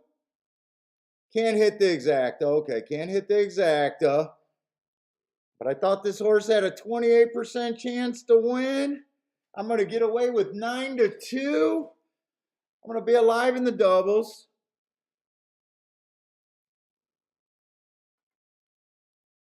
Eight got second. Okay. All right. All right. I thought this was a race in the tournament that I wanted to go for. So I'm really happy with just a 2-win ticket right now. Hopefully I can cash a double though.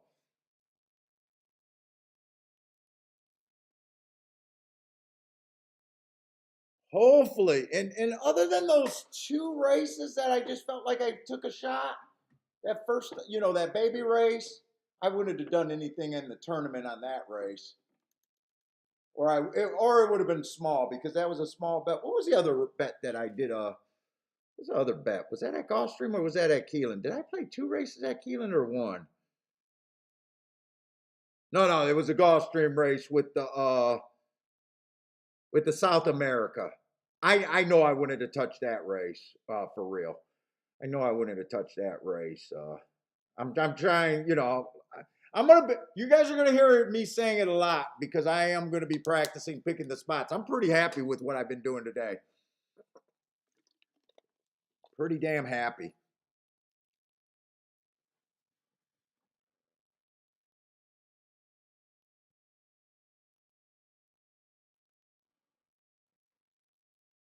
And if you guys got some opinions about what strategy you guys would use in that tournament, send me an email. Send me an email what you guys would think would be the best strategy that you guys think you would use. I would like hearing from you guys about that.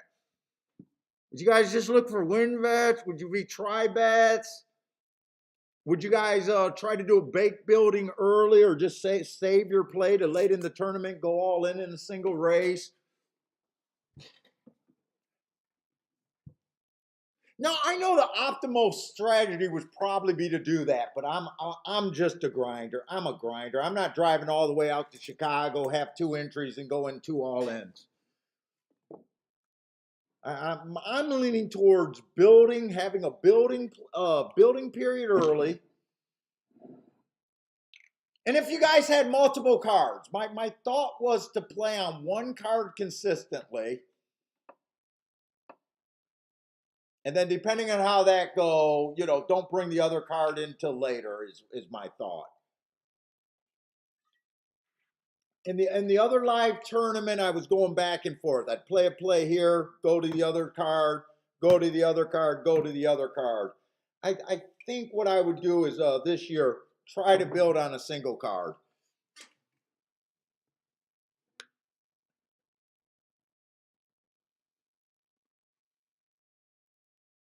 Let's see. Let's go over to look at Keeneland. That's going to be official.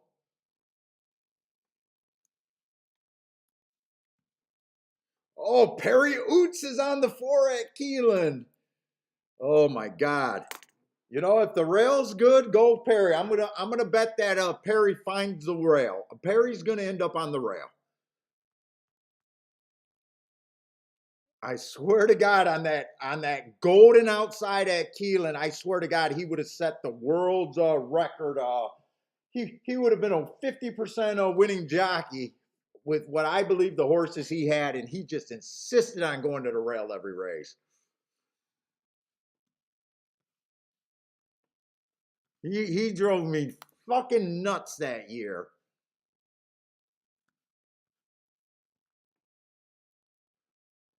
Let's see a full 12-horse race over there at Keeneland.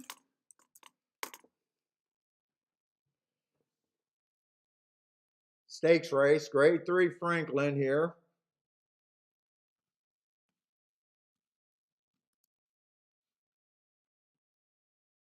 Oh, Cindy got some advice on the tournaments. Remember, it's a live money one. So do you divide your bets equally in the live money?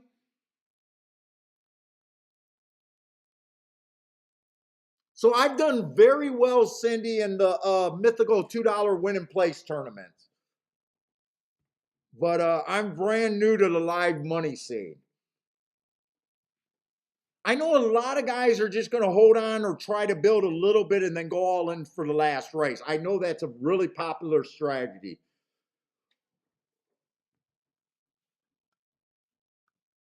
It always seems to come down to last race. Last year, I went with that opinion and had enough winners, especially at Hawthorne. I had 6 winners, including a 17-1 winner that I loved. If I would have went all in, it would have been easy. Instead, I think I played $20 on him to win and played him in a bunch of exactas and missed the exactas, so I was aggressive. I think I put 200 in the race with only 20 of it on him. Watched him win and missed the exacta. So I probably had roughly, say, 150 in exactas and completely missed. So I wasn't a complete puss, but the especially the early races, I was way too soft. Way too soft. I did have enough at the end of the tournament. I made I think a $1,500 or $1,700 bet, so I did. It just chalked out. Yeah, the mythical ones are easy. The mythical ones, you either like a player or you don't. You're looking for something in a certain range. 9 to 5. I'm not scared to play short prices. It's only if you like a 4-to-1 or a 3-to-1, they have to win. You can't burn bullets on short price horses if they don't. I always have bombs in mythical tournaments. That's never a problem. But if I know I got 3 or 4 bombs, coming later, I'm not scared to play 4-to-1 because I know at the end of the tournament you need them.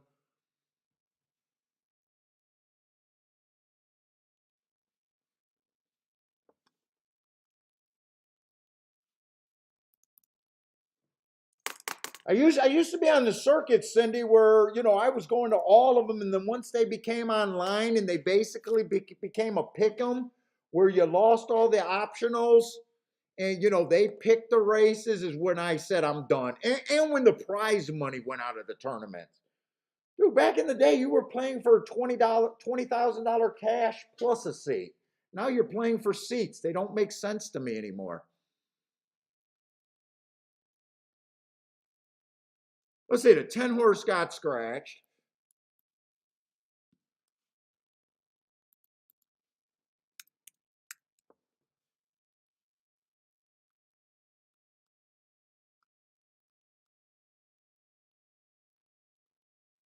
Let's see, this is a grade 3, so horses are going to look good. Or, yeah, grade 3. Let's see, the one horse, one tick slower than the fastest winner 3 races ago, just missed. Nice race. Bad rail 2 races ago, early pressing day. Nice race considering he had a bad rail. One tick slower than the fastest winner average. And then last race, he still ran good enough on a bad rail day where he was nowhere near the rail, but that was Kentucky Downs. Mostly a turf horse. Wait a minute. This is a turf race. I thought this was. Oh, this is a turf race. I have not seen enough turf sprints to have an idea what I think this turf track is doing, if anything.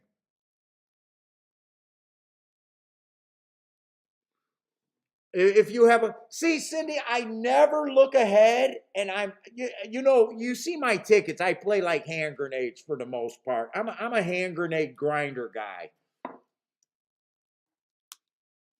I'm not scared to go all in late. I'm not scared to make big bets late. But I think my plan is to grind. Grind early. I want to get to be about $1,500 near the end of the tournament. Well, technically, I want to be at $100 million at the end of the tournament, but so far I've never had a day like that.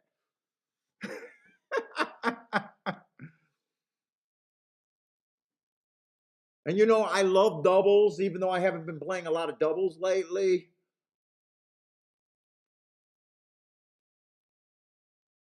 Let's say two's the favorite. I love that last race. Running against the bias, going too fast to win, but he's a favorite and probably a tough field. Grade 2, grade 3 wins. Definitely fits. Three's just cruising through conditions. I'm probably not interested in the 3 at all.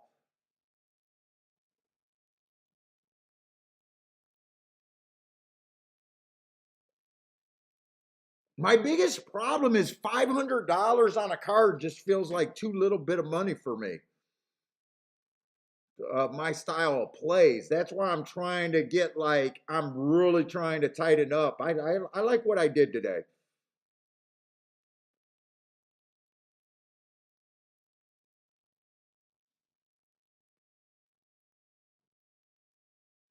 I got kind of distracted. Part of me is not interested right now on the turf sprints over there. I thought the 1 and the 2 looked interesting. Let's see, who's the other favorite? Let's just see if I don't like a favorite. The 6 horse, I have no problem taking money. You got a grade 2 win, fastest winner of the day. A little annoying with the 1 race samples.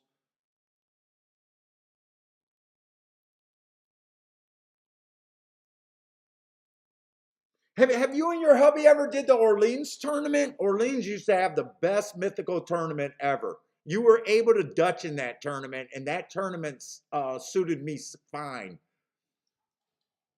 You had 15 plays a day for 3 days. If you wanted to go 3 deep in 5 races, you were more than welcome to do it. That was my tournament. I'm just worried that tournament is never going to come back.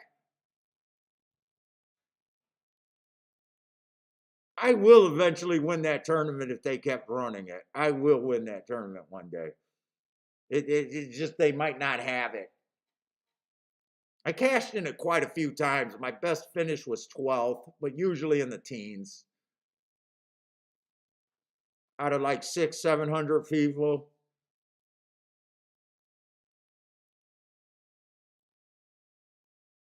All right, another favorite. I said 261 were actually the horses that I said, yeah, I can get there. Come on, one get second. Oh, one that might not have got second. And one did take a lot of late money. He was 15 to 1, I thought, before the scratch. He was probably 15 to 1 before the scratch.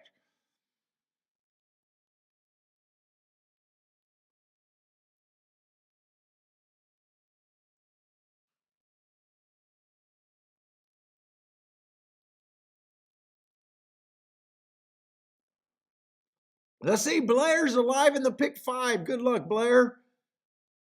Did that one hold on for second? I'm rooting for that one to hold on for second. Unless someone says, hey, Paul, I got the 9, then I'll change my opinion. I don't have nothing in the race, so if you guys got the 9, tell me you got the 9.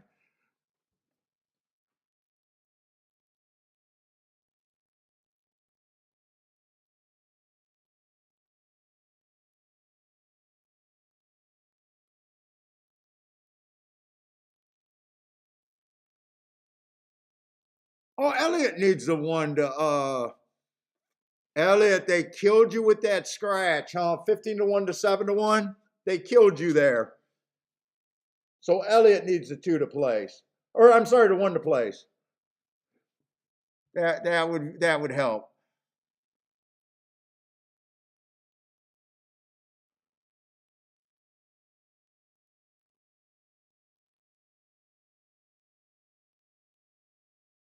Austin, you saying you think the 9 got second? He might have got second. Yeah, he got second. Oh, Tom needed a 1 too. I was pulling for the 1 for you guys. Who was a 9? I didn't really get to handicap that race. I just seen the horses that kind of stuck out to me quickly. Oh, well, he ran against a couple biases, and it looks like if he would have done something, he would have came off the pace. Yeah, I don't think he's worse looking 20 to 1. It's just he doesn't have any graded races, and for second underneath, 4 races ago ran against our early pressing day, so that's a nice race. 3 races ago ran against the inside bias, so that's a nice race.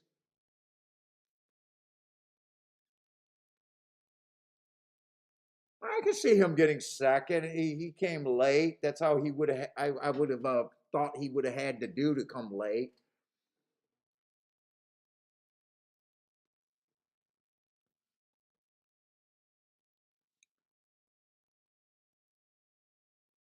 Blair got a feeling. Don't anger those gods. Don't anger the horse racing gods, Blair. Don't say it. Don't say it, Blair.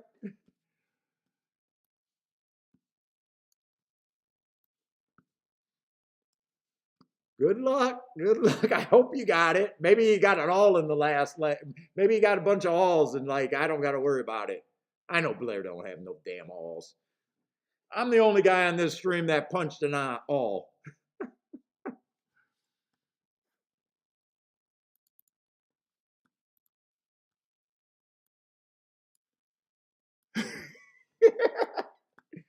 to get a 5-2 over a 2-1 or a 2-1 over a 5-2. I don't remember what it was. I'm the only idiot. Let's see. I'm alive in this double 5-horse field at Gulfstream. I'm probably not going to do anything here, but I really would like to hit this double.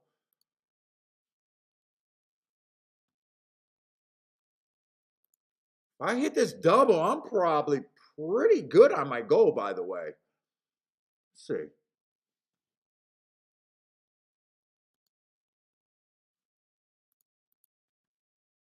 Let's see. Can I be?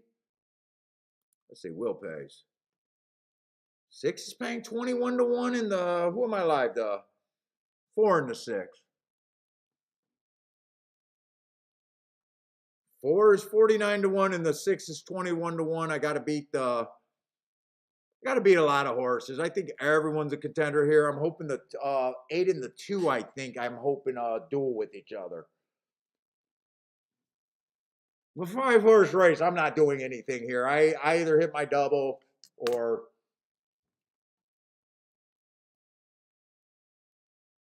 And the doubles are definitely a free ride because I did the win ticket pretty good. So the double is actually the free ride part of the race.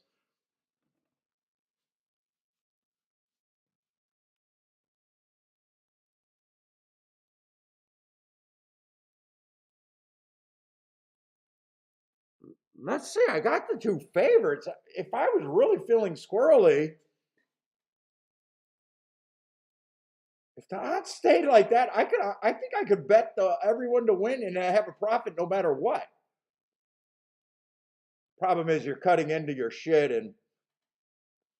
but I think because I got the nice price home in the first leg, if the lowest horse stays 5-1, wait a minute, I think I could bet a little bit of money and still guarantee a profit everywhere.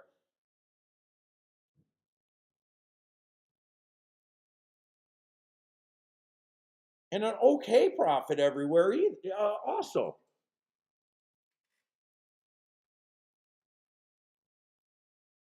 If those horses stay at 5-1 and 8-1, well, I think I could put as much as 50 on all of them and be pretty juicy no matter what. Yeah, I used the word juicy to describe I could be juicy. I don't know if I like that.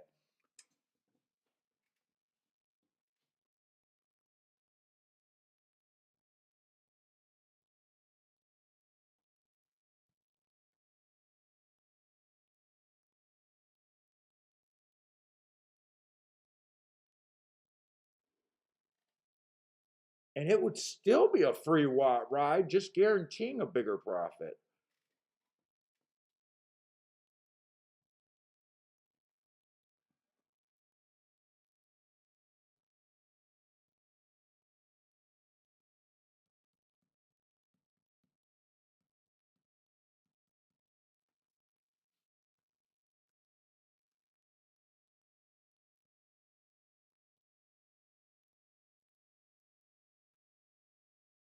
Is that the winner? This is the winner in the 8th race.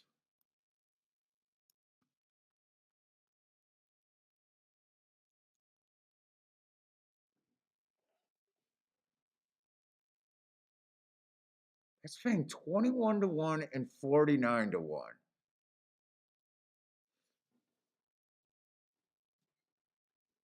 I got them both for $20. I did a really nice win bet.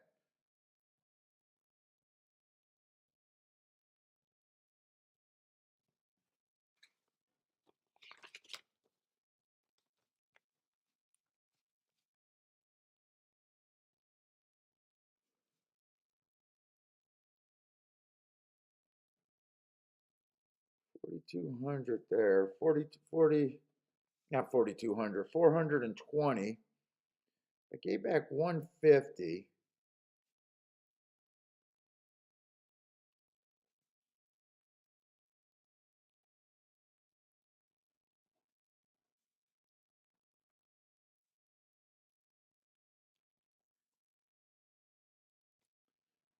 All right, well, but I'd only be picking up. Let's see, I'd be picking up a guaranteed 270 if the him wins.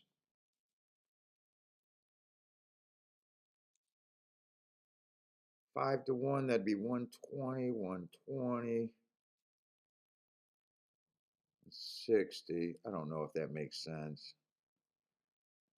You're picking up 300. That's as good as the small half of the double. 300, 300.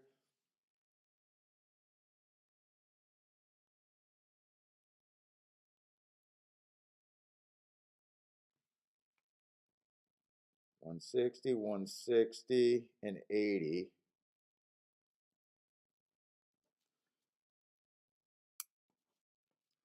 $400 if he wins. I'm just trying to be over 2 grand. Just trying to be over 2 grand.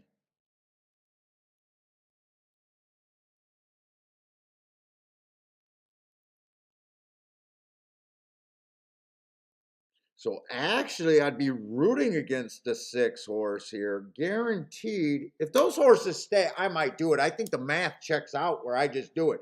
The 4 horse wins, I pick up 800 and some bucks, almost $1,000 there. That would put me well over.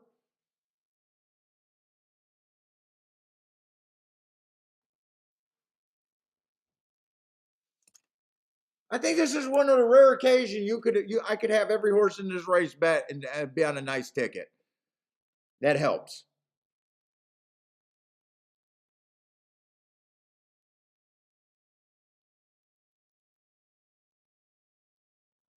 Instead of just riding it, because all that would matter if the 6 wins, the only thing that would matter is I get 150 less than my overall thing. Is it worth paying for that? Is it worth just doing that? That would actually be my worst return. I think I'd do it. I just got to wait to the very last second.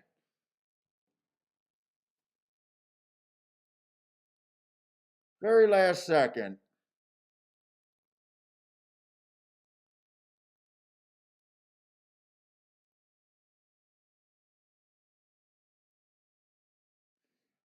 And I don't mind savers when you can bet against everyone guaranteeing a profit. The things that I don't like about savers is when there's still horses that can beat you and you're just adding to your tickets.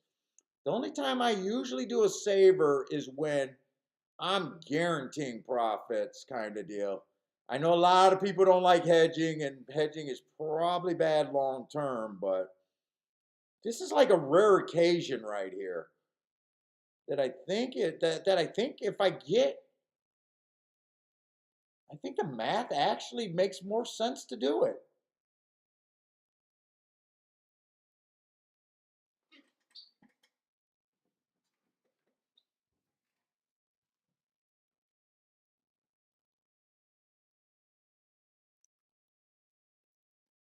Let's see. Blair loves Cozy, my boy. That's a horse that you love. Who is Cozy? Is that sounds like a Gulfstream horse? Or is that somewhere else? That is a Gulfstream horse, the 8. That's one of the horses I don't have.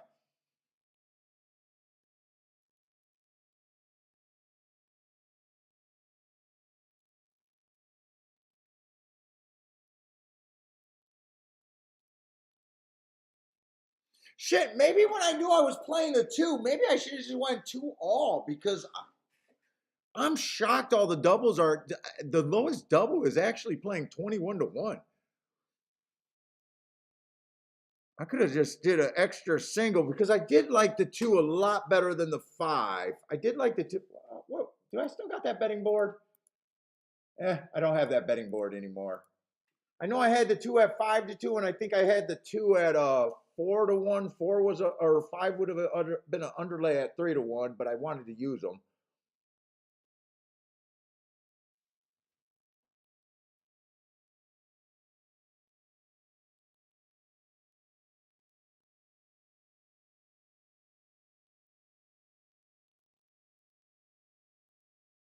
They all got to stay at 5 to 1 for this to make sense. If it's 4 to 1, it doesn't make as much sense. 2 went down to 9 to 2. Still might be breakage. I might still do it. Let me load it up. I think I talked myself into doing it. I'm not sure if it's smart.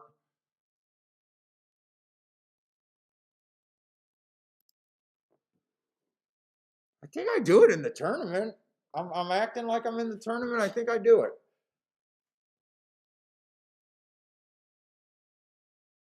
And root like hell for the four. That puts me over $2,500 easily, and I hit my goal. And I think that's good enough to get a seat, unless the things get crazy.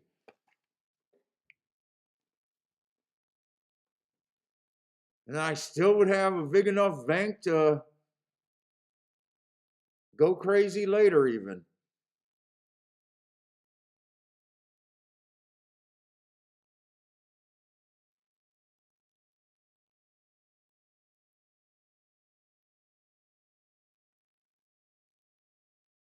Oh shit! Wait a minute! Wait a minute! I keep thinking it's the two. It's the two,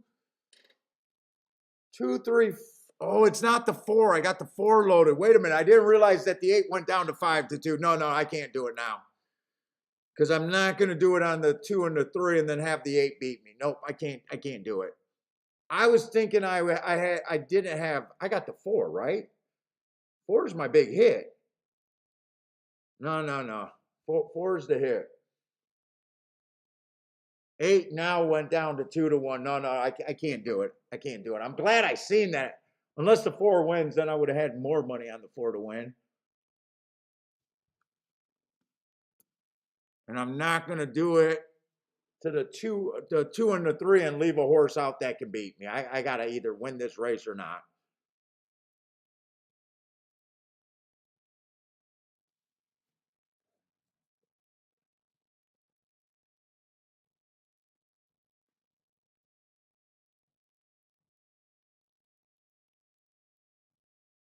Glad I seen that. Glad I seen that. I was gonna have bad advice, really bad advice, worse advice than usual.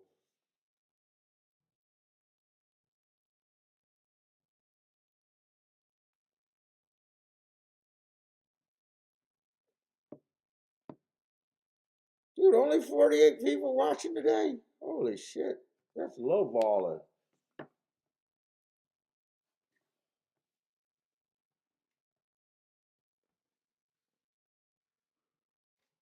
I can start looking at Keeneland. We know I'm not doing anything there then.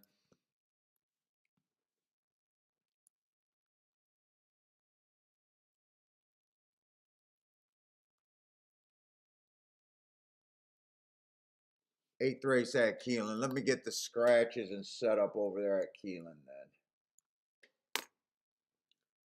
No scratches, 9 horses.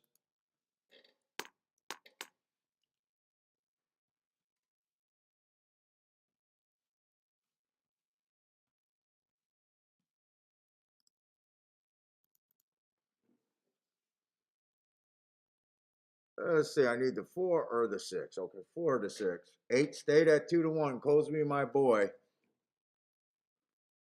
Gordon likes the 8. Someone else said they love the 8. Blair loves the 8. This bit is Cosby. Love that horse. He loves that horse. I'm not sure if he's playing the 8 here though, but he loves the horse. Is this a Tapeta race or a dirt race? That's what I don't remember. What kind of race was that? It was a 5. Oh, it was a Tapeta route race. 3 does get the lead. 4's chasing. Oh, I was hoping that it was going to be the 8 on the lead. 8 actually is rating here. I thought the 3 and the 8 were going to hook up. 3 is the press style horse. Yeah. Although they went 23-1. They went 23-1. I think I still got some hope, even though 3 got an easy lead. I think that's hurting the 4, though.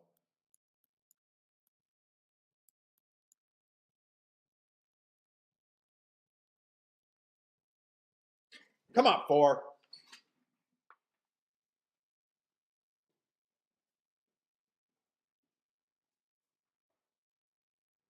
Back to the push-ups.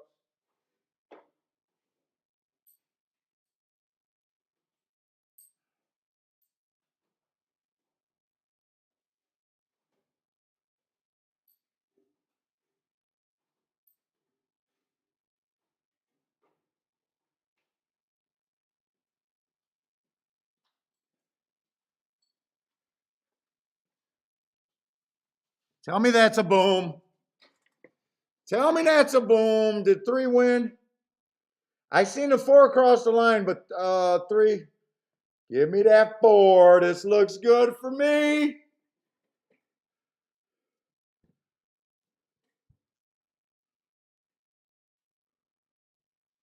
That's a boom. That's almost $1,000 hit right there. I accomplished my goal at the tournament too.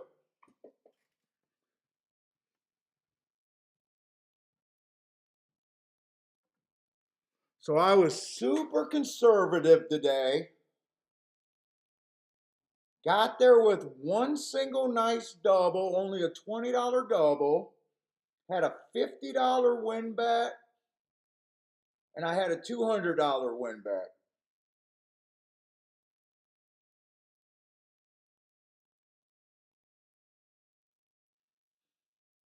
A $200 win bet is not what I normally do. I I can't think of the last time I did a $200 win bet on a horse. I normally don't go over a $100 win bet.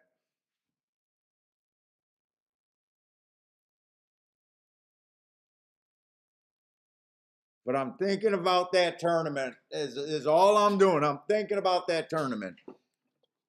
All right, I had a nice week. Super good week now. I think I won 3 out of the 5 days. No disaster days, just solid losing days. No disasters. I did avert a disaster. I had to have a $500 hit just to bring it back to okay losing day. I think that was Friday. I think I had to hit that fucking 25-1 shot to get second, just to save me from having a disaster day. But other than that, it was pretty smooth sailing this week.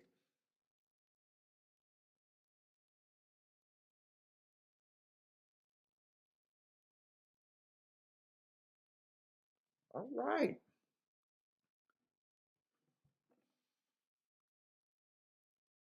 Yeah, that double does feel like stealing now after the damn race. Not, I'll tell you what, I was nervous. I was ready to protect myself against everyone there.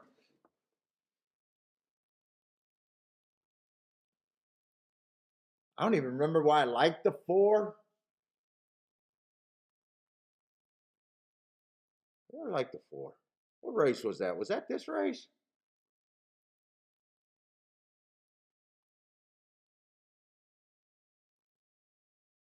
Oh, he had good marks. Oh, wait a minute. Oh, it wasn't a dirt race. I was thinking that was a Tapeta route race. It was a dirt race. I was like, wait a minute, why did I like the 4? He's a front runner. No, it was a dirt race. That's why I liked the 4. It was a dirt race. And the triangle. I was ready to say, wait a minute. I was thinking it was a Tapeta race when we were reviewing it.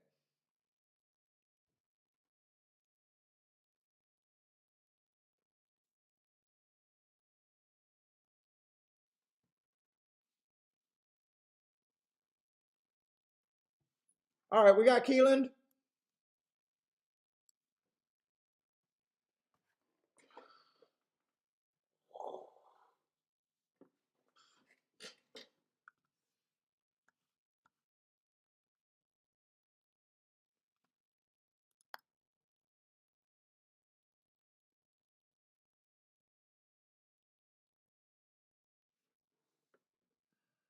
Race 8. I'm still looking at speed and stalkers, but I'm pretty sure that 4 horse on the dirt. I do want to see if that how that 4 horse won. When I bet that the first time starter race. I think he closed, but I don't know. You guys said he was a monster, royally bred. Those were all babies, so I think I'm still want to look at the race like it's a speed and stalker day. I just wanted to see how far he came back from. What race was that? Is that the 6th race, maybe? Wow, he really came from far back. He really came from 7 lengths back. He came from, and the pace wasn't that fast.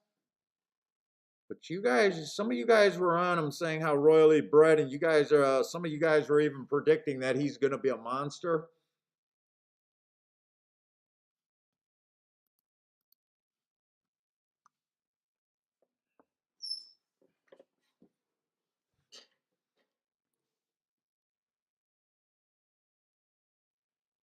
Let's see, 9 horses in the field.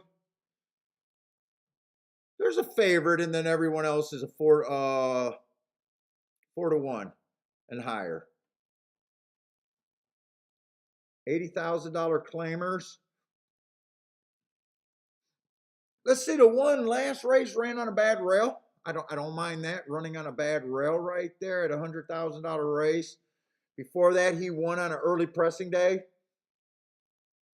at 20,000 at Belterra. But before that, he was running in a grade 3 race and at real tracks. So he just went to Belterra and got himself an easy win, I guess. I do like his last race enough.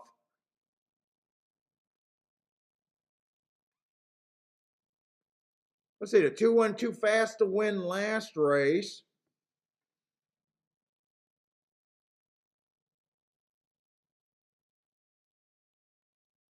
One or two, now winners of 2 lifetime at a mile, fast, average.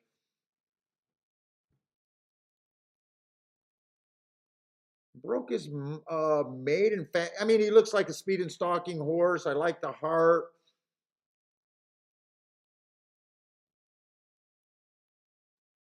He did run in two $80,000 races this level, and one of them he was in position at the top of the lane. The other one he wasn't. But the race where he wasn't, he did go too fast to win. Trying to think if I really think he belongs in this race, or maybe not with that non-winners of 2 lifetime win at Ellis. I'm not sure. I could go either way on the two. Let's see. 3 horses definitely just cruising through conditions. First race out, run too fast to win, comes back on a 1 race sample uh, and wins. Chalk, though.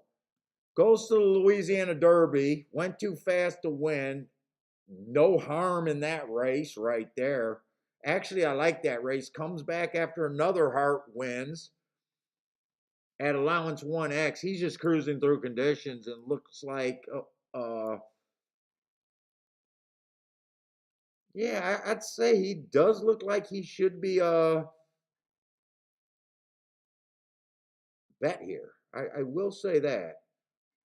But so far, all he's done was try a graded race, wasn't good enough. But really, all he done was break his maiden special weight and get allowance 1X. But I think that's pretty good in this group. Some of them had to do it at 2 lifetime.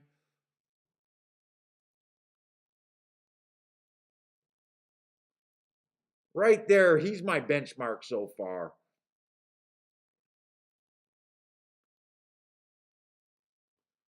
Let's see, the 4 races ago, won his race on an inside stalking day, exactly what he was at a route. I don't like route to sprint. Mostly looks like a router.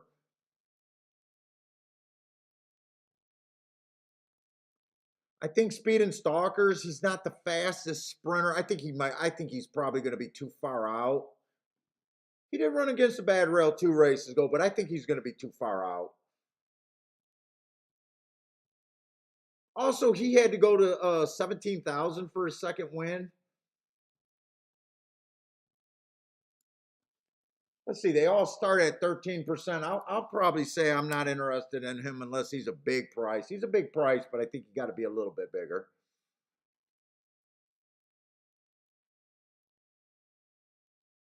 5 looks like off the pace, but so far he's just a claimer. Right now, I'm just thinking the favorite should be the favorite.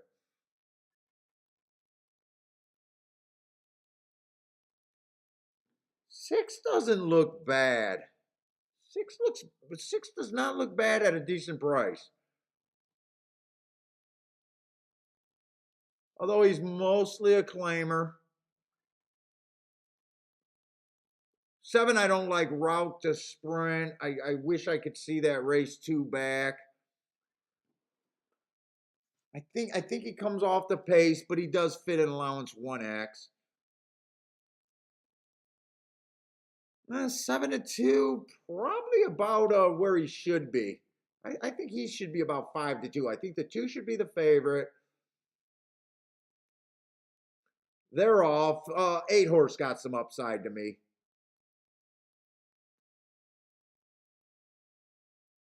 And even the 9, but I'm not even remembering where I was with the horses. I'm just going to say I think the 3 deserves to be the favorite. 7 is about 7-2. I think the 6 is an interesting long shot. Who was a 1? 1 got the lead. 1, I like that bad rail race, but my initial thought was I didn't like that $20,000 claimer.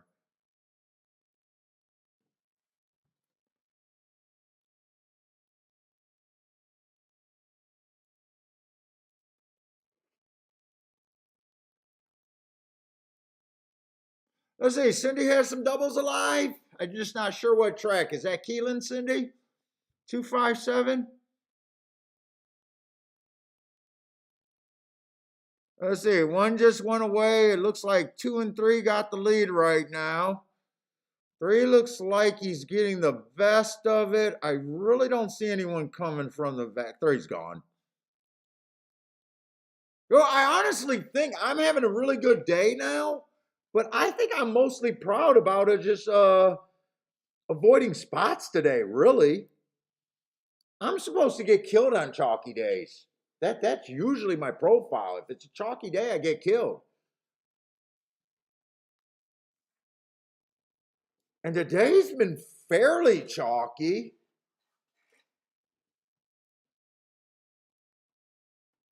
Let's see, Blair, boom, 1 more leg. Good luck, Blair.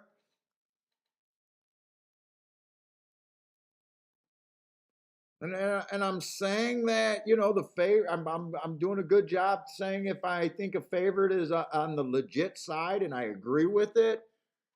I'm actually If you guys can't tell, I was a little disappointed with yesterday's show trying to beat so many favorites and getting beat. And having them run 1-2. It did bother me yesterday.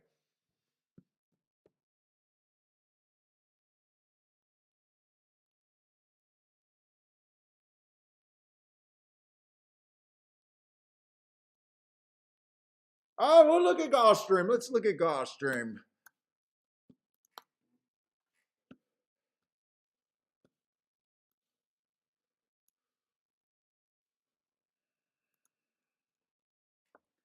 We got the 10th race here, 7 horses field.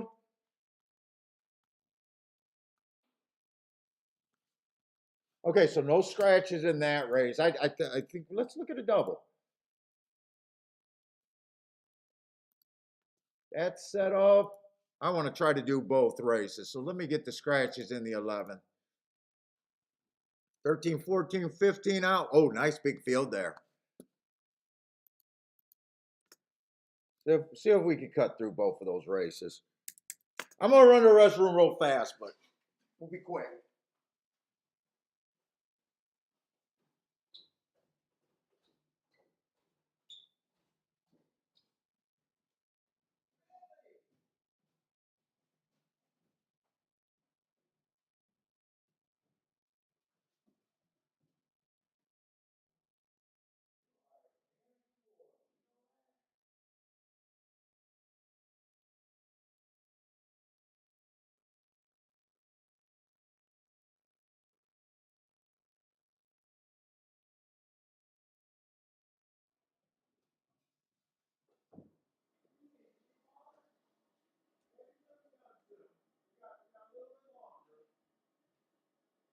A little bit longer, Bentley.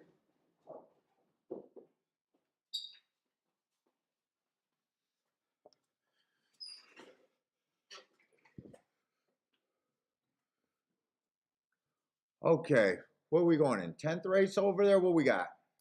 Ooh, handicap 7 furlongs. I don't like seeing the video. It catches my eye. I don't need it on. I just wanted to see how we were doing today. Then a maiden claiming 12-5 on the Tapeta.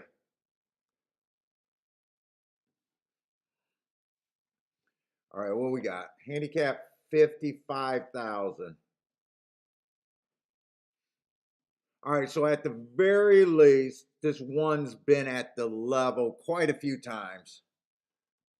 4 races ago, Stalking Day gave him an asterisk for being a closer. Step down to a starter allowance, 12.5. I would say that that's just a $25,000 claimer in my head. I got bad rail, slow, slow, slow. Nothing bothered him. He kind of won his next race. I don't see anything leading into why I would like him that race. Let's see. The rail was bad that day. He had the outside. Maybe he got the benefit of a bias. He was the slowest winner of the day, average kind of pace. Maybe he just got the benefit of a bias there, but that's still a nice race. Trying to poke holes, and then he tried a stakes race. It was a stalking closing day. The rail was bad. He got in position. I don't know. Says he was 5 wide on the turn. I don't know how much I like him. Right now, he's blah to me. Or she's blah. She's just in the race. You guys know what I'm going to say about the 2, just a year off. It's hard for me to back. I guess at 7-1, if you wanted to make that argument, at least you're getting paid and he's not a favorite. A lot of times, but I know I can't get there. Looks like a front runner or at least a fast stalker. Does me no good looking up last year's September. I just can't get there. Let's say the 3-horse, $25,000 claimers quite a bit of his races and was kind of not dominant there. Let's see, 4 races ago, I do like that race. Went too fast to win, came right back on an early pressing day at 25,000 again, won that race. No problem there. Love that the heart works. Stepped up to this level and just missed against some of the horses that he ran against. He had a bad rail that day. And he ran with the horse in this race, so I'd say the horse is definitely probably on the improve. And then last race, another Brad rail stalking closing day. He dueled on the inside, was in position at the top. I think that's a good race. And at first I was thinking he was on the cheaper side, not liking those 25,000, but his last 2 races, I do like. I do feel like there's some upside there.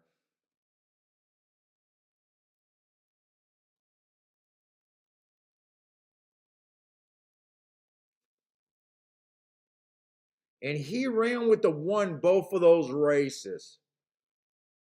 The 1 was on the outside in the first race, so I like the 3's chances over the 1 because 3 had the bad rail, and then last race, if you believe my notes, 3 had the bad rail again, and so I guess I like, if you're just comparing the matchup to the 3 and the 1, I would upgrade the 3.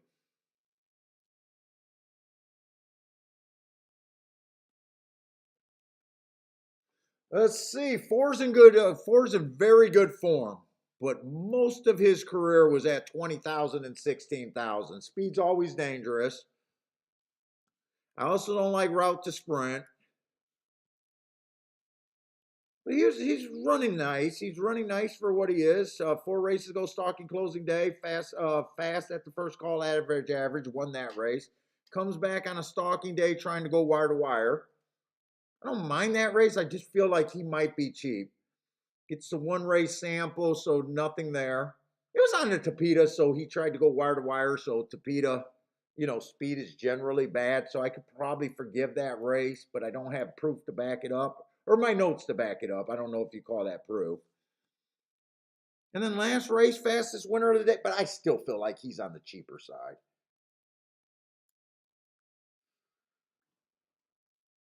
I would probably be hard on the 4, not the 3.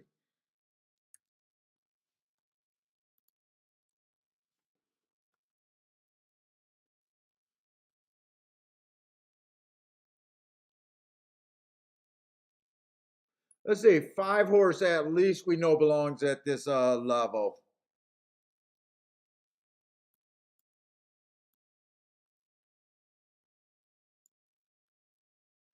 Honestly, not sure what I think of him. I'm not going to look this stuff up. He got a bunch of stakes races. He got a grade 3, a couple grade 3 races.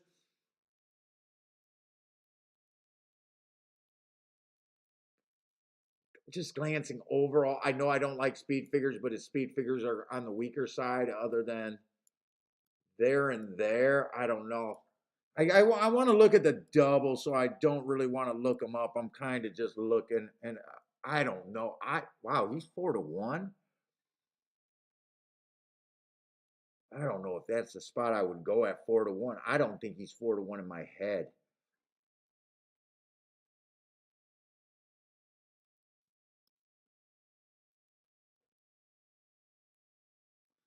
Let's see. 6 won his first race out, no problem. 1 race sample, comes back, bad rail stalking, closing day. Very nice race. Right off of that, comes back with a win. Kind of be slow early, but he won that race. And then last race on September 10th, I think that's the race in question that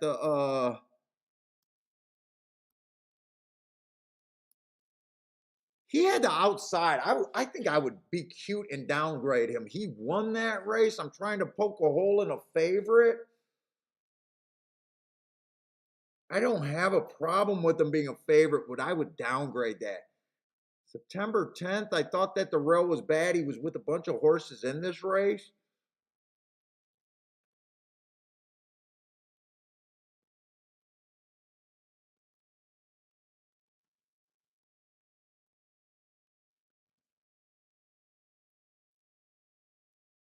But he belongs. 7 horse definitely belongs. 4 races ago, middle of the track was good. Stalking day, that's what he was. He wasn't good enough in that handicap. Comes back. Stalking day was a closer. Still managed to go too fast to win. And got his bump and speed figure and didn't win that race last race, but earned another heart. He was 15-1. He would have been a useful key off of that heart. The middle race, 2 races ago, ran on a bad rail. That's the August 14th race. Look, I think the contenders are the 6-4, or I'm sorry, the 6-7. I would downgrade the 6. I don't know what to do with the 5. I'm kind of being hard on the 5 for probably not the right reasons looking at speed figures. I don't like the 4. I really want to upgrade the 3 here at 9-1.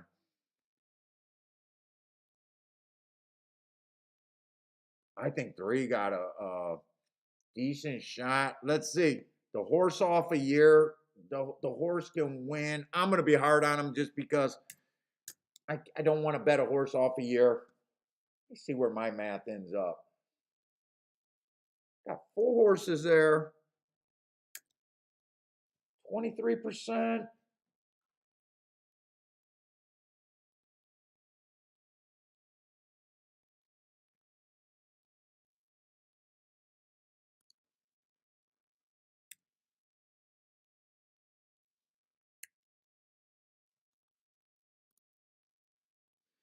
I'm probably about right there.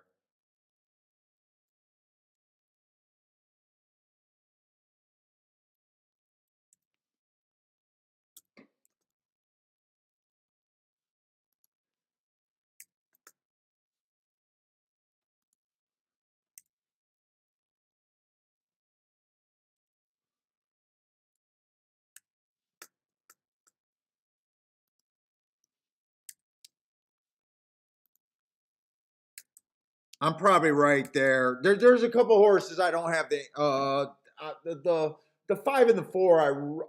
Was it the 5 and the 4 or the 5 and the two of those horses? I'm not sure about, but I'm trying to make a real case to get to the 3, and I probably would want to use the 3 and the 7 there.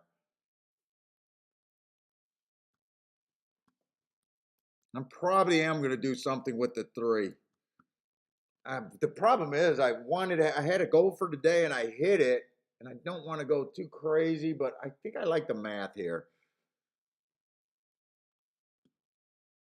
Let's see. Next race is going to be on the T, Peter. There's no scratches. I'm not going to be able to do a betting board for that race.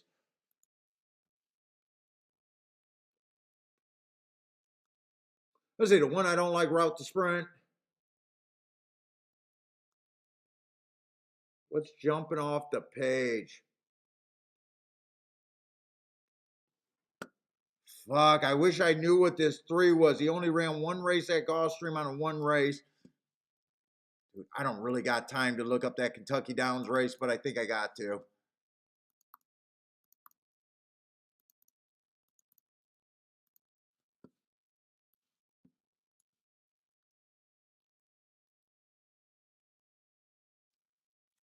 Nine, 10.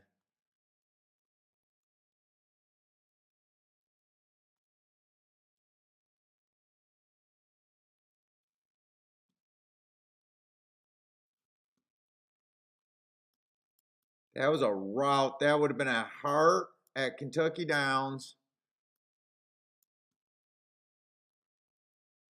Average. Let's see. If I was playing doubles, I would definitely be using the 4. I'd probably use the 3 just because I don't know anything else. I'd probably use the 5 because I'm just looking at marks that I want to get to.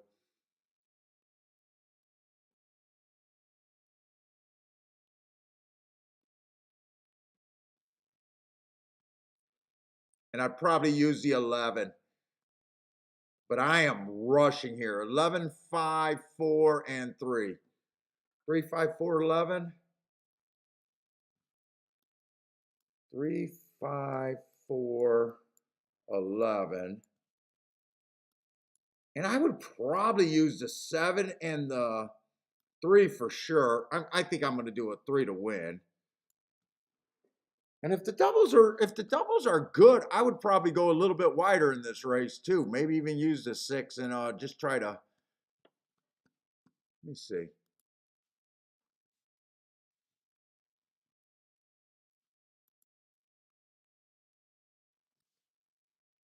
Cindy, the reason why I'm really trying to push the 3 for myself is because I think he's getting way overpaid, and I think he ran on a bad rail against those horses and didn't run bad. I might be being too cute there.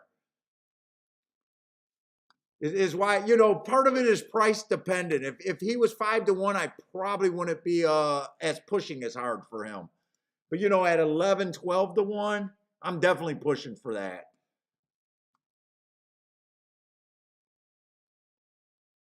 Let's see, the double to the 7-3 is bad, but 3-3 is going to be okay. 7-5 is good.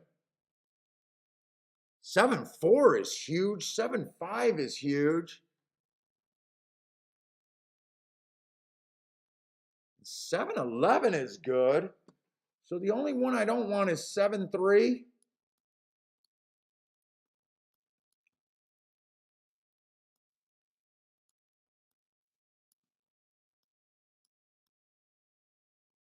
I don't want the 7-3.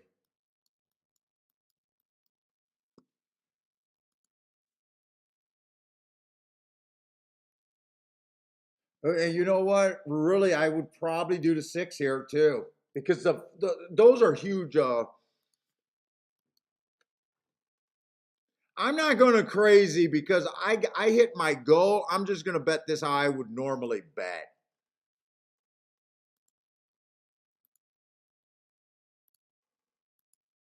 Uh-oh. 3 to win. Let's see. I want to get both of those doubles in. 3 to the 3, 4, 5. 11. And I did rush that double, so I'm hoping I didn't overlook something. 3, 4, 5, 11. I should be able to get this in.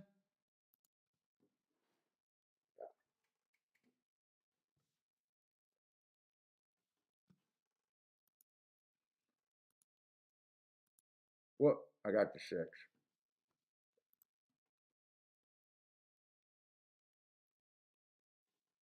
Yeah, so I'm being really cute there, but you know how I reach for prices. Is 5 the horse that I didn't have an answer for? Who's the 5?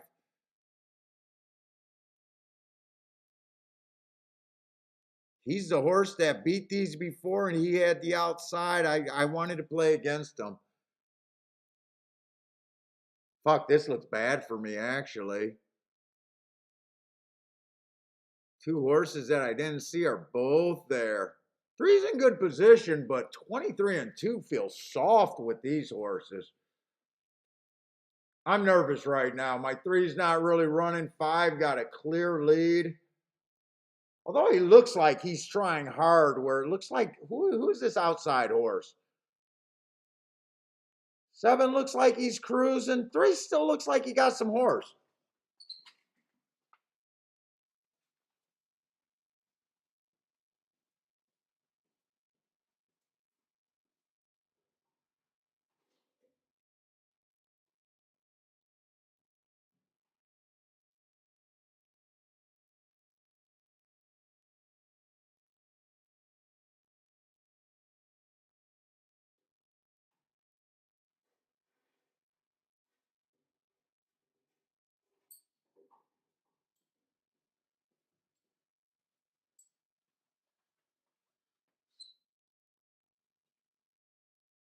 Favorite. Where are they focusing? They're focusing on the 6.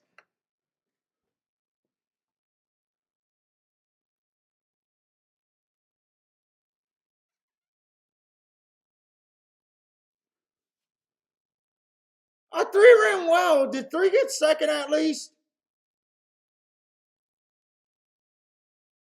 I don't think I'm embarrassed, though. I do not think I'm embarrassed. Come on, 3 gets second. Maybe the 5 holds them off, but 3 ran. Okay, 5 did hold him off. Okay, I do got a couple doubles with the 6. I checked the doubles to those horses with the 7. I hope they're not paying completely different with the 6. I hope they're not playing completely different with the 6. They were playing so high with the 7. So 6 to the 3 is over bet, so I don't got that. 6 to the 4 is paying 85 to 1, 65 to 1 to the 5. The 11's not great. If the 7 won, that was paying 47 to 1. With the 6 winning, it's paying 17 to 1. And who was the 5 that ran? 5, I gave an 11% chance. 5 was the horses that beat these last year, or last race. So I was trying to downgrade him because he was on the outside.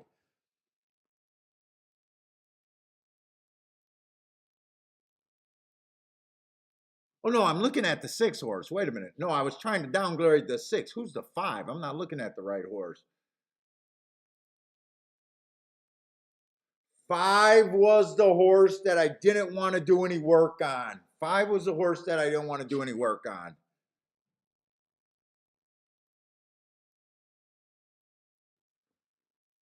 Okay, I know why I don't have the 5 at least. I want a red board here if it's possible.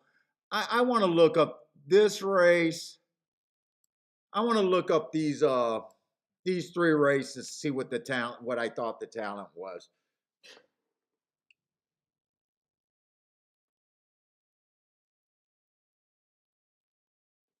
I want to just see if he had great marks back then.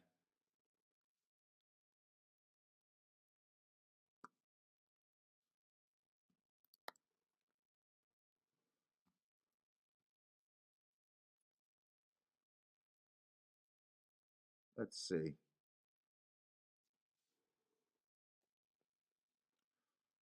Let's see. Gulfstream.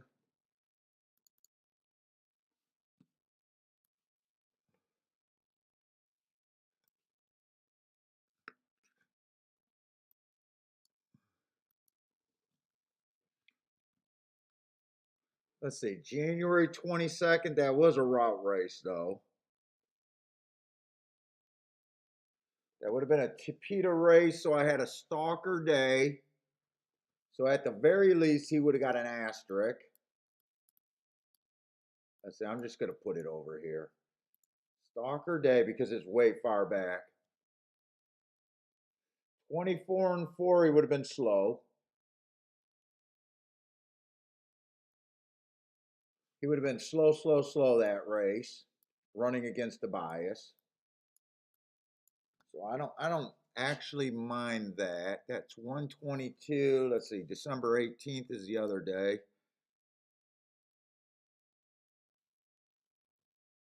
That was a dirt race, speed favoring track. You know, he came out by a neck, but he didn't get the lead. I could have gave him an asterisk for that race. He two horses were in front of him, so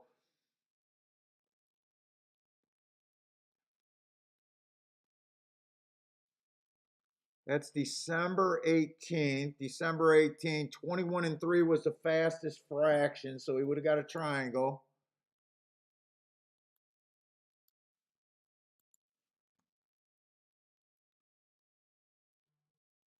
45 and 1, he would have got an average. Yo, what's up, man? I hit my goal. I was doing a tournament and I hit about a bit over $2,000.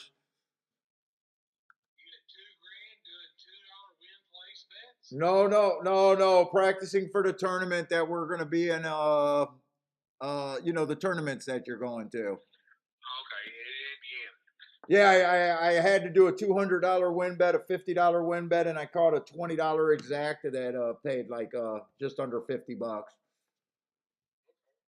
So, but I'm still doing a show, man. You want me to call you a bit? I didn't know you was on a show. I didn't know you was on a show. I'll talk to you later. Okay, cool. Take it easy.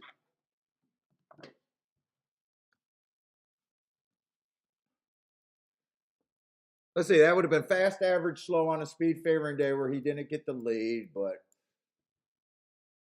yeah, I'm not sure I would have changed my opinion. This is the November 18th. I just want to see what that was.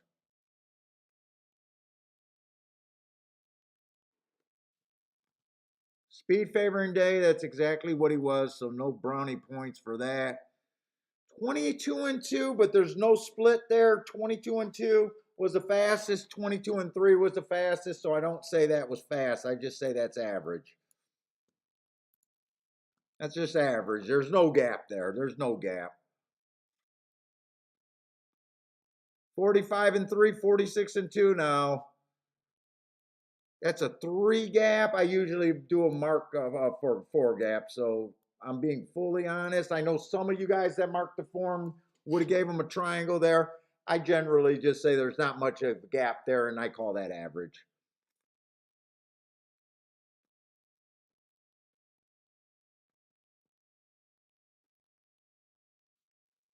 $57 and 2, 57 and 1, no, 57 and 2, 56, 58 and 4. That would have definitely been a heart. That's a heart right there. So I can see it. I don't think I would have changed. I still like the 3. I still like the 3.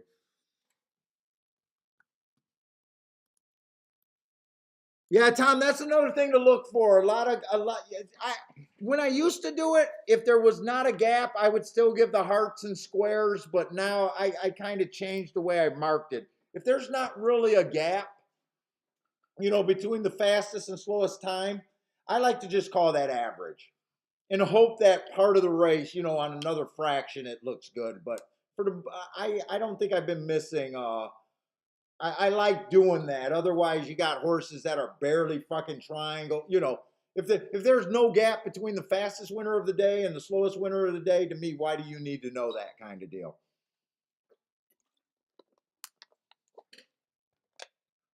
I don't know. I don't know if you're still here, but that is some. I think I got that in the video. I when people get the marks, I got a video. I haven't even watched that video for a long time. I did that video spur of the moment. And I dicked around and okay, Keeneland, we got a pass race. Let's see. Where is where's Tom's marks? Tom might have marked it, but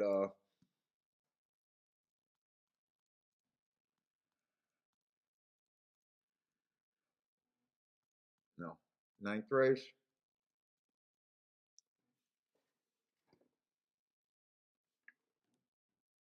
Oh, that's just me moving around.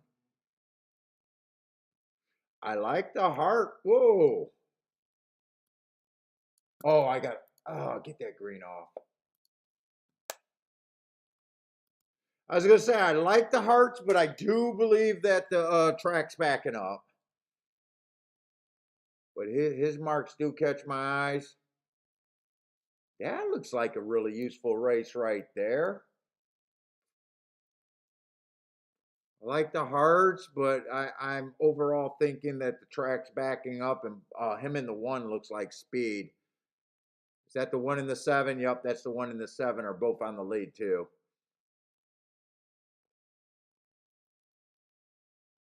This horse right here, if they're backing up, well, that was at 6 furlongs, but man, that looks like a monster close right there.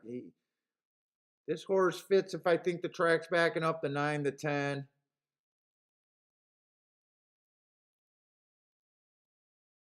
And front end, it would have been the one in the 7. Yeah, 5 benefits with the track if the track's backing up too. 5 does benefit if the track's backing up. That's about as far as I can see that race. So 1 or 7 on the front end or backing up. Who are the horses? 9, 10, and 5. 9, 10, and 5.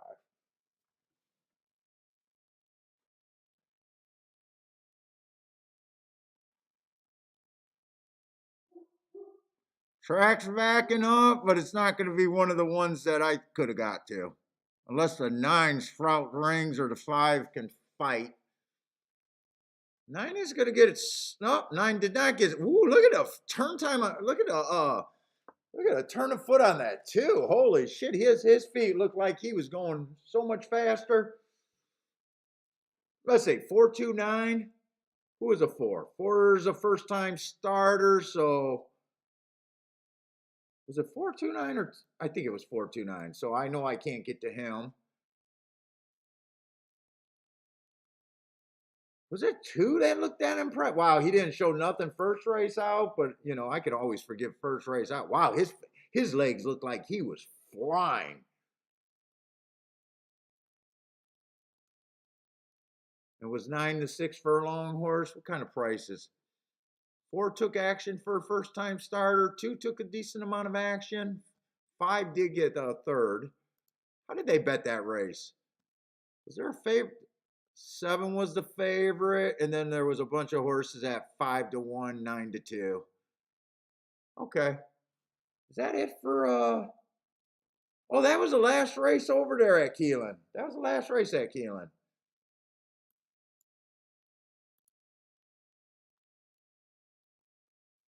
All right.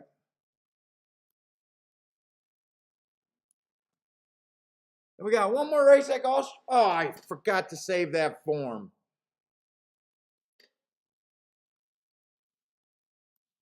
Yeah, I'll get my plays off of the ADW though.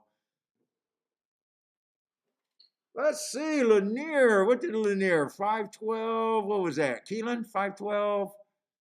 711 he liked. Let's see. Elliott liked the 5. Anyone? Let's see. Gordon liked the 4 over there. Who is Mr. V? Guess says someone's Mr. V. Oh, that could be Blair. That could be Gordon Boswell. I don't know who Mr. V is.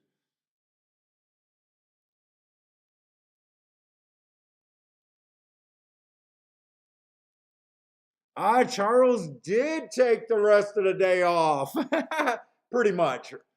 Said he's been playing light after hitting a 30 to 1 in a what, a 30 to 1 in a $40 winner.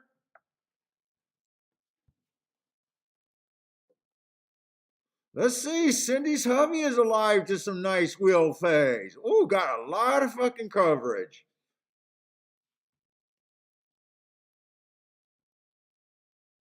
She said he throws it in there. I guess I like his chances. Let's see. 1, 2, 3, 4, 5, 6, 7, 8. Good luck. Quite a bit of coverage in the pick 5, pick 6. Is that at Gulfstream or is that at a different track, son? Cindy?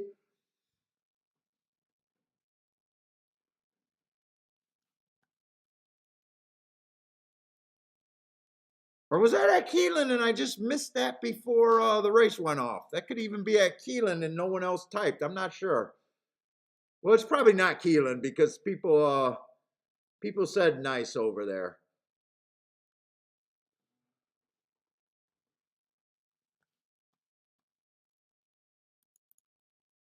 Maybe Gulfstream. Does Woodbine got a big enough field for that?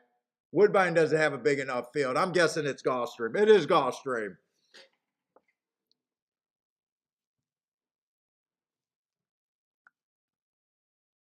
Let's see. Does any of Mister Play Horses? Does any of his horses? Do I got a shot to hit anything with him? Let's see. I'm alive to the 5 and 4 would be nice hits. 11 just kind of a little bit of profit probably there. Maybe just pays for everything actually.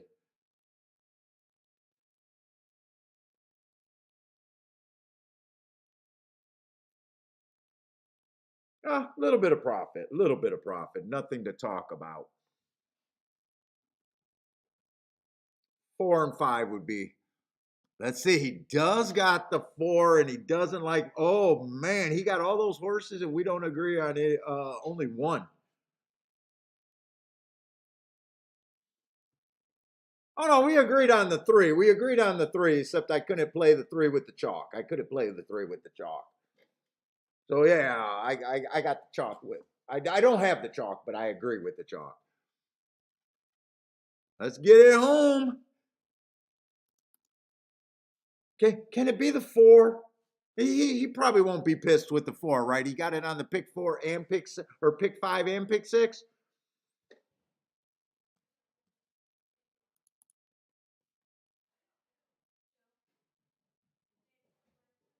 One more race, Key.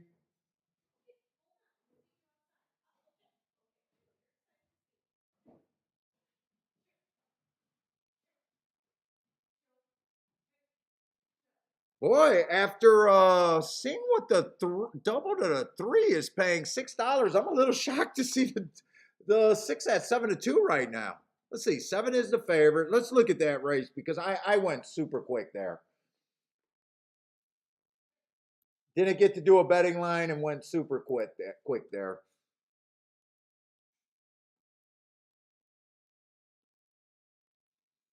Let's see, the one I just don't like route to sprint. I hate that fucking angle. I hate that angle. I hate that angle. It wins, but I hate that angle.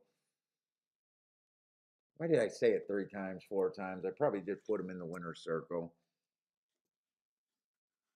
I got to be extremely hard on horses I don't want to get to, though.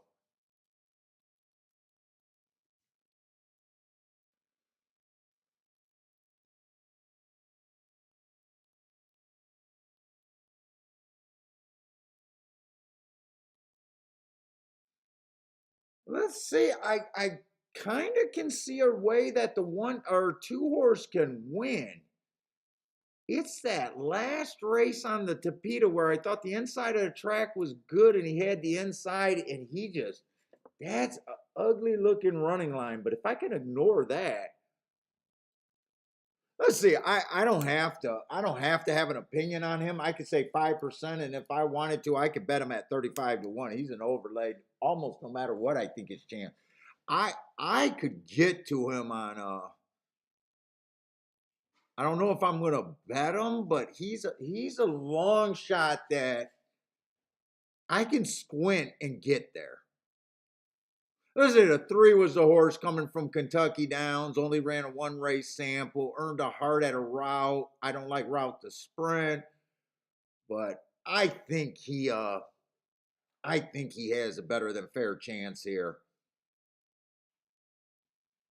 4, low speed figures, might just be a early pace speedball with nothing. He's definitely wearing the uniform of that.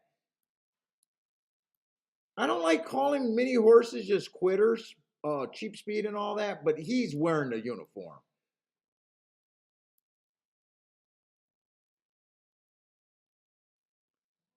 But 4 races ago, inside stalking day, I gave him an asterisk. I probably shouldn't have gave him an asterisk there. He wasn't quite in. Well, he did get steadied early, so I'll leave the asterisk there. That can't be good for running.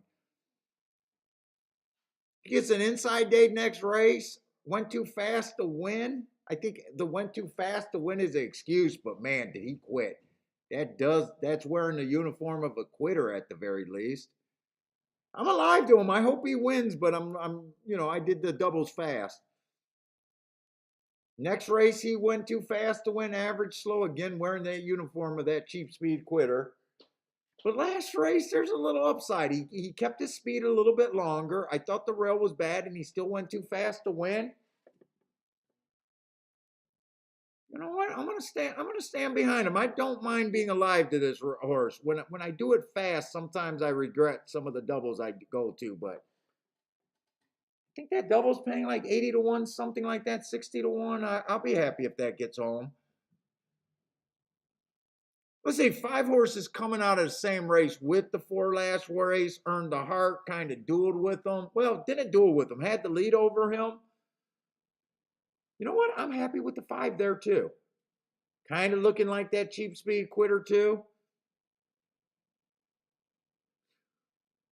Although he's more forgiven his cheap speed, that race 4 back was a Tapeta route where I don't think speed's been good. I had that as a stalking closing day and he went too fast to win.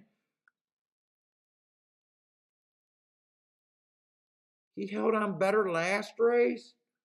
I don't mind those 2 horses. Both of them are good doubles for me. Let's see, 6 I just got to ignore because he's a first time starter and I'm gonna randomly say 5%, but it's just because he's a first-time starter. If he wins, I don't earn the right to bitch. I got no opinion on him, and I don't earn the right to bitch. Let's see, 7 going by speed figures and everything. I will say 7 probably feels like the safest place I could get to if you want safety.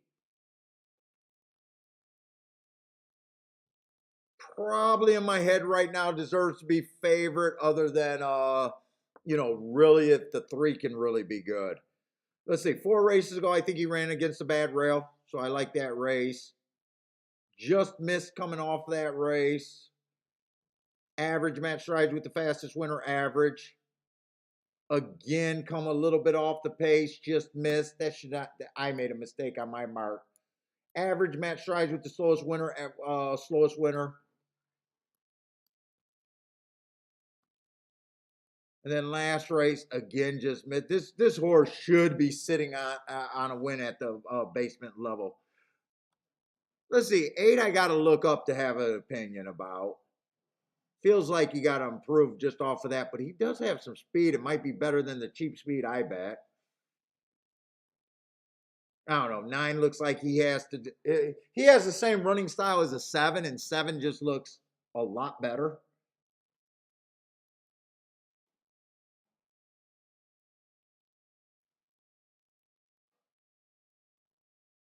I don't know. 10 wouldn't have shocked me here. Why would 10 shock me? I don't like Thistle Downs, but this is the basement. Prestyle hasn't been doing real well, but the others, he has speed. The other speed is really weak. I think 7 deserves to be the favorite here.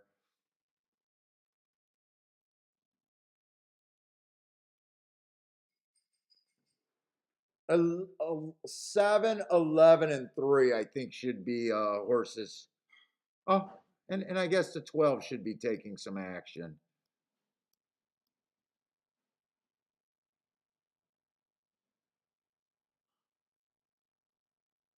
Boy, I would have to get so many horses. Let's see. For me to even get this horse at 2-1, which I do think he should be the favorite, but man, I gotta be brutal about some of these horses' chances. They're like these almost have to be 1% chances to even have enough fucking points.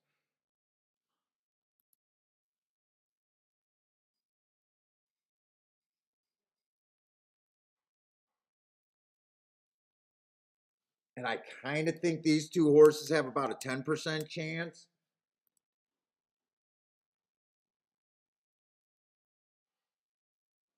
Man, that's a lot of horses. I'm not doing anything here, I don't think. I don't think anything is enticing me. I think I just get home my double or not. Still 6 horses left. That puts everyone at 10%. Not that I think everyone should be 10%. Let's see, 3 definitely gets a lot. 3 should be getting more points.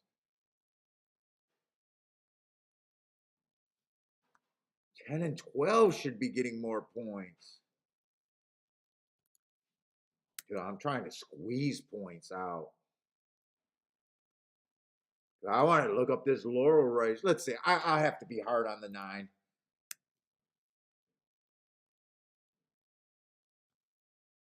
10 wouldn't surprise me, but I'd have to be brutally hard on him. Let's just say I go to 28%. I still got crazy. I'm having one of those races where I'm trying to make the math fit.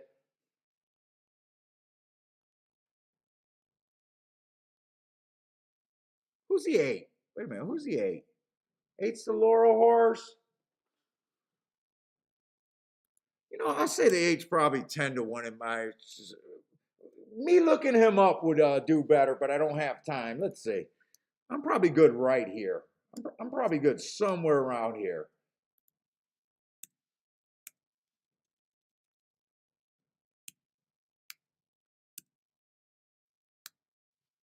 Maybe even make these 2 horses 15% and give him back his 33. But I'm right around there, somewhere there. I think there's 4 horses that feel like the safe horses. Let's see. I wanted to try to look up that Laurel to see if that changes my opinion on him. This I think could be a bombs away race. Actually, I think this race has a shot to pay. If the 7 falters, this race I think pays. If 7 and 3's not as good as that Heart makes them to be, and that Heart was earned at a route. So let's see, July 15th. Let me just look at this horse. Hopefully it looks bad, and I don't say, average, slow. 610. What is that looking like? Hey, Kiki.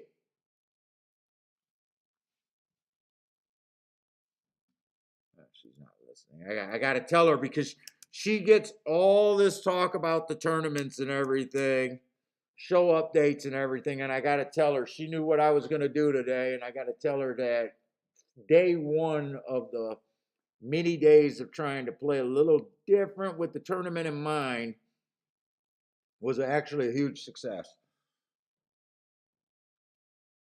Oh, what if someone had like 5,000, 6,000 points and I had to go after it? Ooh, Man, that'd be a big question. And this was the last tournament race. I'm not going to force myself in that position. But what if I had to get to $5,000 or something? I'm a bit over 22 grand for the day on that. What would I do? Let's see. He did run against the bias there. Boy, this would be a crazy last race to be in. Yeah, I'm going to leave him at that 10%. I think he actually has some upside here. And there's a million overlays in this race, isn't there? There's a million spots you could go. I think there's a lot of spots you can go here.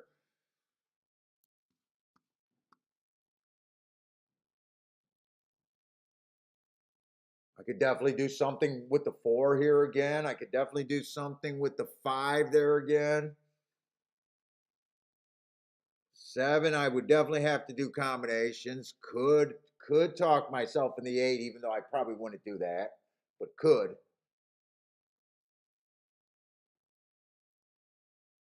11 is a decent overlay and I think reasonable. And 12 is right on the mark. I don't know which way I would go if I had to bet this race and felt like I this was all in. I have no idea which direction I would go here. None.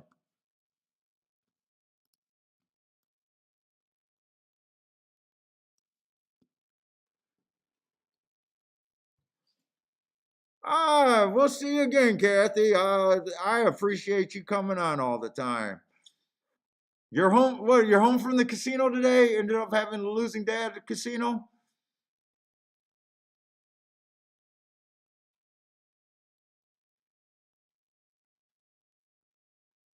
All right, but I do got doubles alive to the what was it? The 4 to 5 and the 11. 4, 5, and 11.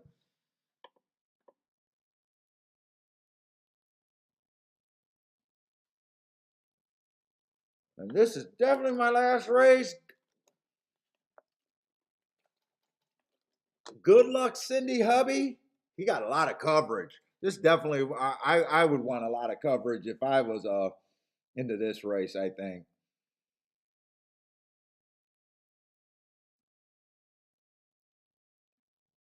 I think there's quite a few horses that are interesting. I don't know what were the horses leading up to the in that pick 5 and pick 6. There was a couple 9 to 2s. There was an even money.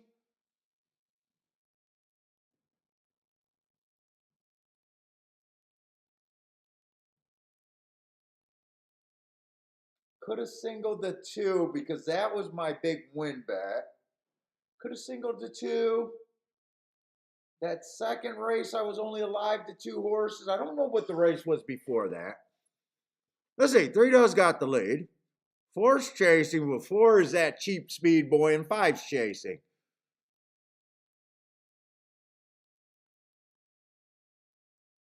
Seven's in good position. 11. This is all my top group of horses right here.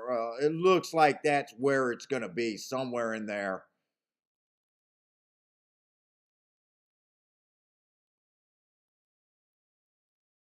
Four's done.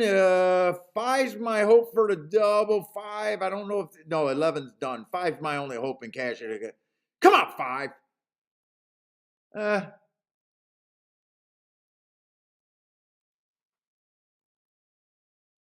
Come on, 5. Keep running. Even a 7-3. Oh no, no, not a 7-3. A 7-5 would have been good. I don't mind that play right there.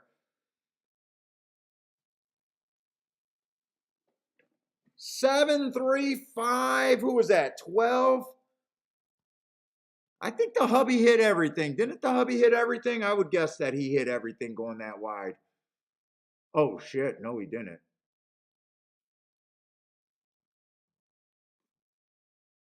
He needed a 3 to hold on. He needed the 3 to hold on. Tight one there.